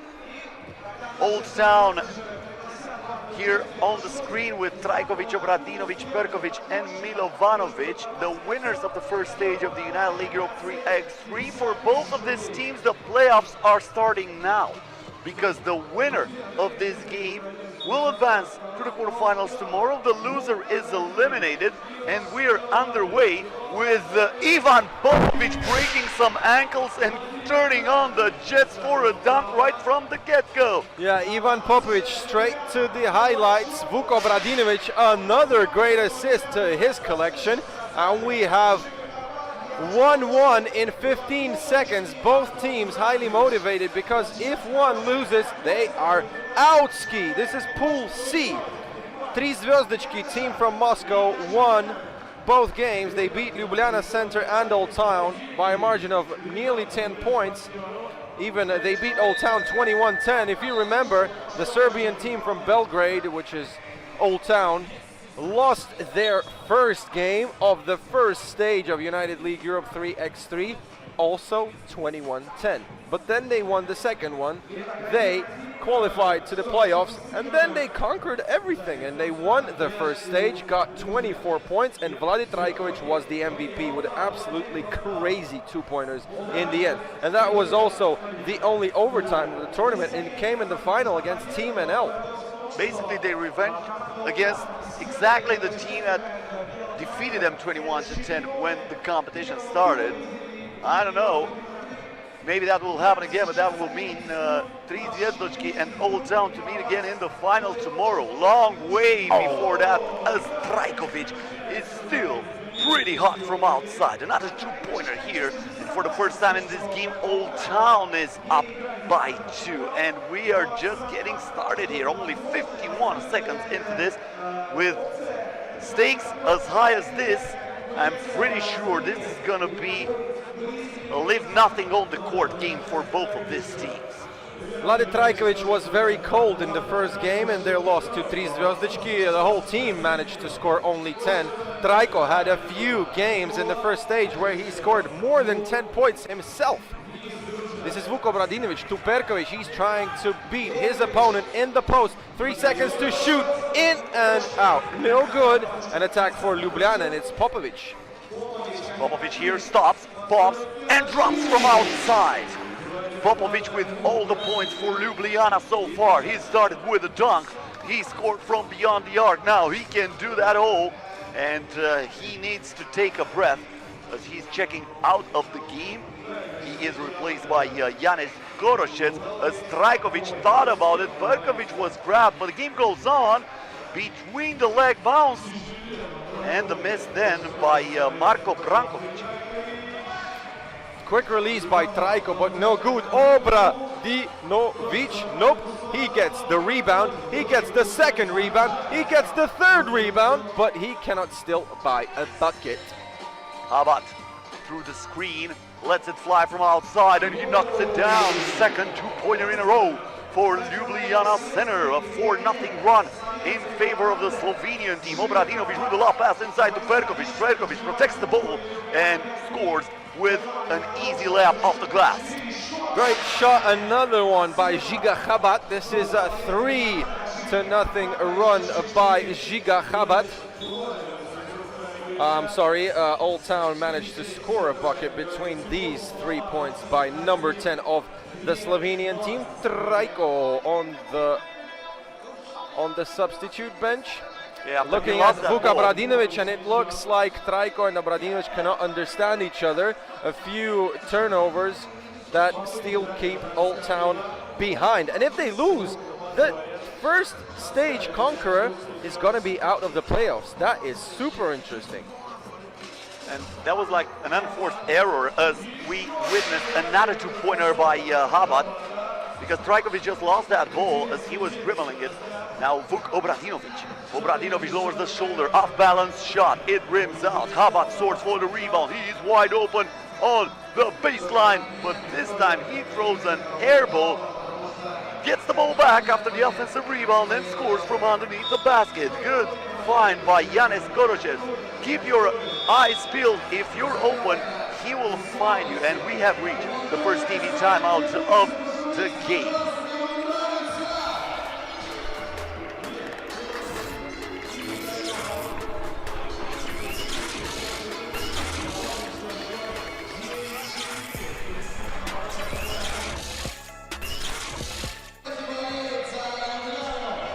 A great shout out and thanks to Bank Uralsib, which is one of the leading Russian banks providing retail and corporate clients with a wide range of banking products and services. In addition to its own network, the bank supports the United ATM Network Atlas, a single technological solution for partner banks. The bounce pass here to Trajkovic, and he throws that down. That was Milos Milovanovic, my bad. Trajkovic was the one with the dish. Nice pick and roll play there by Oldtown, who is down by 4. Brankovic gives the ball to Goroshev. Goroshev straight to the rim, and he turns on the jet. Two-pointer by Obradinovic, no, but Trajkovic gets the rebound, no box out. Once again Obradinovic, and this time he knocks it down from outside. Splash, splash, splash. 10-7, great run by Oldtown, being down nearly by 5, and now they're only down by a few shots. We know who is Vuk Obradinovic and Vladi Trajkovic with crazy two-point percentage, especially in the first tour. How about that?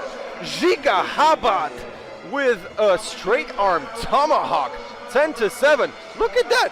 That is a great game. Look at the pick and rolls they're doing, and this is, I think this is the most dunkable game of the season so far. 4 dunks, and it's only 3.5 minutes into the game. Everybody likes to fly here.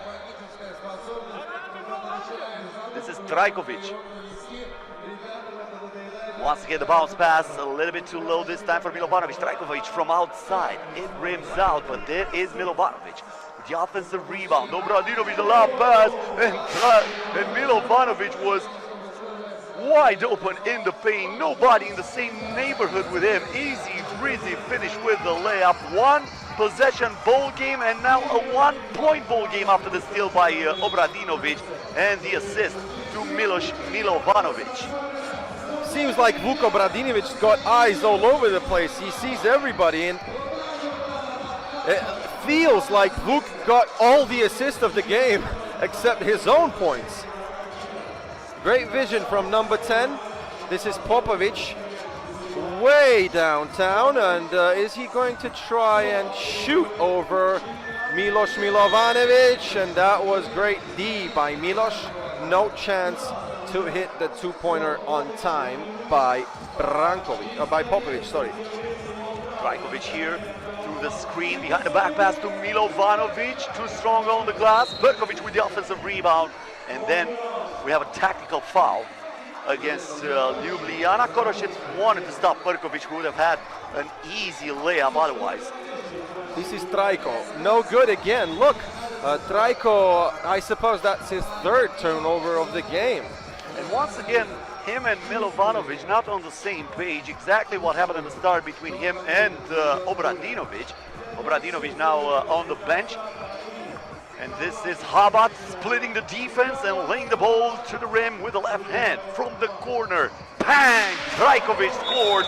8 balls to the corner pocket, and we have a tied game at 12. Great game, one of the best so far of the second stage of United League Europe 3x3. Undoubtedly, a crazy ending to the game could be waiting for us. Now Trajko discussing stuff with Ivan Bakhteev, the referee. Oh, and is that gonna be a technical foul on Slovenian team Ljubljana?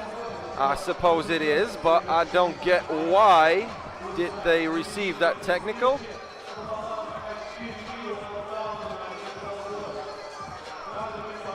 I don't think there's any technical fouls, or if there was, there were technical on both sides. I don't know that. Probably that was a warning.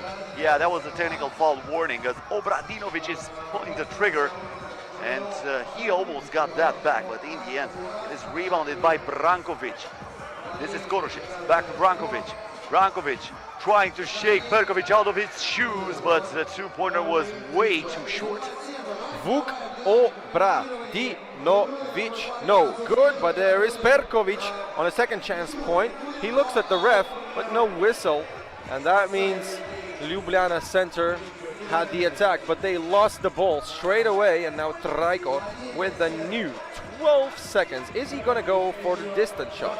Nope, that is an assist, and that is what Oldtown do best. Pick and roll, baby, and obviously score. That's old school basketball, but when you're doing the pick and roll perfectly, nobody can defend you. That's for sure. This is Brankovic, almost lost the ball. Popovic trying to save it, and looks like we're gonna have a turnover against the Slovenian team. That's gonna be awarded to Oldtown, 13-12, 4 minutes and 30 seconds left. And I think that was quite funny. I know Trajko knows the rules better than everybody. He doesn't even listen to his opponents who give him the ball. This is Popovic who started the attack, but guys, you had only 4 or 5 seconds. You should have known about it, and that is a turnover forced by Marko Brankovic. Bad shot decision with that fadeaway, and Trajko starts the new attack. Again, it's a pick, no roll. Trajko running and dunking an air ball, yeah, or an invisible ball. Yeah, sometimes you don't need a ball to dunk it, especially when the game is tough. It has to be in your head. If your imagination is high enough, everything is good. And sometimes we have to live through imagination. But I did not imagine that shot by Trajkovic, who was, just like I said before, not even in the Leningrad area when he shot that, and knocks that down for a 3-point lead in favor of Oldtown. What a shot by the MVP of the first stage of the United League Europe 3x3, Vladimir Trajkovic. Yeah, Trajko wakes up when it's most needed. Again, he has a chance to shoot, but Vuk Obradinovic with the great vision, and another slam by Milovanovic. Now this is Popovic.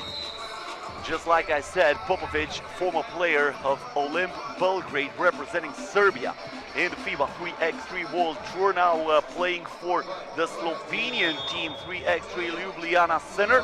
And we have a TV timeout with 3 minutes and 56 seconds left.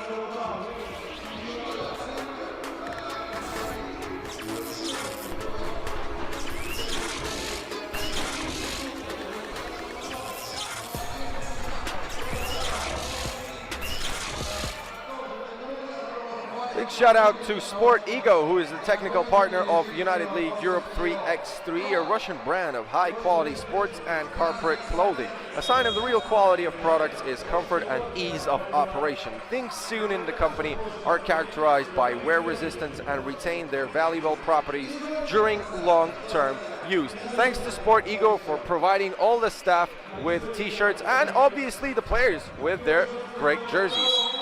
That's a foul on a 2-point attempt by Popovic. That will send Obradinovic to the free throw line for 2 shots. Talking about Ljubljana, I've seen a picture posted today on Facebook by a player who represented Ljubljana in the World Tour for many years. Actually, 2 times World Tour winner. That's Jasmin Hercegovas, the Iceman. He was at the gym preparing for the new FIBA 3x3 World Tour season, even though we're only in February, is trying to get ready probably for the first World Tour stage that will take place in Doha, Qatar, somewhere in March or April, if I'm not mistaken right now. This is Vuk, this is Obra, this is Dinovic, but no Gudovic. From the free throw, Strajkovic. And look at him. He didn't make the free throw, but he made the steal, and 2 is obviously more than 1. Popovic now, and Trajkovic said, okay, that's my foul, but looks like they're not going to call him for the foul. They're gonna give the ball from the top of the arc back to Ivan Popovic. 4.6 seconds left. Popovic with the spin, the stop, and comes up short. But that was that was nice Dirk move. Nowitzki passing by in Radu Gamal. Yeah, but it's pretty difficult to hit that. A two-pointer here by Trajkovic from way outside. Milovanovic soars for the rebound. How high did he jump for that? And now Trajkovic to Milovanovic, and Milovanovic finishes it from the paint. So now it's a 1-point game. Oh, Popovic, 2 reverse slams in one game. 22-13, Ljubljana is gonna lose, and this is Vlade Trajkovic for the win and the slam. We got 6 or 7 dunks in one game. Extraordinary performance by Oldtown, waking up after losing their first game to Tri Zvezdički from Moscow by the score of 21-10, the same loss they had in the first stage. So now we have only one game left till the end of the first day of the second stage of United League Europe 3x3, and it's going to be a game of Pool D. Riga Ghetto and SOP Rosenerggo Adam, the hosts from St. Petersburg, against Riga. And now we are supposed to have an interview from somebody of Oldtown. I bet they all speak English, but I don't know if somebody of them wants to do it. Yeah, Vlade Trajkovic is on his way with Cosmin Petrescu, and we are getting ready. Please give the floor to Mr. Cosmin Petrescu and Vlade Trajkovic. Trajko, win or go home game for you after winning the first stage of the United League Europe 3x3. What was the mindset when you entered the court? I don't know, we have a lot of confidence in ourselves because we won the first tournament, first stage, so we just played. We lost first game in our group, and we needed to consider and won another one. 2 weeks ago you lost the first game 21. 2 weeks ago you lost the first game 21-10. Today you started with a 21-10 loss. Are we going for the title again? We are hoping the same. All right, thank you and best of luck. That was Vladimir Trajkovic, ladies and gentlemen, the MVP of the first stage of the United League Europe 3x3. Pretty confident his team will go for the title again. You should watch that tomorrow. One more game left in the competition, and this is gonna be a very good one here on the court. Rosenerggo Adam and Riga fighting for the last spot in the quarterfinals. As usual, a great mulțumesc to Cosmin Petrescu for that interview with Vlade Trajkovic. The game between Oldtown and Ljubljana Center from Slovenia is over, and Oldtown qualifies to the playoffs. Ljubljana outski, and we are only one game away of the end of first day of the second stage of United League Europe 3x3. We're coming back in about 15 minutes with Riga Ghetto and SOP Rosenerggo Adam. Pool D.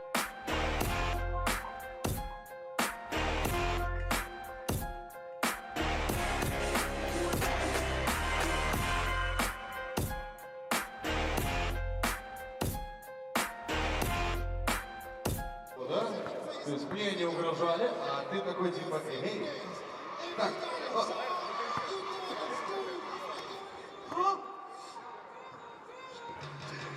вот знаете, если ты сейчас уронил предпоследний наш микрофон, это было бы угадано. Друзья мои, маэстро статистики Тимуру, мы узнали, что вы... One more game left for this competition today, and Riga Ghetto will face SOP Rosenerggo Adam for a spot in the quarterfinals. Javars, Niezis, Lasmanis and Krumis, the standard roster for the Riga Ghetto team. On the other hand, we have Rosenerggo Adam with Shatashvili, Lagutin, Toporkov and Shangichev. I don't know if my math is right, but if I did everything okay, then Rosenerggo Adam needs to win by 8 against Riga Ghetto to qualify, or they can have another chance if they win by scoring at least 18 points against this team. For Riga Ghetto, the situation is pretty simple. They need to score 11 points, and if they score 11 points, they are 100% qualified for the next day. Of course, they would like to go there undefeated, and they would like to be there as the winners of this group. Do you remember a game when Riga did not score 11 points? I don't think that's a problem for them, of course, but anyway, this is going to be a great game because Rosenerggo Adam are the hosts.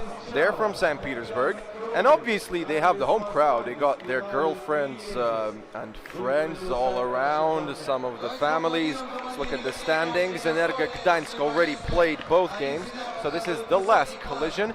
And Rosenerggo Adam needs the crowd because they are facing one of the top teams in the world and the reigning champions of the first season of United League Europe 3x3. Okay, let's go. Leo Lagutin, Shil Shatashvili, Alex Taparkov and Nikolai Shangichev are facing off. Nauris Miezis, Karlis Lasmanis, Agnis Chawars and Mr. Edgars Kruminch. Let's get it poppin'. Leo Lagutin with the first possession goes to Taparkov. Shell, a great sniper, but Nauris Miezis, great D, and that is a block for Karlis Lasmanis. Now Miezis splitting the defense, but he is denied by Taparkov, who met him on the rim. You have an appointment, but I am the reason you're going to be late for. So they're going to keep the possession to Riga, I think. Or no, they're going to keep the possession to Rosenerggo Adam. So the shot clock will not reset. 8 seconds left there.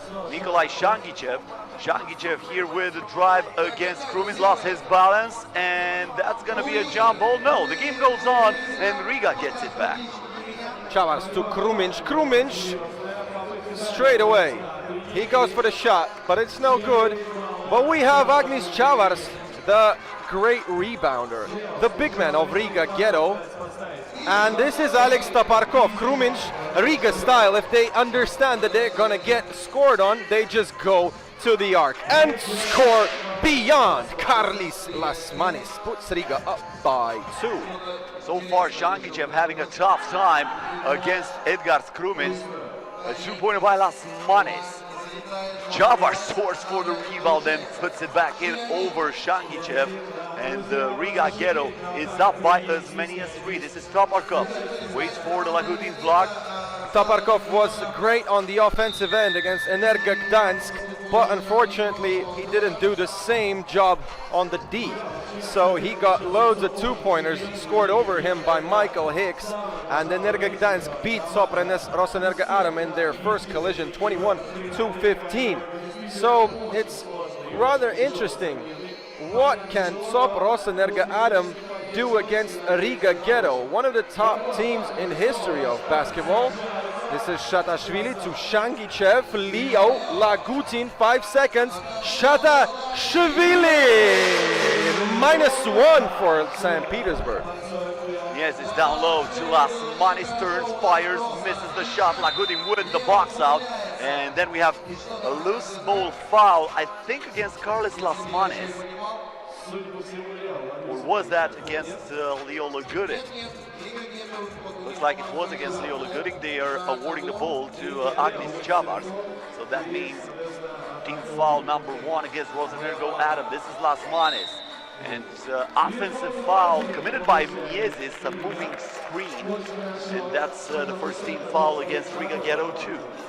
That makes Miezis laugh, and he goes up to Yakov Tarasov, the referee of the game, and discussing that was a funny call. Okay, let's get it popping. Once again, Alex Taparkov with the 2-handed slam on the open bucket. That is an offensive foul once again, and this one goes on Edgars Kruminch, Riga Ghetto. Second team foul, and both offensive ones. You have to love Taparkov for putting on a show for us. Probably most of the players would have finished that with a layup, but he took his time to go for the slam dunk as Shatashvili is missing from outside. Once again, a hard decision from the referees. Regina Polishuk is telling something to Edgars Krumins, And now he's with the ball, looking for Chavars. Chavars with the spin. And Leo Lagurin playing amazing defense, not getting on that bite, on that fake pass from Chavars as he was driving to the rim. Shatashvili from outside. No good. Lagurin deflects that out of bounds. Nikolai Shangichev hardly hit in the face, and he is asking for a substitution. Oh my God, as usual, how do you do it, Mr. Shangichev? Once again. Yeah, that is that's quite a hard punch in the face. Kruminch hitting Nikolai Shangichev, and now speaking Russian. Kruminch is good Russian speaker. Oh yeah, I'm so sorry for Shangichev. I know he's a warrior, and that is like a bee bite for him, but maybe we jinxed it, I don't know, because we talked about that earlier. As Shangichev is scoring plus the foul, we were recalling the moments from the final tournament last year here at the United League Europe 3x3 when Shangichev needed 11 stitches on his chin after he was hit in the face, and look what happened now. There's no Dr. Lisichkin this time, but we have other doctors, thank to God. Okay, it's Chavars to Miezis for the lead. Riga Ghetto 6-5, great shot by number 2 in the world rankings, Mr. Miezis. Oh, and another attempt, and he was close to getting 2 consecutive 2-pointers in the bucket of Rosenerggo Adam. There are more people for Riga Ghetto, 4 guys on the court, and Shangichev still getting cured by the Docs, and it looks like it could be a big cut. So Rosenerggo Adam losing time and losing energy because there's only 3 of them without substitutes, and they need Shangichev, one of the best defenders in the business, if they want to try and beat Riga Ghetto and qualify to the playoffs. Ball is stolen here by Krumic, who pulls the trigger, and he splashes that in for another 2-pointer in favor of Riga. Toporkov keeps the dribble alive, and he's going to play one-on-one against Lasmanis. Lost the ball. Krumic stole that again, but he missed the 2-point shot this time. That is team foul number 2 for Rosenerggo Adam, and we are on our way to the TV timeout.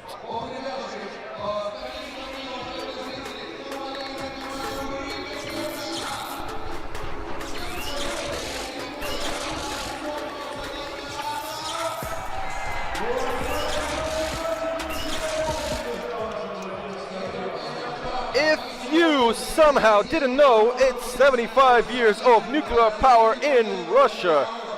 And big thanks to Rosadam and Rosenerggo Adam for making our project better every day. Also thanks to Leningrad Nuclear Power Plant, which is located in Sosnovy Bor, 40 kilometers west of St. Petersburg, where the team of Rosenerggo Adam LAS Sosnovy Bor is located. Toporkov, after the timeout, looks inside for Lagurin, tough shot of Lasmanis, and then Krumic fights for the rebound. This is Miezis, down low to Lasmanis against Shangichev, the pick and roll with Miezis. Miezis lost his balance, the ball goes back to Krumic, the fake, the shot, and the miss then came up a little bit too short. Shatashvili wide open for 2, in and out, but there is Lagurin with the putback.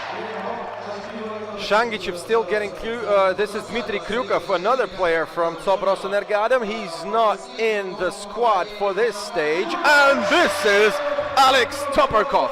Again, doing a great job on the offensive end, but don't forget about the D, Mr. X, because Topor is an X in Russian.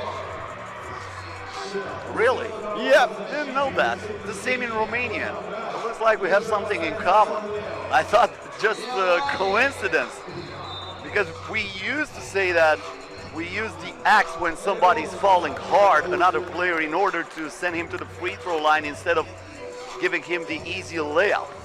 Air ball here, Lasmanis with the ball, and Shangichev is back on the court after getting fixed by the doctors yet again. Yeah, look at the effort which Nikolai Shangichev puts into his game and his defense. He is absolutely a furious defender. Oh, he falls over and got a bit lucky that Miezis slipped a bit. Nauris no good, and it's going to be only 0.7 of a second for Miezis to shoot the ball. Or is it going to be Lasmanis? I suppose Karlis will start the attack, but the attack is going to be very short. Only time for a catch and shoot here. Lasmanis puts it up with a left-hand hook shot. That would have been the play of the day, but this is only a turnover. Shot clock violation. The crowd is getting into this. 1-point ball game. Nikolai Shangichev against Nauris Miezis. Handoff to Toparkov. Toparkov keeps the dribble alive, lets it fly from outside. I think this time Miezis was hit in the face. The game goes on, and we'll have to check out if Miezis is okay. I think he was hit in the eye or something like that. Yeah, crazy day, loads of collision, loads of blood. Nearly, maybe every second game we've seen blood on the court. And I looked over Kaspar Averin from Team NL. He has a blue eye. I mean, really blue eye, so he also took a hit sometime in the game. I don't even remember when that happened. Probably he doesn't even remember when that happened. As Leo Lagudin is fighting with Chavars here to keep this possession alive. Finds Shangichev, lets it fly from outside. Oh! What a shot by Shatashvili. Said Shangichev, but that was Shatashvili, my bad. Shell with the two-pointer up by 1 right now, and what is that? That is a foul before the active shooting of Krumic. That means this is 13th foul for Rosenerggo Adam. Now this Miez is still on the bench, and he is putting ice on his nose. Rosenerggo Adam managed to play a few minutes without Shangichev. Can Riga survive without their number 2 world ranking player? Toparkov. Props are flying on the court as they are continue to play very physical down in the paint. And there is Chavars with a nice dish. Karlis Lasmanis saying room service is delivered. Toparkov from outside, bingo. +1 for Rosenerggo Adam. It looks like this game can be ended at 21 or 22. And I remind you, if Top beats Riga Ghetto and they score 21 or 22, they are going through. Actually, they need 18 points and the win, of course, but at least 18 points or to win by 8, but I don't think that's too much possible right now. Two-pointer miss there by Krumins, and the ball goes out of bounds. So they are like 6 points away from that 18-point mark, and we have a TV timeout.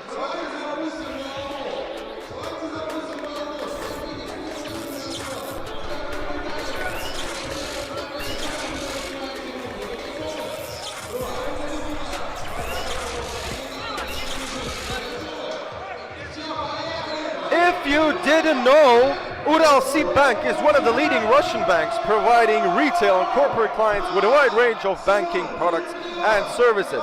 In addition to its own network, the bank supports the United ATM Network Atlas, a single technological solution for partner banks. Thanks for our brand new partner, Uralsib Bank. Toparkov after the timeout, thought about it, hand off to Lagudin. Lagudin against Krumins, lost his balance. Somebody took the chair of Leo Lagudin. Nice defense by Edgar Krumins. Lagudin was looking for the contact, but Krumins was smart enough to avoid it. And suddenly, Lagudin did not have any solution on that play. This is Nauris, this is Miezis, this is Karlis, and this is Lasmanis. This is a dunk, but it won't count because it's an offensive foul for Riga Ghetto. Team foul number 4, 3 of them were on the offensive end. Shalva Shatashvili will get it back from the top of the arc against Karlis Lasmanis. Gives it to Shangichev, and now we have a foul away from the basketball. That's against Aklis Chavars as he grabbed his opponent. Team foul number 5 against Riga Ghetto. So Riga Ghetto with only 1 foul to give. Rosenerggo Adam only with 3 team fouls, and Shangichev unable to save that, but that ricochets to Shatashvili, who lets it fly from way outside. I think he was not paying attention on the shot clock. I think he was thinking that the shot clock will expire. That's why he shot that, but actually there were 8 more seconds on the shot clock because the referees considered it was a change of possession there. probably Shatashvili believed that he could make that shot because he is one of the top 2-point shooters in the business. This is Riga Ghetto with the ball. Kruminj, 2-point attempt, and it's Leo Lagutin on the defensive rebound. So now he's in the post, and that is foul number 6 for Edgar Kruminj. So that means SOP Rosenerggo Adam are in the bonus. 3 more minutes till the end of regulation, and who is going to win? That is probably the biggest question of today. Rebound here by Kruminj. Lasmanis wants to play some ISO basketball behind the back. Still has the dribble, lets it fly from way outside. Got the bottom of the rim, and that was it. The rebound by Kruminj is denied by Leo Lagutin, who is saying access denied. Incorrect password. But looks like Lagutin took a hit in the act of block. And now he needs some medical attention. Damn. That's the 3rd injury already. 3rd injury in this game. And I don't know how many we had. Look at that, look at that. That is a punch in the face by Kruminj. Leo is okay. He's gonna continue the game, but he is in big pain. What a match. Obviously one of the toughest today. We had also one crazy fight on the court. I'll try to rehearse, remember, who was that? Yeah, Team NL and Ventspils Ghetto. That was also a crazy game. So if you want to watch some really physical basketball, just watch this game till the end and then rewind back to 5:30 local time of St. Petersburg, and you will know that Ventspils Ghetto and Team NL was probably one of the toughest games. But I can say now already that this is the bloodiest game and probably the hardest and the most emotional. Nikolai Shangichev banks it in, and the local teams, SOP Rosenerggo Adam, are up by 2. And that would be a crazy win if they do win and go through to the playoffs and play here tomorrow. Lasmanis with Rock. Looks for Chavars inside, misses the shot, but that's a foul from behind by Nikolai Shangichev. We were talking about the loss of Vlad Meleshkin for this Rosenerggo Adam team, but we did not talk too much about the addition of Shalva Shatashvili. Shatashvili was a main factor for Gagarin team last year here in the United League Europe 3x3, hitting so many huge shots for the best placed Russian team last year. Shatashvili, talking about him, he is scoring from the wing. That's a 2-pointer. Crazy sequence of the shot, and now this is a foul before the active shooting, foul on the floor. Team foul number 5 for SOP Rosenerggo Adam. They still have 1 to give. They are 6 points away of the playoffs. Good foul there by Rosenerggo Adam, using them perfectly not to give the points to Riga. This is Shangichev, stops the dribble, finds Shatashvili. Can he score again from outside with a hand in his face? No! Doubt about it! Shalva Shatashvili is boiling right now. Karlis Lasmanis, great assist, and he scores the 13th bucket. They need 4 more. Can they beat one of the best teams in the world in this final matchup of the first day? Stage number 2, United League Europe 3x3, under 2 minutes. And if they win this, scoring at least 18 points, or even if they win this by 8 or more, they're also winning the group. Right now, Riga is qualified. I don't think Ener Gagdansk is pretty happy with what's happening here on the court, because basically they're really close of getting eliminated here, as Karlis Lasmanis is getting the ball back against Tovarkov.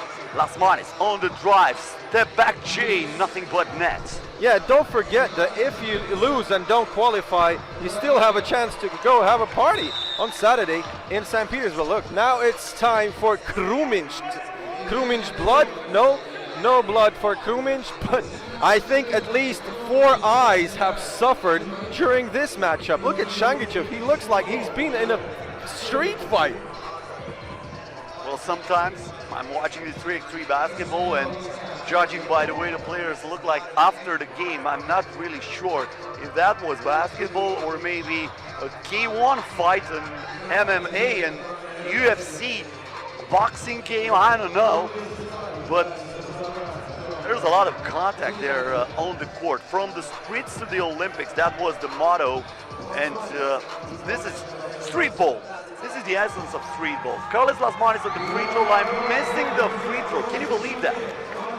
A cold-blooded player like Lasmanis wasting the opportunity of making this a three-point game. Rosenerggo Adam now has 18 points. That's enough to qualify, but they also need the W. And they need to sustain Riga. They still have 90 seconds, and they will obviously score. This is Nauris Miezis, point number 15 for Riga Ghetto. Nobody needs to foul, otherwise you get 2 free throws, and that is a foul in motion. So Nauris Miezis scratching his head, understanding that they are very likely to lose this game. That's not a big deal for Riga Ghetto, anyway they're going through. But you know, it's always great to eliminate the hosts. Shadashvili with the first free throw, no good. One more shot for him, trying to make the 4-point game again as Shangichev checked back into the game. And this went in. Miezis, the ball in the post to Lasmanis. Lasmanis going to work, and he is fouled by Leo Legudin, sending him to the free throw line for 2 shots. That's the worst thing you can do, because you're basically stopping the clock and you're giving one of the best 3x3 players in the world a chance to add 2 points for his team. You know, the effort they're putting in this game and the hustle they do, it looks like a final. You know, like grand finale of the World Tour or of United League Europe 3x3. But this is only the first day, guys. We've seen lots of blood, especially in this game. Sopros and Ener Gagdansk, our 1-2 pointer, away of the win. This is point number 20 for Shatashvili. 1 minute till the end. Riga Ghetto dunking Lasmanis. Shangichev to Shatashvili. He won a tournament from that spot last year, and this time he is fouled by Miezis, and that will send him to the free throw line with the chance to qualify his team to quarterfinals. He calls for the timeout. He wants to catch his breath, and after that he'll head to the charity stripe with a huge opportunity to end it at 21. This is insane. Listen to the crowd. St. Petersburg hyped up big time. Their team is 99% in the playoffs. Shatashvili needs to make 1 free throw, and he is absolutely flawless at that point. But as soon as we say and praise the shooters, they are quite likely to miss. But let's see. Off the window. Shalva Shatashvili ending it in style. 21-18 the final score, and Rosenerggo Adam lives to see another day here at the second stage of the United League Europe 3x3, and for the second time in a row they are qualified for the playoffs.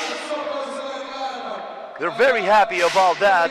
21-18 in a hard-fought game against Riga Ghetto from Latvia, and we're gonna need to hear it out from at least one of the players from Rosenerggo Adam.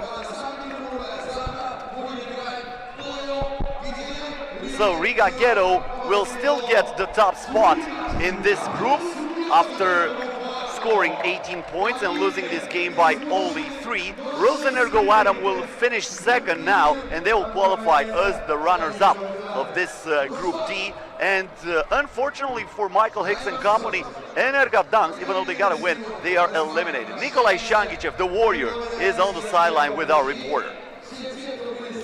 Николай Шангичев, ЦОПа, Rosenerggo Adam. Коль, затащили тяжелую катку, прям тяжелейший был матч, за счет чего удалось? Но у нас не было шансов никаких. Мы хотим просто играть завтра и радовать наших болельщиков. Я очень признателен, что все нас поддержали. И все, что для нас сложнее, мы пытаемся реализовать просто и пройти дальше. Мы просто очень хотим побеждать, и все. В этом весь секрет. Я благодарен парням, что пока я сидел и мне делали нос, они просто собрались как мужики, выстояли, и мы выиграли. Вот и все. Это вся общая победа. Коль, еще один вопрос. Что завтра нужно вам добавить? В чем добавить, чтобы выиграть? Просто надо играть так, как сейчас вот эту игру, и все будет хорошо. Когда мы играем на драйве, нас не остановить. Все, спасибо большое, удачи завтра. Николай Шангичев, Rosenerggo Adam, специально для вас. The St. Petersburg Warriors and the Dark Knight of the Warriors, Nikolai Shangichev. I think he needs to go to the hospital, not home. This guy was beaten up big time. Already mentioned that it looked like a street fight, but they beat Riga Ghetto.